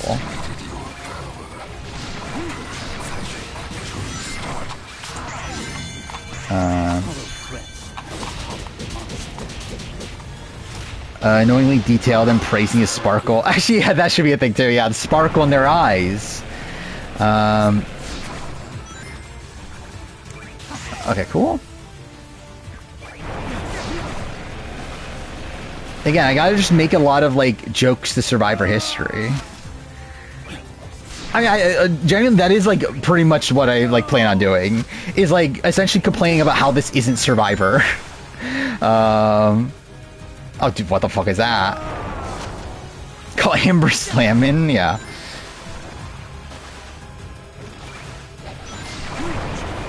Yeah, I need to rewatch the confessionals from All Stars. And like make references to from that.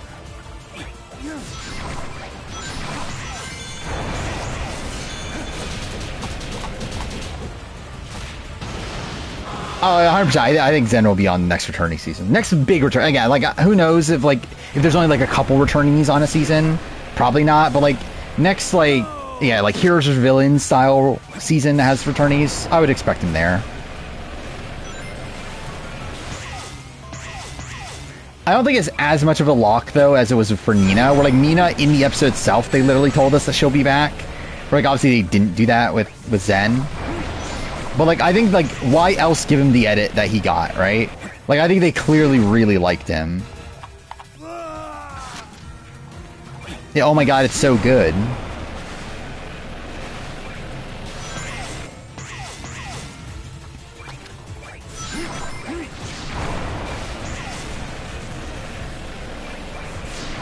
Actually, do any Survivor players show up at the wedding special? I assume not, right? Like... Did any Survivor players even, like, attend their wedding? Because I know they weren't that well liked by the alumni community at that point. So they got best, like, maybe, like, what, Jenna Lewis showed up? Like, someone like Jenna Lewis or Rupert? Were there a lot of people? Like, a lot of Survivor people? Because I know a lot of the alumni were like siding with like Lex at that time.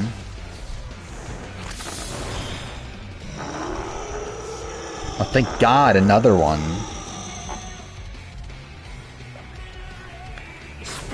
Oh, just people. Okay. I mean, that's why it's a wedding special.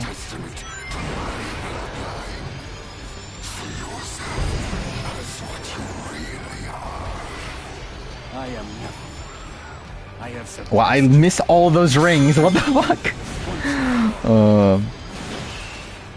Why does this remind me of the Astrobot boss?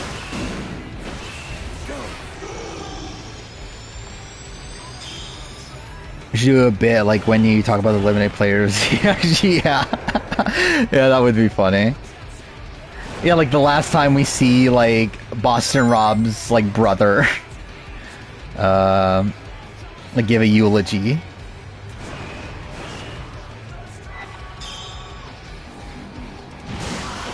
Oh, perfect.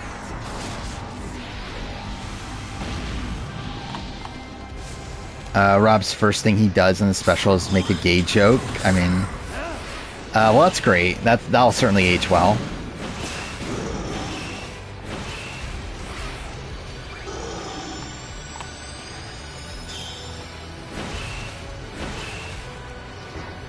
Yeah, I gotta say, a player rankings coming up. Yeah. Hey, who is the best player of the Rob and Amber wedding special?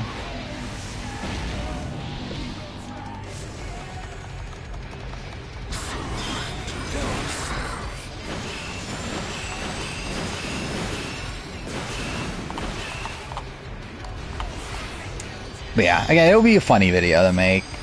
I'm still worried that like there's not actually going to be any, like any content to actually talk about, but you know, we'll figure it out. I made videos out of nothing before, so. I mean, I fucking turned, like, I somehow talked about BBAU for 2 hours, so I mean, I'm sure I could at least make like a 15-minute video on Rob and Amber's wedding special.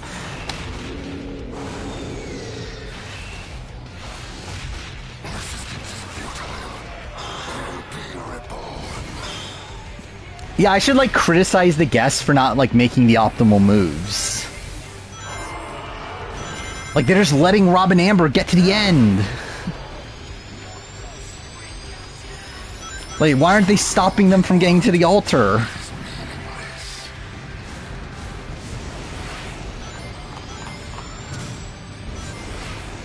They actually talk about Rob and Amber winning the season, yeah.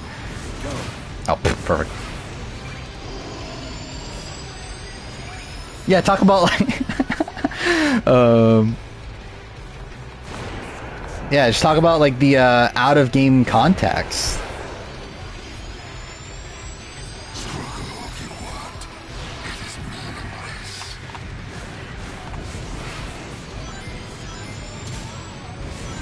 Yeah, people are just like letting it happen. They're just letting Rob and Amber get to the end once again.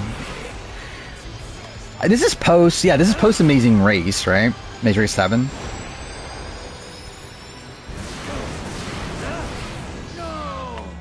Oh, perfect. Oh, fuck me! Okay, I didn't realize I had to start from the very beginning again.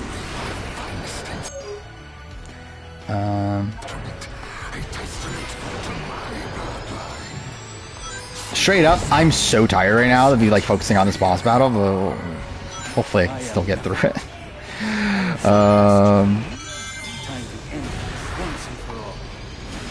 Reference Adam. Oh yeah, yeah. Actually, should I put that in the video? I think I might actually try to put that in the video. Like, just get the clip of him saying marriage.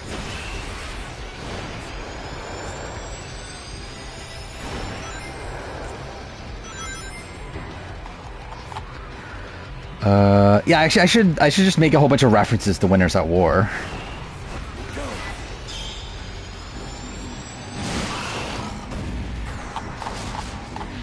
Yeah, I should like just do like a lot of like talk about like post-season stuff and then just like make references to Winners at War.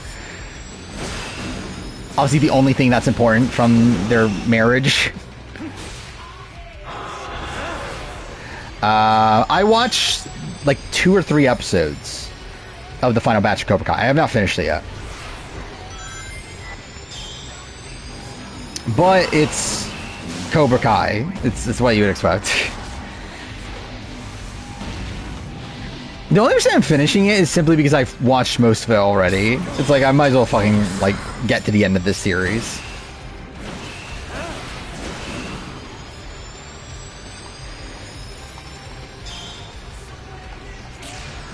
What if yeah. Yeah, talk about the what ifs. Like, what if it was Jerry instead? What if it was Alicia Calloway? What if Elizabeth Hasselbeck was on All Stars?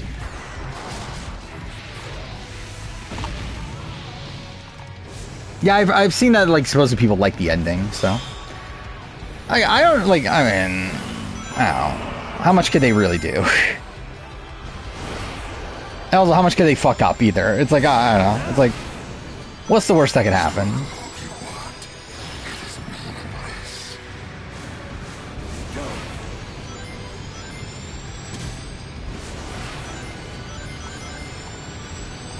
Probably not. I really don't give a shit about Karate Kid Legends or whatever. Cobra Kai just ended. I didn't know that, I already forgot her character name. Sam, right? And Robbie, that they're together in real life. Like, I didn't know that until, like, the other day. And they're, like, engaged now, so that's kind of insane.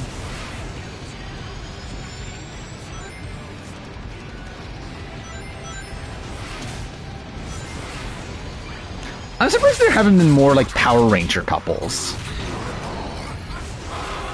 Like, actors from Power Rangers that end up getting married post-show. Like, I know that, like, Damon from Lost Galaxy and Trapina got married. And I believe have been divorced since then, but still, it's like... You would think there would be more, though. Yeah, that's also... Yeah, like, it seems very incestuous, right? And I believe, oh my god, what's his name? The Miguel, is that his name? Like, his actor also, like, dated another person that was, like, a side character on the show. So it just feels like a very, like, incestuous show. That, like, all the, like, younger castmates are just hooking up with each other. Like, they're so young. What, Power Rangers? I feel like they're older than the ones that were even on, like... Cobra Kai, like, a lot of them were, like, in their, like, I don't know, like, 20 or something. Like, I believe even, like, the main guy was, like, what, like, 17 or something when he started? Like, they were even younger than Power Ranger actors, which are typically, like, I don't know, between 21 and 30, I don't know. Like, there's some here and there that are, like, 18, 19, but, like, I feel like most, like, actors in Power Rangers are, like, at least in their, like, I don't know, like, 22 or above. Next Power Ranger video, I think the movie retrospective. I'm doing a movie retrospective. I'm doing a retrospective season 3. And if we're talking about like non-retrospectives, I don't even think I have any on the schedule, but yeah, I'm not sure what the next one will be actually. There's a few I want to do, but I'm just not sure like when I'll do them.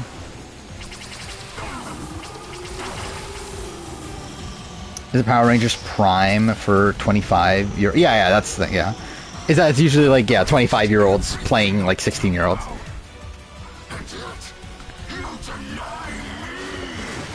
Yeah, because I think like Billy, like his actor was already in his like in his like late 20s, right? At the beginning of Mighty Morphin. Hang out for most of their working and off time for years, yeah. And I guess that's the thing with Power Rangers, they had no off time. That's probably why they didn't on Power Rangers.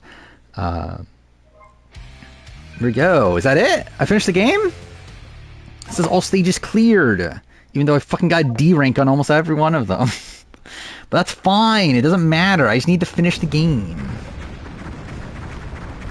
Legitimately, I think this is a fun game, though. I do think it has really good, like...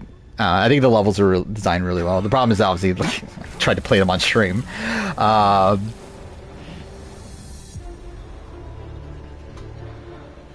It's very anime. I mean, that's kind of just Sonic in general, isn't it?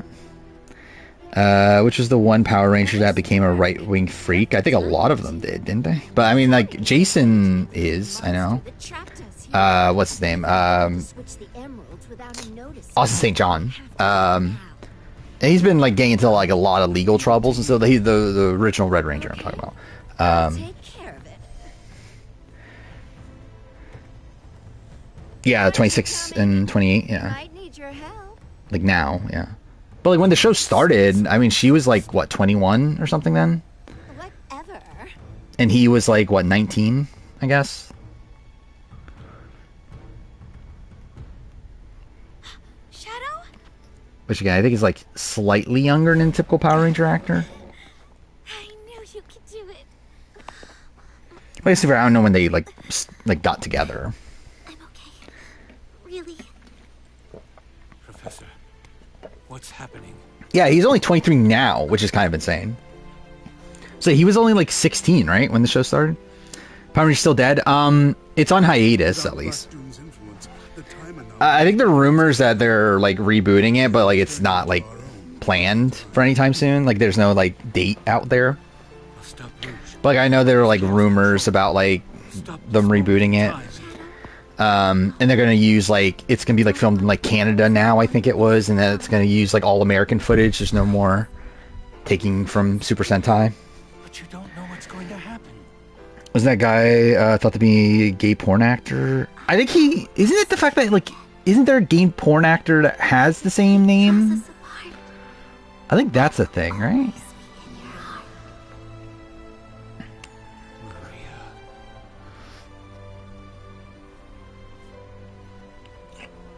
But yeah, there's like, I feel like there's a lot of like, kind of controversies with, the older Rangers like that. Sentai ended. Did Sentai end it? I know Sentai was like having some issues, but I didn't know if it ended or not. Because I haven't been like following really recently. No, there's a new one going on still. Yeah, there's one currently airing. Actually, just started a few days ago. And yeah, it looks like they haven't missed a year still, so yeah. Looks like it's still a thing. Yeah, #1 Sentai Gojuger. My favorite team, Gojuger. Oh, is it an anniversary series? Oh. Wait, it's the 50th anniversary? God damn.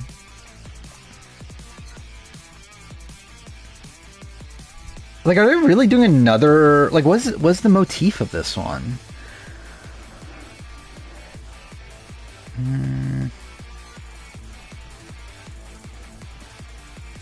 It's kind of insane they did go Kaiser for the 35th anniversary. Like, what a random anniversary to do it for. Like, why didn't they do it for, like, 40th or, like, I don't know, another, like, grander number? The show made me cry, obviously. Greatest story in all of gaming. I was surprised that All People's Dead was the one to do medevac. I guess, but I didn't really, like, think anybody was going to get medevac. Biggest Power Ranger controversy? I mean... like the main actor for what happened with Shane from Ninja Storm? Like the Red Ranger from Ninja Storm, the actor like beat up his wife and then killed himself, right?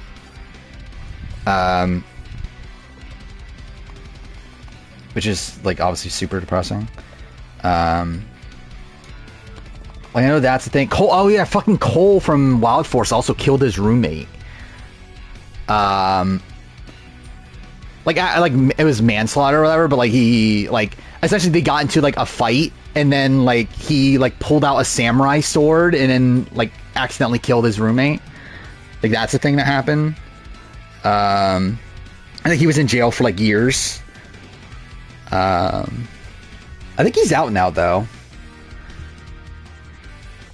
But yeah, there's a lot of insane shit that happened to Power Ranger actors. Also not as serious, but there was the Black Ranger from Power Rangers Operation Overdrive at a like fan event like stole, like there was like a thing that like people were signing for that there was going to be auctioned off for charity, and he stole it for some reason. Like that was also a controversy.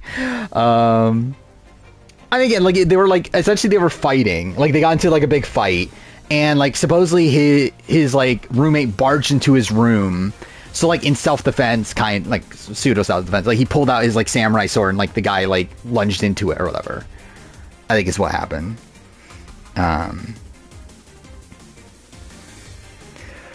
But yeah.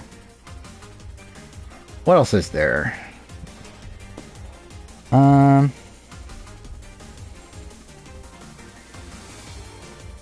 don't know. Actually, I forgot. There was that. I mean, like, that's not seriously, but like, I know that like Ashley from Power Rangers in Space was dating Carlos, right? And then like cheated on him for someone else on like another Ranger on set. I forgot who it was though. But I know that's a thing. Are there any creepy? I can't think of any right away, but like, yeah, I'm like a bit removed from Power Rangers to where like I don't know like the most recent stuff, but like hopefully not. I mean, I know that there's been like Power Ranger actresses that have gotten like stalked and stuff. Like I know Amy Jo Johnson got stalked, right? Like Kimberly from Mighty Morphin. And like I know there's like stuff like that, but like yeah, nothing like Drew Dreadful. When I do my Australian Survivor player ranking video, I'm going to include the world players. I'm not planning to, at least.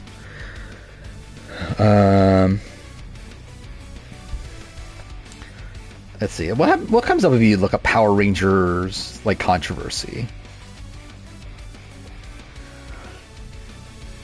Oh, it comes up with fucking David Yost, who played Billy, and like he supposedly like faced up against a lot of like homophobia on set during the filming of Power Rangers.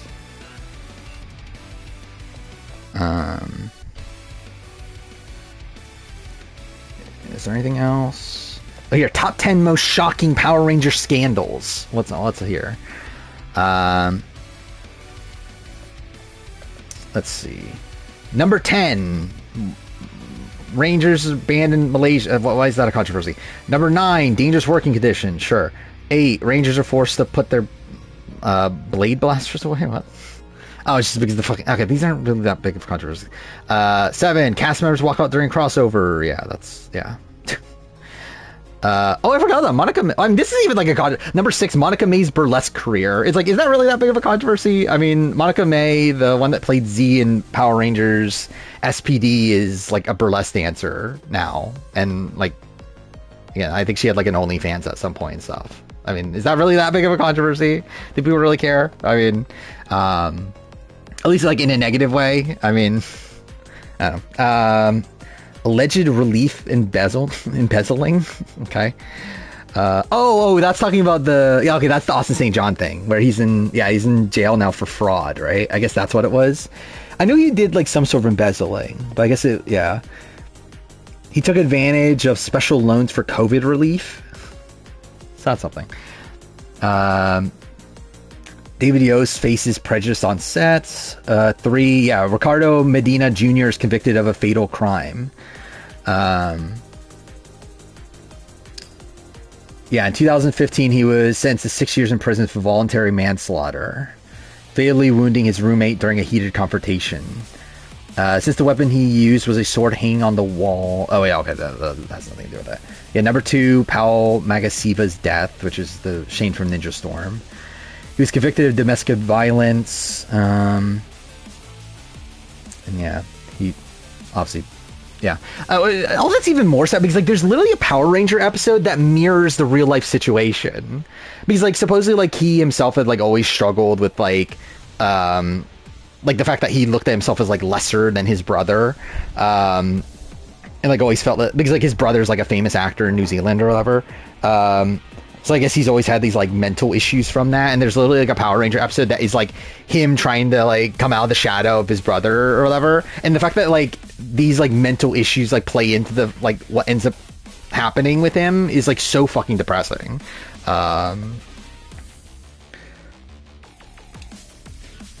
What I consider him a 2-time winner? I mean, I don't, not properly.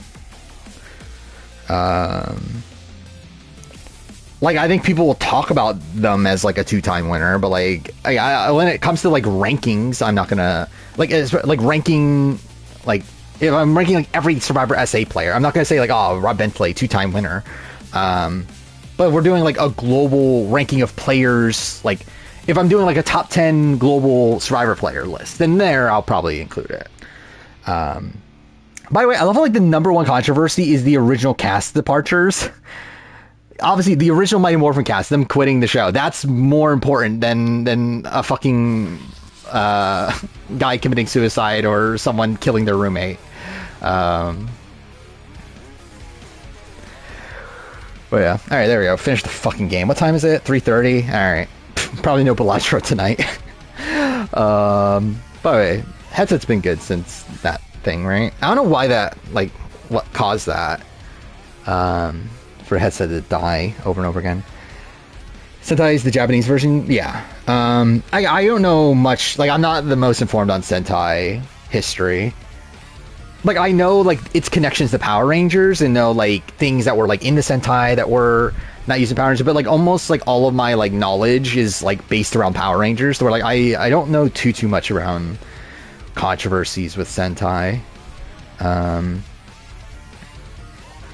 Just a quickie. I mean, I would if this was Xbox, where, like, I could, like, go and play Bellagio without having to end stream and restart it, but, like, considering that, and it'll, like, create another VOD, I'm like, eh.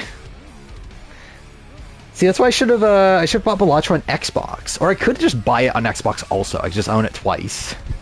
Yeah, what am I playing next, actually? I'm not entirely sure. I think the plan was Grand Blue Fantasy Relink, or whatever the fuck that game is. Which also is probably a game that I technically should be playing off stream, but again, it's another one of these I'm like, I'm never going to play it off stream. So it's like, I might as well try to play it on stream, and if I can't, then I can't. But, I didn't realize I had a reversible cover. Oh, it's kind of a shit other side, though.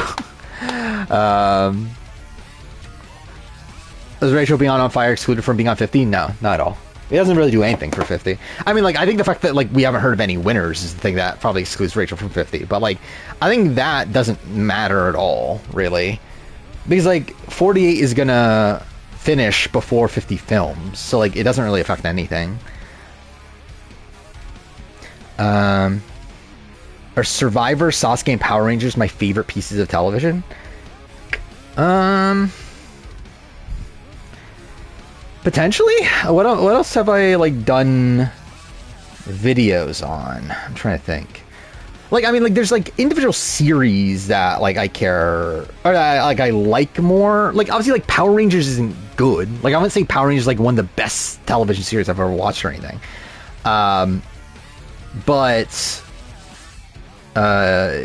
something that obviously, like, I, at least at one point, really cared about.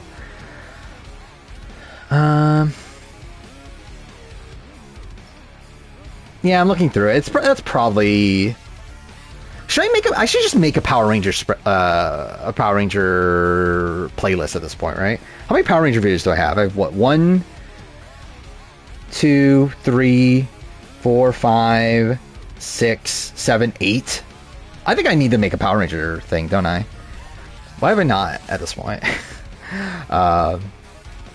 The Genius. I mean, yeah, Genius is up there. But it's like, it's a thing of, like, it's not like a long enough series to where, like, I would not say it's in the same, like, it's at the same levels like Power Rangers and Sasuke, or, like, I think I like those things for, like, different reasons than the Genius. Or, like, in terms of, like, things I'm, like, very passionate about and, like, I know, like, almost every little thing about them, then, yeah, I would say, like, Survivor, Big Brother, Sasuke, Power Rangers. When we're just talking about TV, obviously.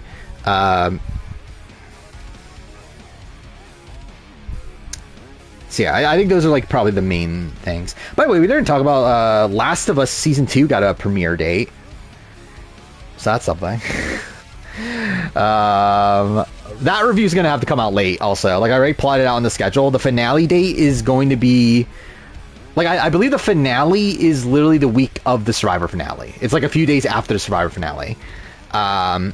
So, obviously, the Survivor videos take precedent. Like, I'm not going to, like, go out of my way to force a Last of Us video over my, like, 48 review and player ranking.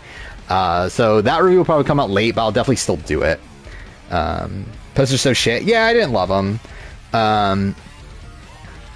But, no, it's like, whatever. It's not that big of a deal. Is Lost up there? I'm not like a big like the thing is I don't know Lost inside and out. I really like Lost as a show. But yeah, I am not like an expert on Lost. Actually, Yu-Gi-Oh might be like close-ish to Power Rangers and that sort of thing. It's not quite on that level, and I think there's a point where like I knew Yu-Gi-Oh a lot better than I do now. Where like now I still know a lot about Power Rangers, even though like I haven't like really focused on the series for a while. Like I still know quite a bit. Like I obviously I don't know as much as I used to, but still like I can recite most things of Power Rangers. Like Yu-Gi-Oh, there was a point where I definitely could. Talking about the anime, by the way, not the card game.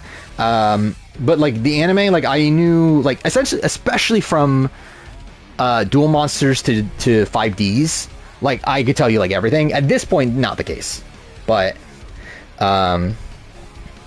still, I did love Yu-Gi-Oh at the time.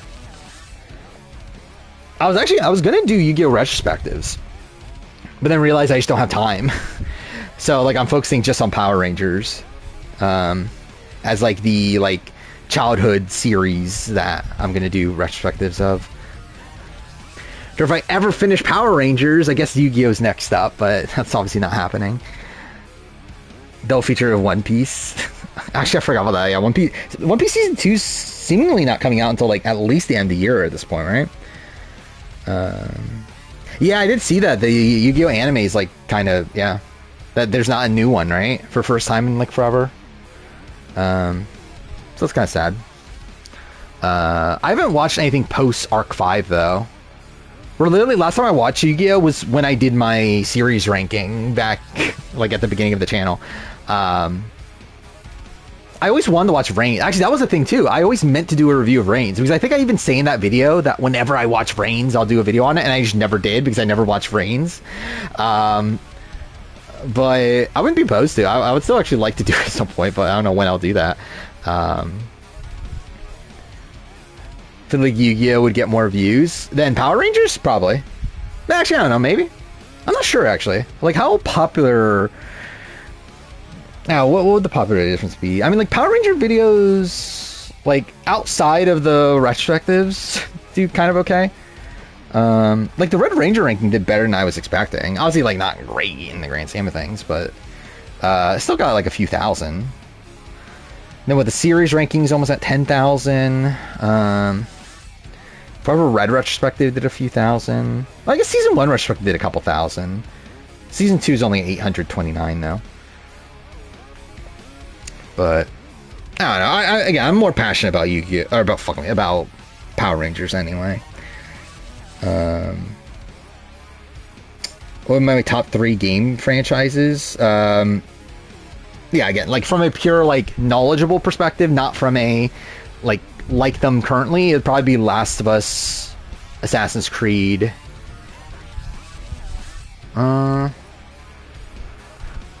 What would be next? Like, what is something that I know, like, inside and out, like... Is there really another one? Because, like, I'm trying to think of, like something like God of War, or something like Horizon. It's like, I wouldn't say I'm necessarily, like, that level of expert on them, even though I do really like them. Maybe it's, like, I don't know, Life is Strange, maybe? Like, would Life is Strange be the next one? I don't know, I guess, like... I'm trying to look at what I have folder. So I have a folder or a playlist for Telltale games, but it's not really a real thing. So yeah, it probably is just the 3 or the 4 like things I have playlists for outside of just the video game general one is Assassin's Creed, Last of Us, Telltale, and Life is Strange. So it's probably those. I'm gonna look at what else I have in the folder. Yeah, I wouldn't say Uncharted I'm that high on. Yeah, I think that's probably has to be the answer. Like Mass Effect, I'm not like that much of an expert on. So yeah, I think that's probably the answer. It's Life is Strange, Assassin's Creed, and Last of Us. Yu-Gi-Oh! 7 is more like a soft relaunch to appeal to kids. Yeah, I hate that they do that. And like obviously I get it because obviously they are kid shows and whatever, but like I hate that, like, that's the point that we're at with kid shows, where like the shows that I grew up with as a kid, I should say, that like obviously like they need to appeal to a new generation through that they just like obviously like simplify them and make them more like kid friendly. But obviously I get it. I wish it wasn't shit though, like fucking Power Ranger Samurai.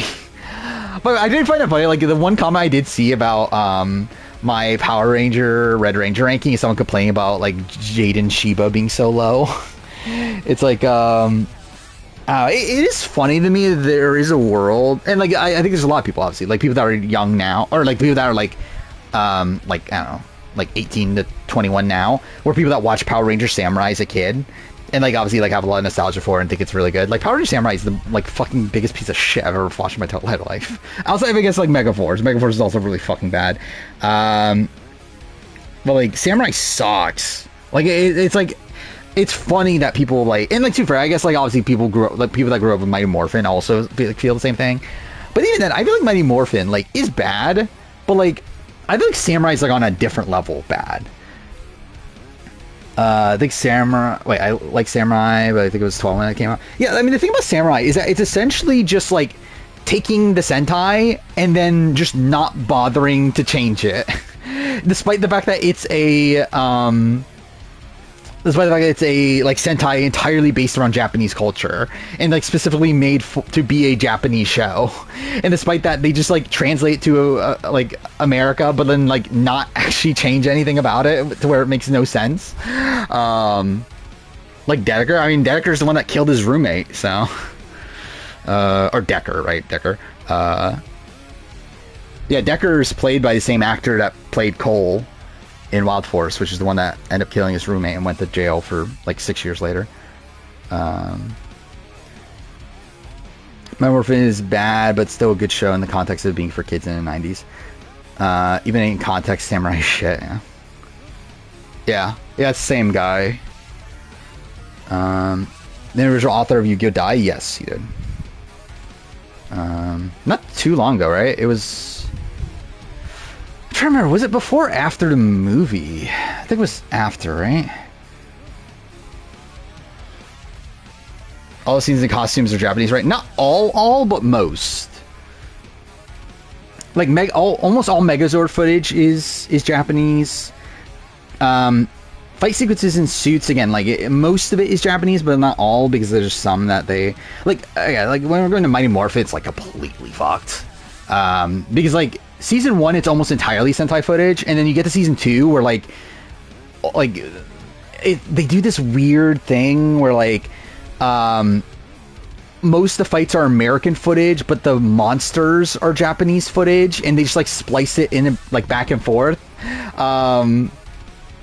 And like have to like pretend, like you have like so many of the fights in season 2 are like the Rangers fighting against putties, because that's in American footage, while like they have shots of the monsters in Japanese footage, but you never see the Rangers fight them face to face because it's splicing Japanese footage and American footage, and they don't have the costumes to record new footage. And it's like, it's so fucked. It's like Power Rangers is such a fucked show. It's so funny that they could get away with that. And like most kids would like never notice it. And obviously that's how like they get away with it. But like it's like watching it as an adult and actually like knowing what's happening. Like the show is so stupid. Like how cheap of a show it is, and like how they got away with making it this way. That's why you get anime is what it is. I don't think he was ever. Yeah, like I don't think he was that involved in the anime really ever. Like he wrote the manga. And like I think he was there like for the concepts of like GX, and I don't even remember if he was there for 5Ds, but yeah, he hasn't like really done too much work on it. I know he did help with the movie, right? Though the Dark Side of Dimensions, which I did actually rewatch that not that long ago, right? I think I was. Yeah, like maybe 6 months ago I rewatched that. Yeah. Wait, so they have to... Wait, so have they ever had to kill off or hurt a ranger because they didn't want to... Yeah, they do all the time. Actually, I don't know if it's because of scent. Like, so, like, you had, like, Kendricks in Lost Galaxy they killed off because her actress had like got cancer in real life. So like they had to kill off the character, and they end up replacing her. But yeah, there's like things like Tommy in Mighty Morphin. The reason why he doesn't join the fight until the end of the episode is because they don't have the Sentai footage. Because the it's kind of a double-sided thing. Because like in Mighty Morphin, when he was the Green Ranger in the Sentai footage was a character that was dying, and like every time he would like join the fight, he would be like shaving like life away. So like because that like in the Sentai, the Green Ranger only shows up at the very, very end of the fight, and like for Mighty Morphin, they had to like come up with excuses of why Tommy can't be with the others. And there's like that in every episode, which is so funny. And then in the in season 2, there's like a lot less Sentai footage of the White Ranger, because like in the actual Sentai, the White Ranger wasn't used that much. It was like a little kid that would like and that's also why like there's also these like weird points where like Tommy's just like super energetic as the White Ranger, which just feels so out of character, and the reason for that is because like the Sentai footage is a kid. Again, that's why I find like Power Rangers so fascinating, because like it just reminds me of like I talked about this before, that like it like kind of reminds me of like reality TV in the sense of like you're essentially like, because like with reality TV, it's like you're taking footage that you don't have much control of. Like it's purely based on like what these other people are doing, and then trying to construct that into a story. Power Rangers is like kind of a similar thing in the fact that they are taking this like Japanese footage and then like trying to like patch it into like their own story. It's like just so fucking weird, especially like the thing I love more so is like when you get later in the series where like you get to the point where they actually try to do things like new things, not like fucking Samurai where you literally just copy and paste the script into a translator. But like Power Rangers Lost Galaxy, like the fact that they even made that series is insane. Like the fact that they turned a Sentai about like an environmental like a Sentai that was like about like environmental messaging and stuff about like Earth and everything, and turn that into a essentially a Star Trek ripoff, like is insane. It's like, how did they do that? And obviously there's a lot of inconsistencies with the series, but still it's like yeah, like Power Rangers in Space, like a series that was like based around video games, they transformed into one where like they were traveling across the galaxy and everything. Yeah, there's like a lot of like that's like my favorite like aspects of Power Rangers, when they like do like take the original Sentai footage and like transform in like such a like different way than what was ever intended to be. There's never been one that's all American footage. That's what like supposedly they're doing now, is that like the reboot's gonna not use Sentai footage at all and it's just gonna be all American. Mind you, there's series that like are mostly like American footage, like season 2 of Mighty Morphin and season 3, both of them. Actually, season 3 is almost entirely, right? Especially pre-Alien Rangers, is almost entirely American footage. Where I think outside of Megazord footage, it's pretty much almost entirely American footage. And then Lost Galaxy is one that's a lot of American footage, because again, like it's supposed to be a space, like I think because they made like again a season based around Earth into like a space sort of season. Like In Space is a lot of American footage, but like not to that extreme of a way. I'm trying to remember what else had a lot of American footage. I know a lot of the early Disney seasons had a lot of American footage. Oh, RPM has a lot of American footage. What was the deal with Alien Rangers? They ran out of money. And like they like season 3 went like well over budget, so like they were like, fuck, we need to like use more Sentai footage. So that's why they added the Alien Rangers, because like the Alien Rangers are Sentai footage. That's Kaku Ranger. So they essentially were like, hey, let's make Alien Rangers and through this we'll use a whole bunch of Sentai footage. We won't even bring back the actors because we fucking transform all the actors into kids for whatever fucking reason. So that way we can pay these child actors almost nothing, and make a series with these child versions of the main actors, and then also all Sentai footage. So it essentially was like a series made because they were like ran out of money and wanted to make something for super cheap. They made it so that the like Lord Zed Reverse Time so that the like Rangers like turned into kids, and then they like the entire series is like the Rangers trying to find a way to get back to normal, all while like the aliens from Aquitar end up like protecting Earth in their stead and everything. It's so fucking stupid. Linkara's History Power Rangers is really good. Really? A lot of the episodes are missing now? It's kind of a shame. Yeah, if you want to run down on Power Rangers history, that's a really good way to do it. But yeah, there's so many like dumb things in Power Rangers like that. Like things that were done for like budgetary reasons or... because like also... what's it like? I know like the like post Lost Galaxy, like Lost Galaxy went like so over budget to where like they were literally like filming episodes. They were like filming episodes like just like a week or so before they were coming out. So like the entire production was a disaster to the point where like they ended up also like midway through like sent the Rangers to the Lost Galaxy to where there they essentially just used Sentai footage. It was just an excuse for them to like bring in the villains from Gingaman, the Sentai, so that they could just use Sentai footage. Because like that's also the thing at that time too. They would like create American villains. So through that you can't use the footage of the original villains because the American villains are supposed to be there. But then like midway through that series they were like, fuck, we need to like get episodes out and save money. So they were like, let's send it to the Lost Galaxy and then like fucking add Barbaros or what the fuck his name is. What was his name? No, Captain Mutiny, that was his name. To the fucking story. He has to keep editing them down. Yeah, it's a shame, but kind of expected though. I did not have Zen as my top contender. I had him at like 5. But I did see a lot of people did have him as a top contender. Were there a lot of crossover episodes like Forever Red? So, Forever Red is entirely original. The only Sentai footage that's utilized there is the footage of Serpentera, and even that's like obviously just like, it's not even like real footage. Like it's like footage that they're watching. Yeah, like that's also the thing that I love about Power Rangers too. There's certain episodes that are like entirely just like American. So like considering like the rest of the series is like trying to mix these two things together. I really love like the points where like there's like, fuck it, let's just go all out and just make American episodes. Like which is mostly the crossover episodes. Like a lot of them are American footage. The only one that isn't, well, the only one of the old school ones that isn't is, actually I guess there's multiple. There's what was that episode called?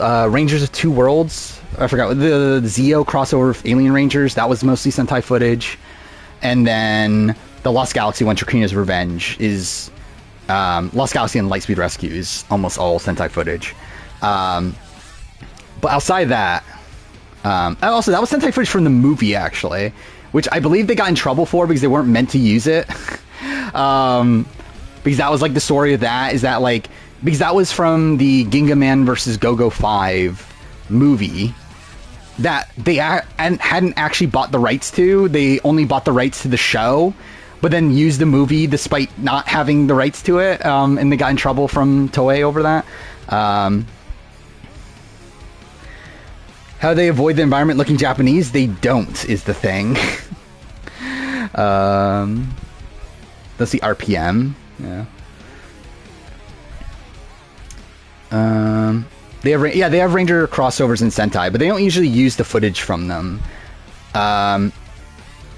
The only recent one I think they use footage for is the Clash of the Red Ranger, but even then they like only use the Red Ranger, which is so stupid from RPM, which was like the Samurai RPM crossover, which again only had the Red Ranger.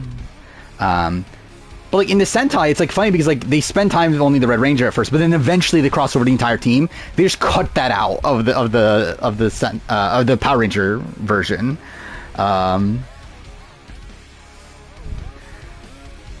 Sorry argument for Indy being the worst player of all time. I don't have her as the worst of all time. I already put her in the ranking, but she's bottom 5. I think a smaller chance re-upload Linkara's missing episodes. That's kind of shit for Linkara, but at least they're available. But yeah, I did end up rewatching all of those before I made my season ranking to kind of like remind myself on like some of the like middle seasons. But yeah, I mean, all right, what time is it? It's already almost 4. I should probably end. But yeah, I love it. Like that's essentially what the end of streams is like. Like essentially once I've stopped finishing the game, I just talk about like the most fucking random topic. Or like last time was like what, wrestling and stuff. This time it's fucking Power Rangers. Robot Apocalypse. Which one are we talking about? RPM? Or we're talking about Time Force or RPM? Like so RPM is almost entirely American footage. Also, like that was because that was meant to be the last Power Ranger season. And like they got like was the guy that did like Jake Long American Dragon, whatever the fuck that show is, and like he came in like these like really big ideas of how to change up Power Rangers. So like he like came out with this like story that he was gonna do like Mad Max mixed in with like Terminator, and like I don't know, he like had this like really ambitious idea for Power Rangers without seeing the Sentai footage, and then like got the Sentai footage he was meant to use, and it turned out to be a fucking car Sentai with like cars with like googly eyes, and like it was like a very kid friendly one, and he was like fuck. But yeah, they end up like again like almost all of that was original, and then they ran out of money, and then he got fired, and they brought in Judd Lin, who did a lot of the early seasons to finish it, and like supposedly he ruined the original vision. Or like I believe the story was that the Black Ranger from that series was meant to be the main antagonist. But then they changed it midway through and just turned it into a redo of Power Rangers in Space. Whatever.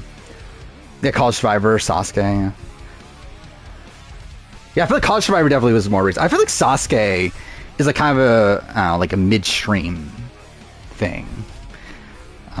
More often, but Power Rangers is one of the cheapest shows to make, probably. I mean, like half the footage is like, I don't know, it depends on what season you're at, but like yeah, like most of the footage isn't even like one that you have to film. It's literally just like taking footage from another show. So yeah, and even then they pay like the actors complete shit. So yeah, I would assume it's got to be one of the cheapest shows. Cars video made you want to watch RPM. RPM's a very good series. Like, especially if you're not a Power Ranger fan, like RPM's actually legitimately like decent. Like, it's very well acted. Like a lot of the actors from that show like went on to do like actual like shows. Like I know like Eka DeVille, is that his name? The Red Ranger. He was in like Jessica Jones. He did something else, right? But then, like, the Yellow Ranger was, like, the main character in, like, a CW show. I forgot. There was somebody else. Oh, it was, Tanaya 7. Is that her character name? Like, she was, like, the star of, like, Rain, I think was the name of that show. On CW. Yeah, Rain. Another Red Rangers. Yeah. Has there been discrimination? I mean, yeah, there's, like, the big story is that, like, the original Blue Ranger was supposedly, like, treated terribly on set because he was gay. So, like, there's a lot of, like, homophobia going on, and he eventually, like, quit the show because they essentially bullied him off, eventually. Did I watch the Power Ranger Hates Me? I have not. Or Power Ranger, Big Brother Hates Me video? No, I still have not. I watch any. I really, since last stream, I've really just watched the new shows, and I've watched Dwight's Blood in the Clock Tower stream. I think that's pretty much it. Oh yeah, that's also the things that, yeah, like they moved production to New Zealand once Disney bought it, and then yeah, like almost all the actors are like from New Zealand at that point for a while. I think the only one is SPD during that era of the show, where like everyone else, like I know like what Ninja Storm's definitely all New Zealand actors. Dino Thunder is. SPD was Americans / Canadians. Then Mystic Force was New Zealand. Actually, yeah, really the rest. Actually, yeah, all the Disney era outside of SPD. Yeah, Jack is Canadian, yeah. Yeah, it is funny they did that. And obviously, again, it's to save money because it was cheaper to film in New Zealand than it was in America. Where that was the thing, too. I know, like, Power Rangers Time Force had, like, budget issues because they were, like, closing off, like, streets in LA to film the finale. And supposedly that ended up being, like, super expensive for Power Ranger standards. But yeah, like, it stayed in New Zealand until, like, now for whatever reason. Even though, like, they actually, like, once Saban took over again, like, they changed to all American actors, like American and Canadians. But then just, like, still filmed in New Zealand. Jeffro stole his budgeting strategy from Power Rangers. He did. He was like, you know what? Power Rangers is the greatest show on television. We need to do that. Feels like they can't have RPM. It's an alternate universe at this point. Originally, it was not meant to be. Like, it was meant, when it was originally created, it was meant to be, like, literally, this is the normal timeline, and just, like, robots have taken over, and this is, like, the end of the world. But then they've retconned that in, like, in Samurai to make it, oh, it's just an alternate universe. Which actually really, like, it's so, dude, the fucking, like, yeah, they really butchered RPM post that. Or, like, in Super Mega Force, they, like, really ruined the canon by then, like, cutting back to Corinth. Like, so, like, Corinth is named the RPM universe, or, like, city thing. But then, like, now it's, like, a fucking utopia for some fucking reason. And, like, just looks nothing like it did originally, because obviously it's, like, not... Like, the original Corinth was, like, American footage. Now they're using Sentai footage of, like, just, like, I think it's just Tokyo, right? And just pretending like Tokyo is like the dystopian city or whatever. That, I don't know, it's so fucking stupid. Main antagonist of RPM came. Yeah, he came back as the antagonist in Beast Morphers. Where again, I don't think they necessarily handled the storyline better, like particularly well, but like I at least respect them for like trying to add some continuity there. I liked it at the time, the 2017 movie, but I haven't rewatched it ever. So I was going to do a retrospective of it like 2 years ago or 2022. Didn't do it. I might do it for like 2027 or whatever. But, or maybe I wait until the 20th anniversary or 30. Wait, actually, oh my god, dude, I'm doing 30-year anniversaries, aren't I, for Power Rangers? Yeah, like Power Rangers is the only thing that I'm doing videos for things older than me, right? I don't think there's anything else that I will. Like, there's definitely not anything else that I've done up to this point, I don't believe, that is older than I am, outside of Power Rangers. Because I was born, what, mid-airing of Season 3 of Mighty Morphin, I believe? So, like, what I've covered of Power Rangers so far is before I was even born. Speaking of that, I'm almost 30. That's fucking depressing. But whatever. Alright, yeah. Again, we'll end here. It's fucking 4 a.m. Yeah, I respect what they've done. Like, they've done good things more recently. They didn't give a shit for a while, though. Yeah, Beast Morphers, they at least tried, and like I didn't necessarily like how they handled some things in the recent seasons, but like they at least tried. So at least that's something. Yeah, okay. We'll end here. I'll be back on Sunday. I guess I'll play Grand Blue Fantasy. Really, what the fuck that game is? We'll see. We'll see how it goes. Yeah, we'll have the next Australian Survivor episode by then.